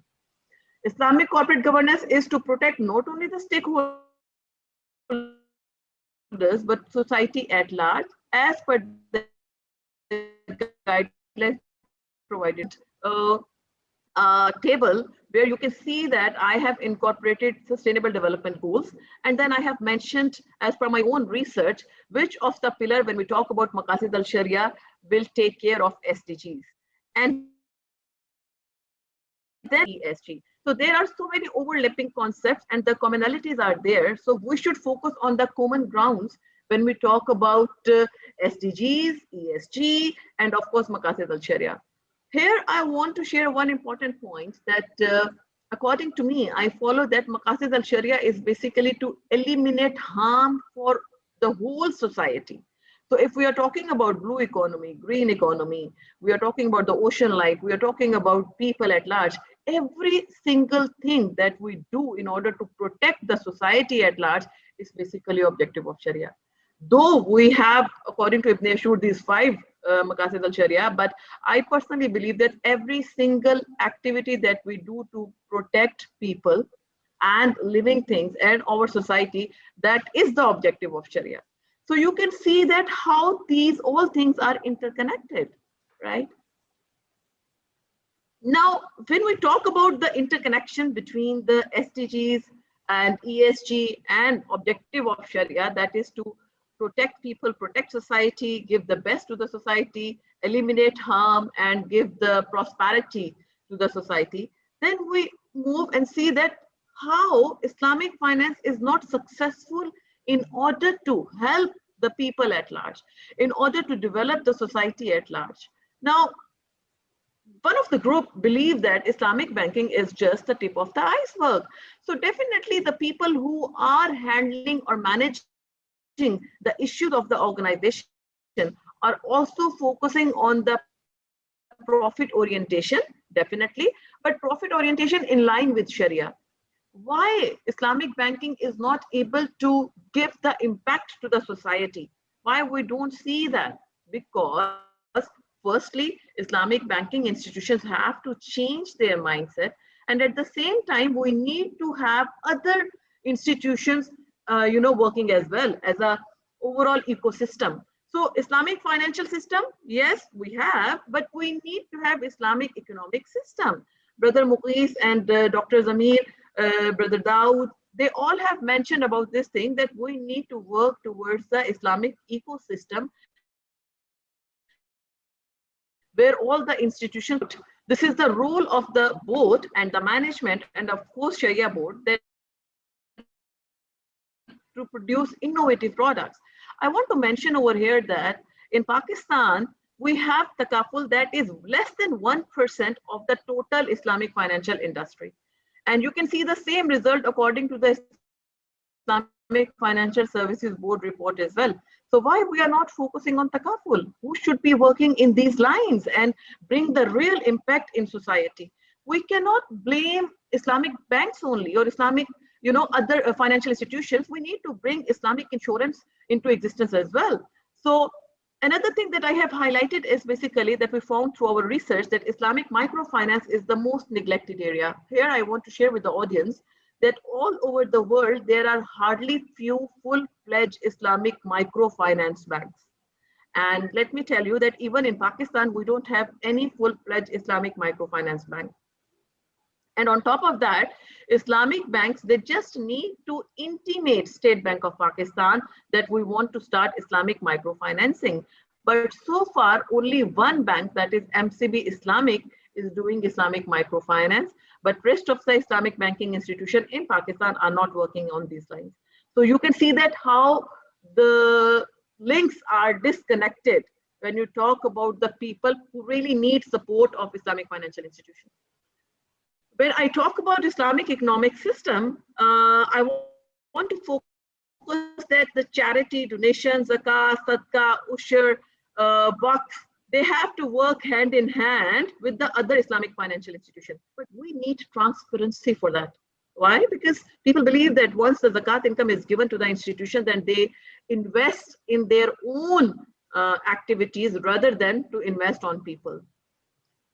Fintech have huge potential, but unfortunately, we are not utilizing it and we are not taking benefit of fintech in order to bring innovative and cost-effective products. Lastly, there is a gap. There is a gap between the working of the government, regulators, multilateral standard setting bodies when you talk about giving impact to the society. So they all have to be at one page and work accordingly simultaneously. So this is the overall idea about what are the missing links when you talk about Islamic financial system, why they are not able to create or help the social development in different countries. Now, if you see from the point of view of the Islamic financial institutions, they face these problems. They say that we are business entities and profit is one of the main objective of us, of course, profit in line with Sharia, but being business entity, we have certain limitations as well. Now, the point presented by the Islamic financial institution is that we have huge monitoring and administration cost when we go for the microfinance products. And as I mentioned earlier, that there is no full-fledged Islamic microfinance bank in Pakistan, and the number is not good in the overall globe as well. The reason provided by the banking institution, the questionnaire that we got filled from the Islamic banking industry, they mentioned that we don't have the human resource, the mindset that we need for the Islamic microfinance or the people to give the products to the lower income group.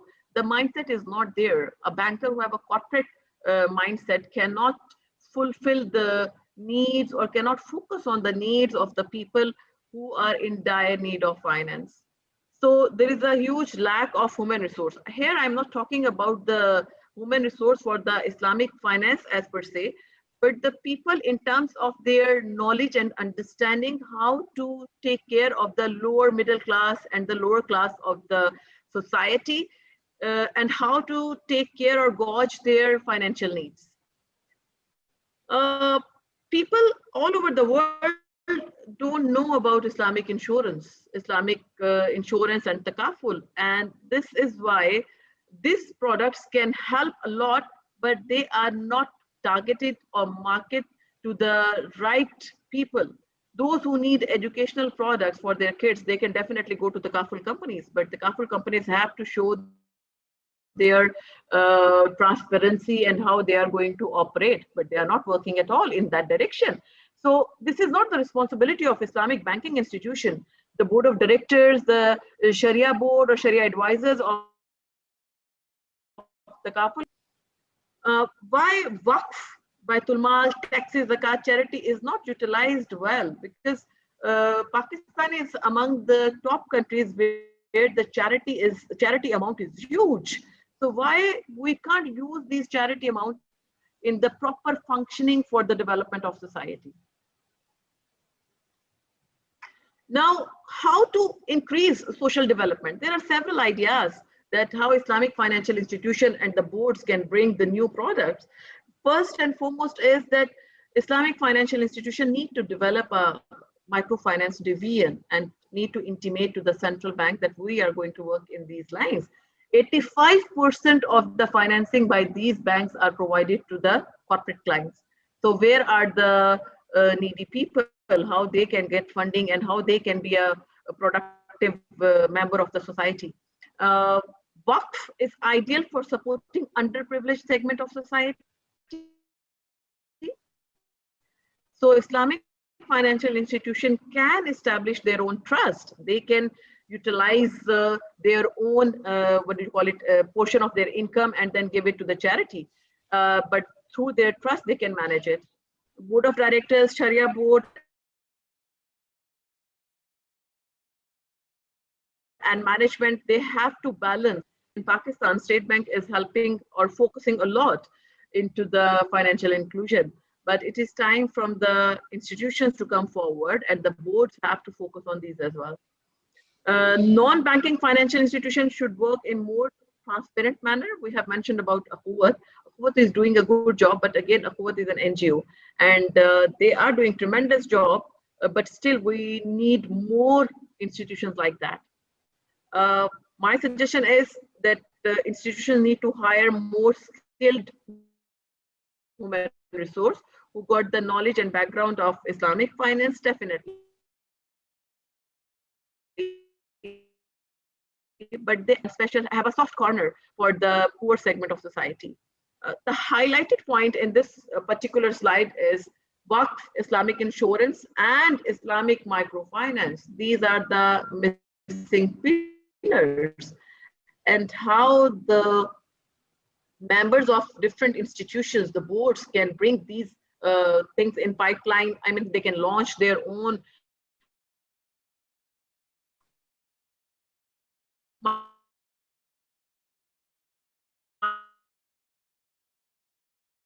microfinance society. Otherwise, we cannot rely on one institution.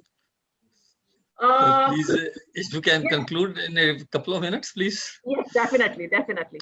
So okay, thank you. Over here, I have just shown some of the key stakeholders internationally that we need to have central banks, World Bank, SIBAFI, SIF, ISRA, the INSAFE, the universities.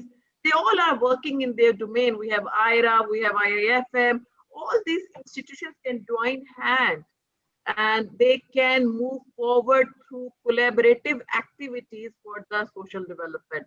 One institution cannot do everything. So definitely we need support from all these institutions, but it is very important that we can have a joint document and joint procedures, how they are going to work together. So I'm going to summarize what I feel is most important. Social development is responsibility of every single institution. Islamic corporate governance is to design the strategy and monitor the implementation of this strategy to protect all the stakeholders. We need Islamic ecosystem, Islamic economic system. We need to utilize fintech. We need to develop innovative products. Board of directors and Sharia board have a huge responsibility on their shoulders. And of course, we cannot ignore the role of management. So management have to do their homework.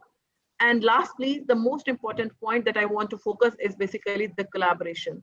This is very important that institutions and people at large, they collaborate with each other so that we can have prosperity in society. With this, I would like to say thank you to Brother Ayub and his team. Jazakallah khair kaseeran. Many thanks, Dr. Iram Sabah, for your this beautiful presentation. Next, our keynote speaker is Professor Dr. Tawsif Azad.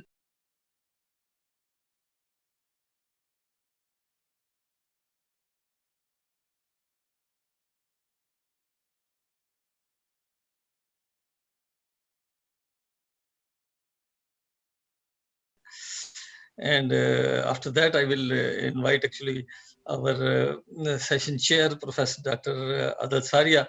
So Dr. Tawsif Azad is professor at College of Business and Economics, Qasim University.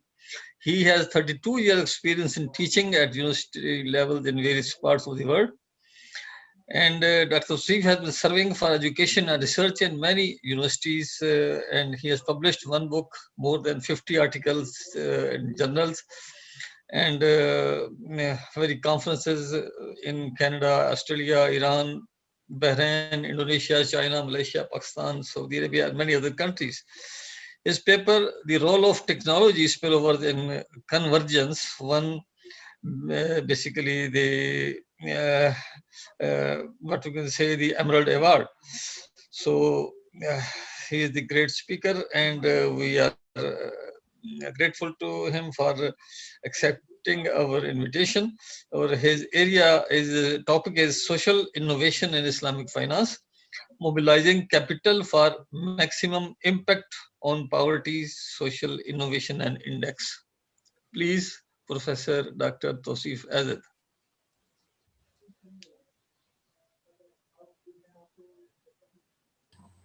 Assalamu alaikum rahmatullah wa barakatuh. Thank you to all of you, and especially to Brother Ayub. And I'm very happy to see him. Alhamdulillah, he's very healthy now, as he has been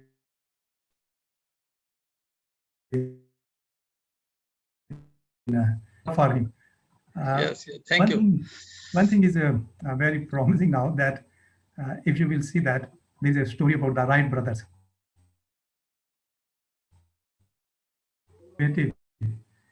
a new thing that they are flying in the air. So the people from that jurisdiction, they are very happy.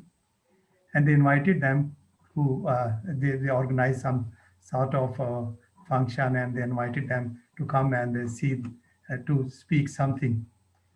So that when they asked to the younger brother, he came and he said, you know, I'm not a good speaker. My elder brother is a good speaker, and he will speak something. So when they invited the elder brother, he said, what I want to say, my younger brother has said all the things. The same with me. What I want to say, all the my brothers and sisters, they have said, especially Mehmet Asute, Maurice, and Dr. Zamir and Iram. Iram is also the younger sister of my student. So she's very nice. So nothing is for me. So due to that reason, I want to change something which I have been submitted, because everything others have been submitted, have been said and expressed. So what I want to say, actually my topic is related to the social innovation, but everyone has been talked about and discussed about the social financing and social innovation. And the same I want to say. So really, I'm a bit confused what I have to say. So what I have been decided just now, before a few minutes, I have to change myself from social innovation, but social innovation not from like this what we have in from this land. We have to change. I have to change myself from green economy to blue economy. No one has said about the blue economy, so it is better for me to discuss from the social innovation purpose towards a blue economy. So when we are talking about blue economy, so you know, green economy focuses on reducing the environment risks in a given consumption production thing. Always when we are discussing whatever in economics or in finance, our main purpose is what is the consumption and what is the production. So green economy, as I discussed, is focuses on the consumption production link, and we are achieving sustainable development that improves as well as maintains the environment. So the emergence of ecology, scarcity of land resources is forcing the world economies to explore and exploit maritime resources without destroying their environmental sustainability, and demonstrate the shift from green economy to the blue economy. Blue economy's prime objective is also to increase economic growth, standard of living, and social inclusion without disturbing the environmental balance. Again, in my opinion, if we are, is there a problem? So again, in my opinion, if our financial institutions, which are called Islamic financial institution, instead of they are investing, as we have been discussed a number of times, in the social different social ventures, and I have also discussed in my different papers and in my different seminars on the workshops about the venture philanthropy. So now I'm not emphasizing on the venture philanthropy because I've said a lot of on it. So my emphasis on the how our financial institutions will be helpful and supportive for exploring and exploiting the blue economy. As I discussed that like a green economy,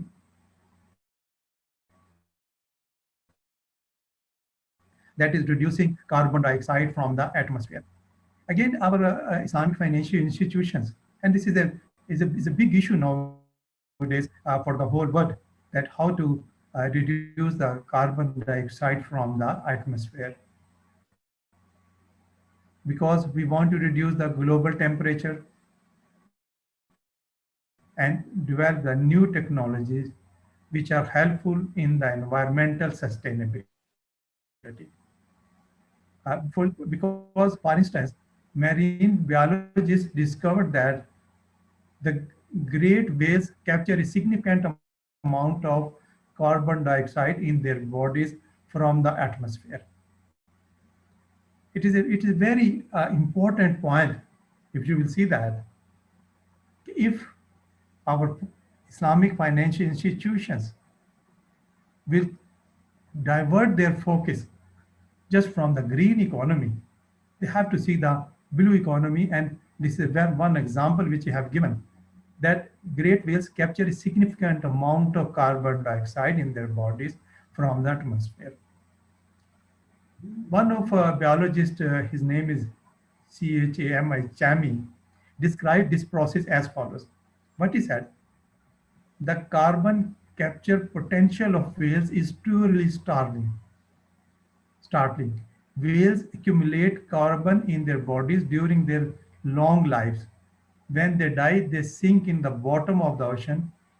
Each great whale sequesters 33 tons of CO2 on average. Taking that carbon out of the atmosphere for centuries, a tree meanwhile absorbs only up to 48 pounds of carbon dioxide a year.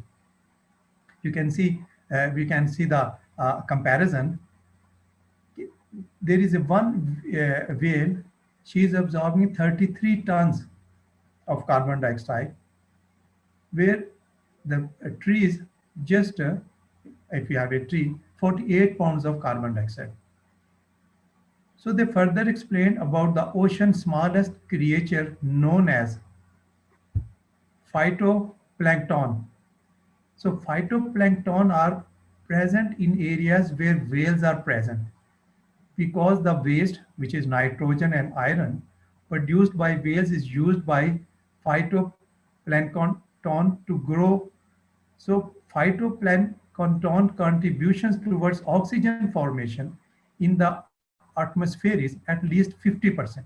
So again, you can see that how it is beneficial for the whole world, that just this phytoplankton, those are survive on the waste of the whales. So they are producing 50% oxygen in the atmosphere which we have.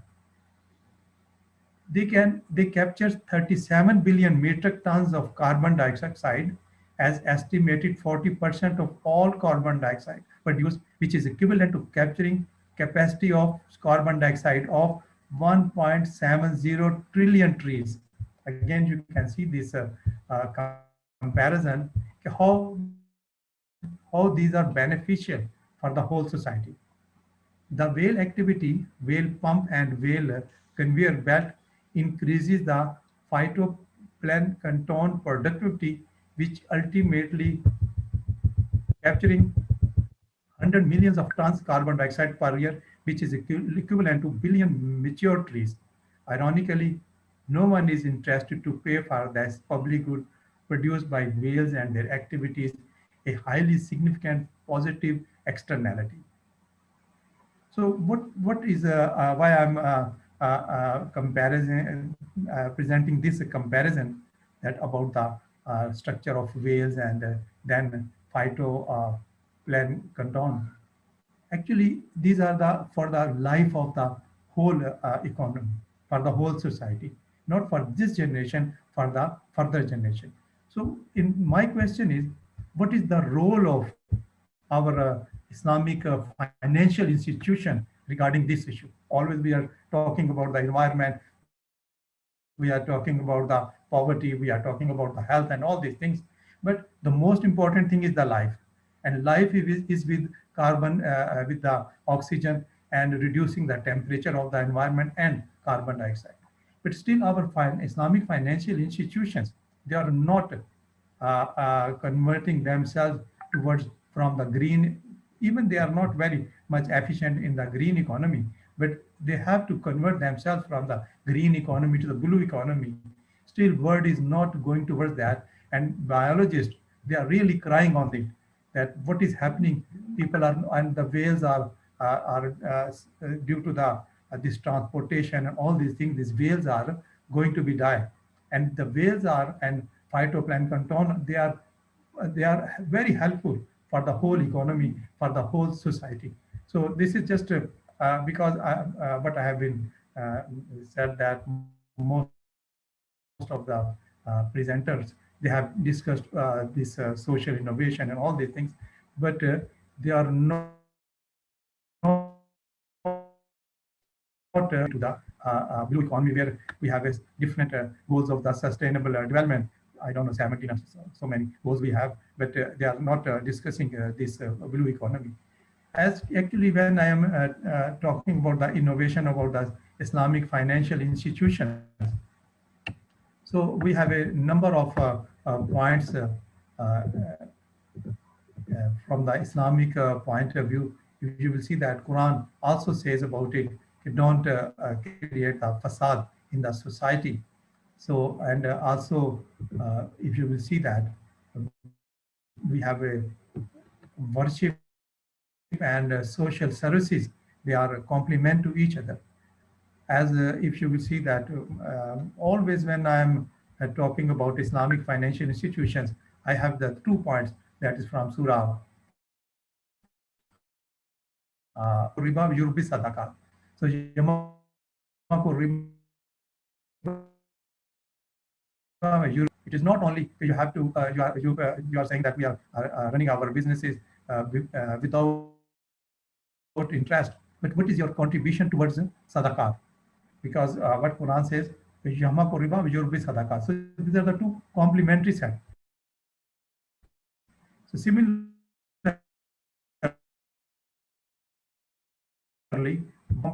complementary set. Always when we have the Islamic financial institutions, about the form is okay, interest free, there is no gambling, there is a not the production of haram goods. But what is about the substance? Substance is justice, equity, equitable distribution of wealth, protection of the environment, and delivery of the social goods, and risk sharing, and so on. This is the substance. So how much our financial institutions, they are successful in maintaining this substance?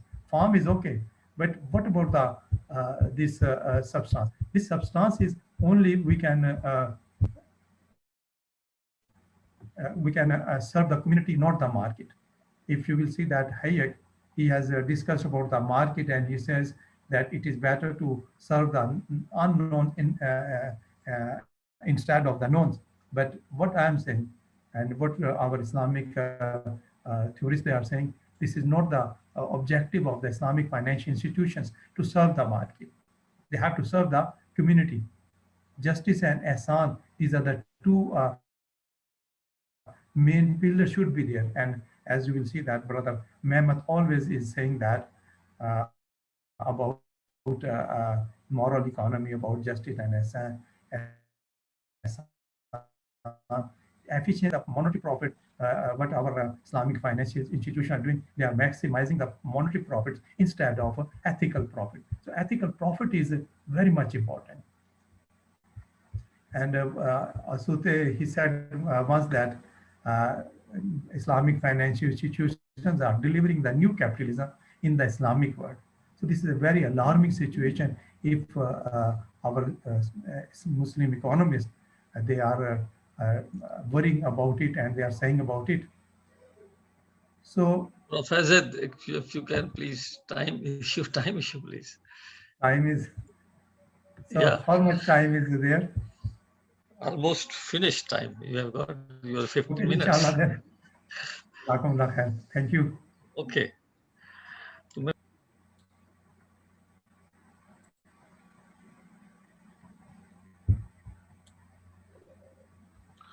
Okay. We can't hear you, brother Ayub. If you allow me to conclude this session.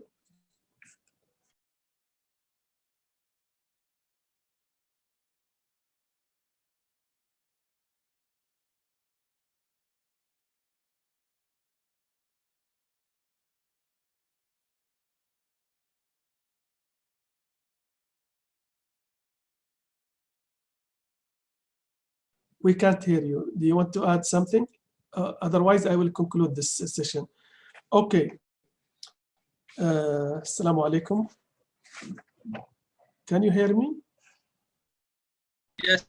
Assalamu alaikum wa rahmatullahi wa barakatuh. Yes, we can hear you. Yes, I'd like to thank you all. And to conclude this session, we have 6 presenters, our speakers from different countries. So they discussed a lot of ideas. I just would like to conclude that they talk about the adoption of artificial intelligence tools that can help us to have access to Islamic social finance. For example, using Internet of Things, GPS, and many more.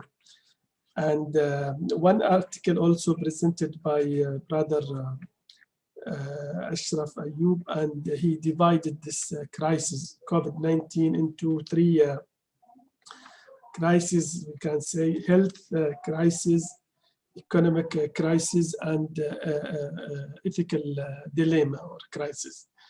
And in that part, ethical dilemma divided into poor nation and rich nation, and that was the last part. And he suggested that there is one new approach, and our report, that report will be published by RT soon, inshallah. And this report will help us to reduce this pandemic, this COVID-19 crisis, through grants, equity, financing, and the third one, interest-free loans, and many more. And also one article presented by Brother Mughis, and in general, he is trying to discuss the issue of this COVID-19 and the global crisis, and with the focus on Pakistan in general in his presentation. And the next article was discussed by Sister Erm Sabah, and that article in general, she discussed the role of or how Islamic corporate governance will support social development, and also the role of Sharia in this regard, and how this Islamic corporate governance different than the conventional, we can say, corporate governance. And the last article also presented by our brother in general about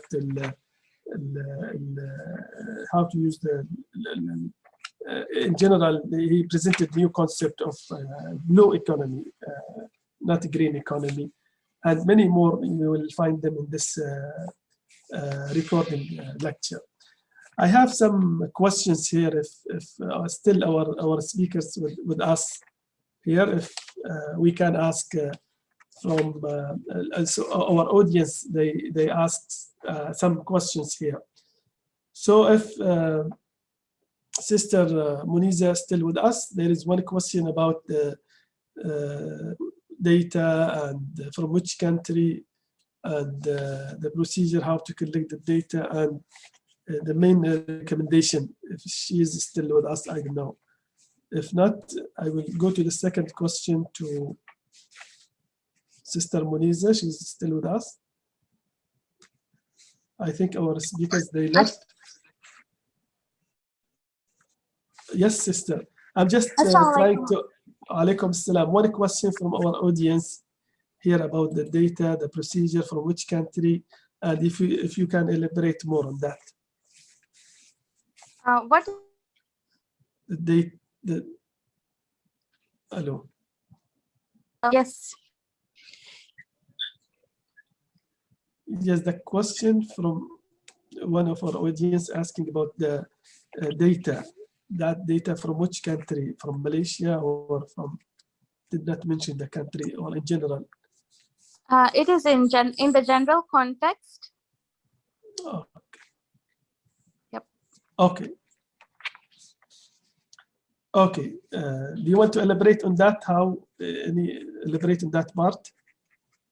Yeah, what we have done is basically we have contacted some of the Zakat organizations in different countries, and we have compared the procedures that is found in those jurisdictions to come up with the general ideas on how to improve it. Therefore, Okay. it is not specific to a special country, but it is more general. Okay. Thank you. Also, there is one question from our audience, still Brother Ashraf with us. Hello. Okay, I think still with us. Okay, no problem. Okay, I will thank you for this.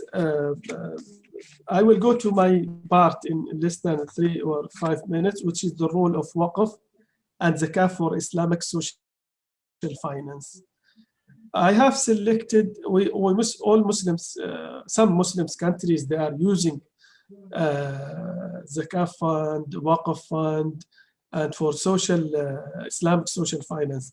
I selected one example from Indonesia about Zakah, and the second example from Malaysia about Waqf. So the first example, and now I talk about the role of Waqf and Zakah for Islamic social finance. The first example from Indonesia, and where Zakah fund one project, and they use to finance the construction of micro hydropower plant in Kota Jambai.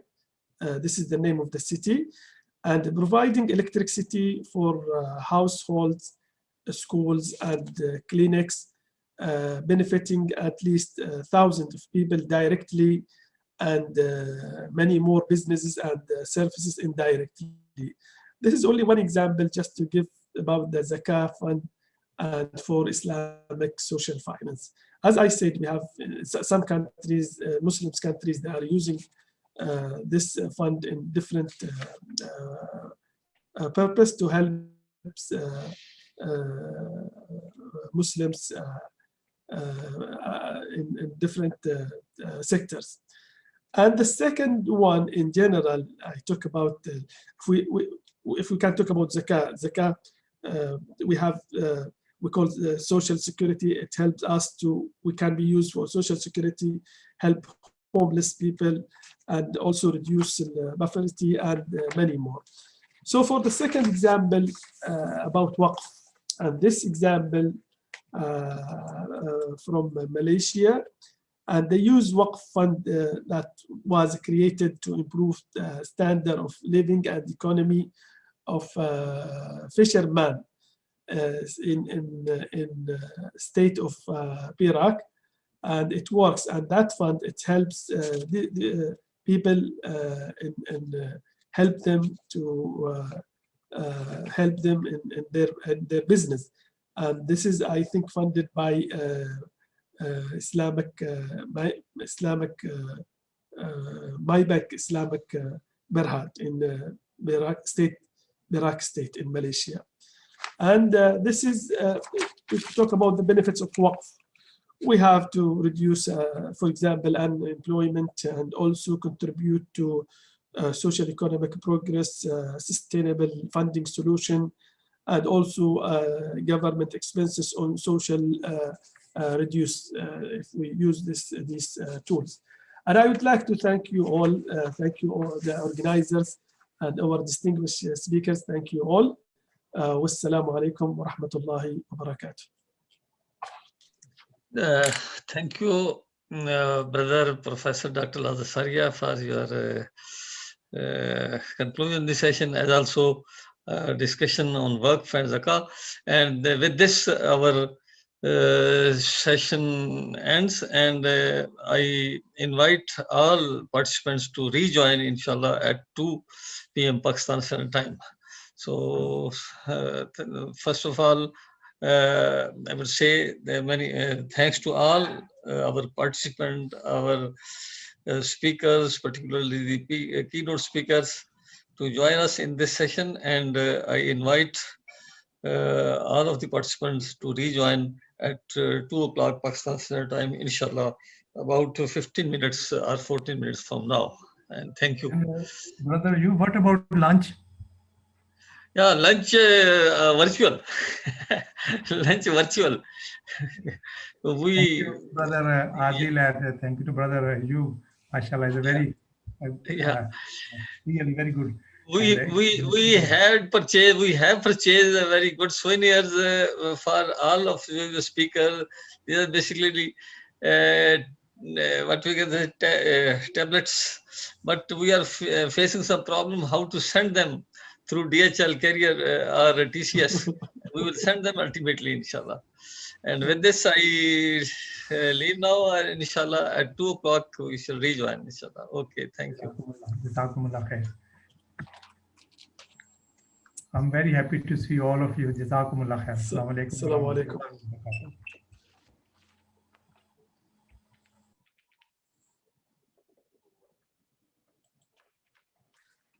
Hello?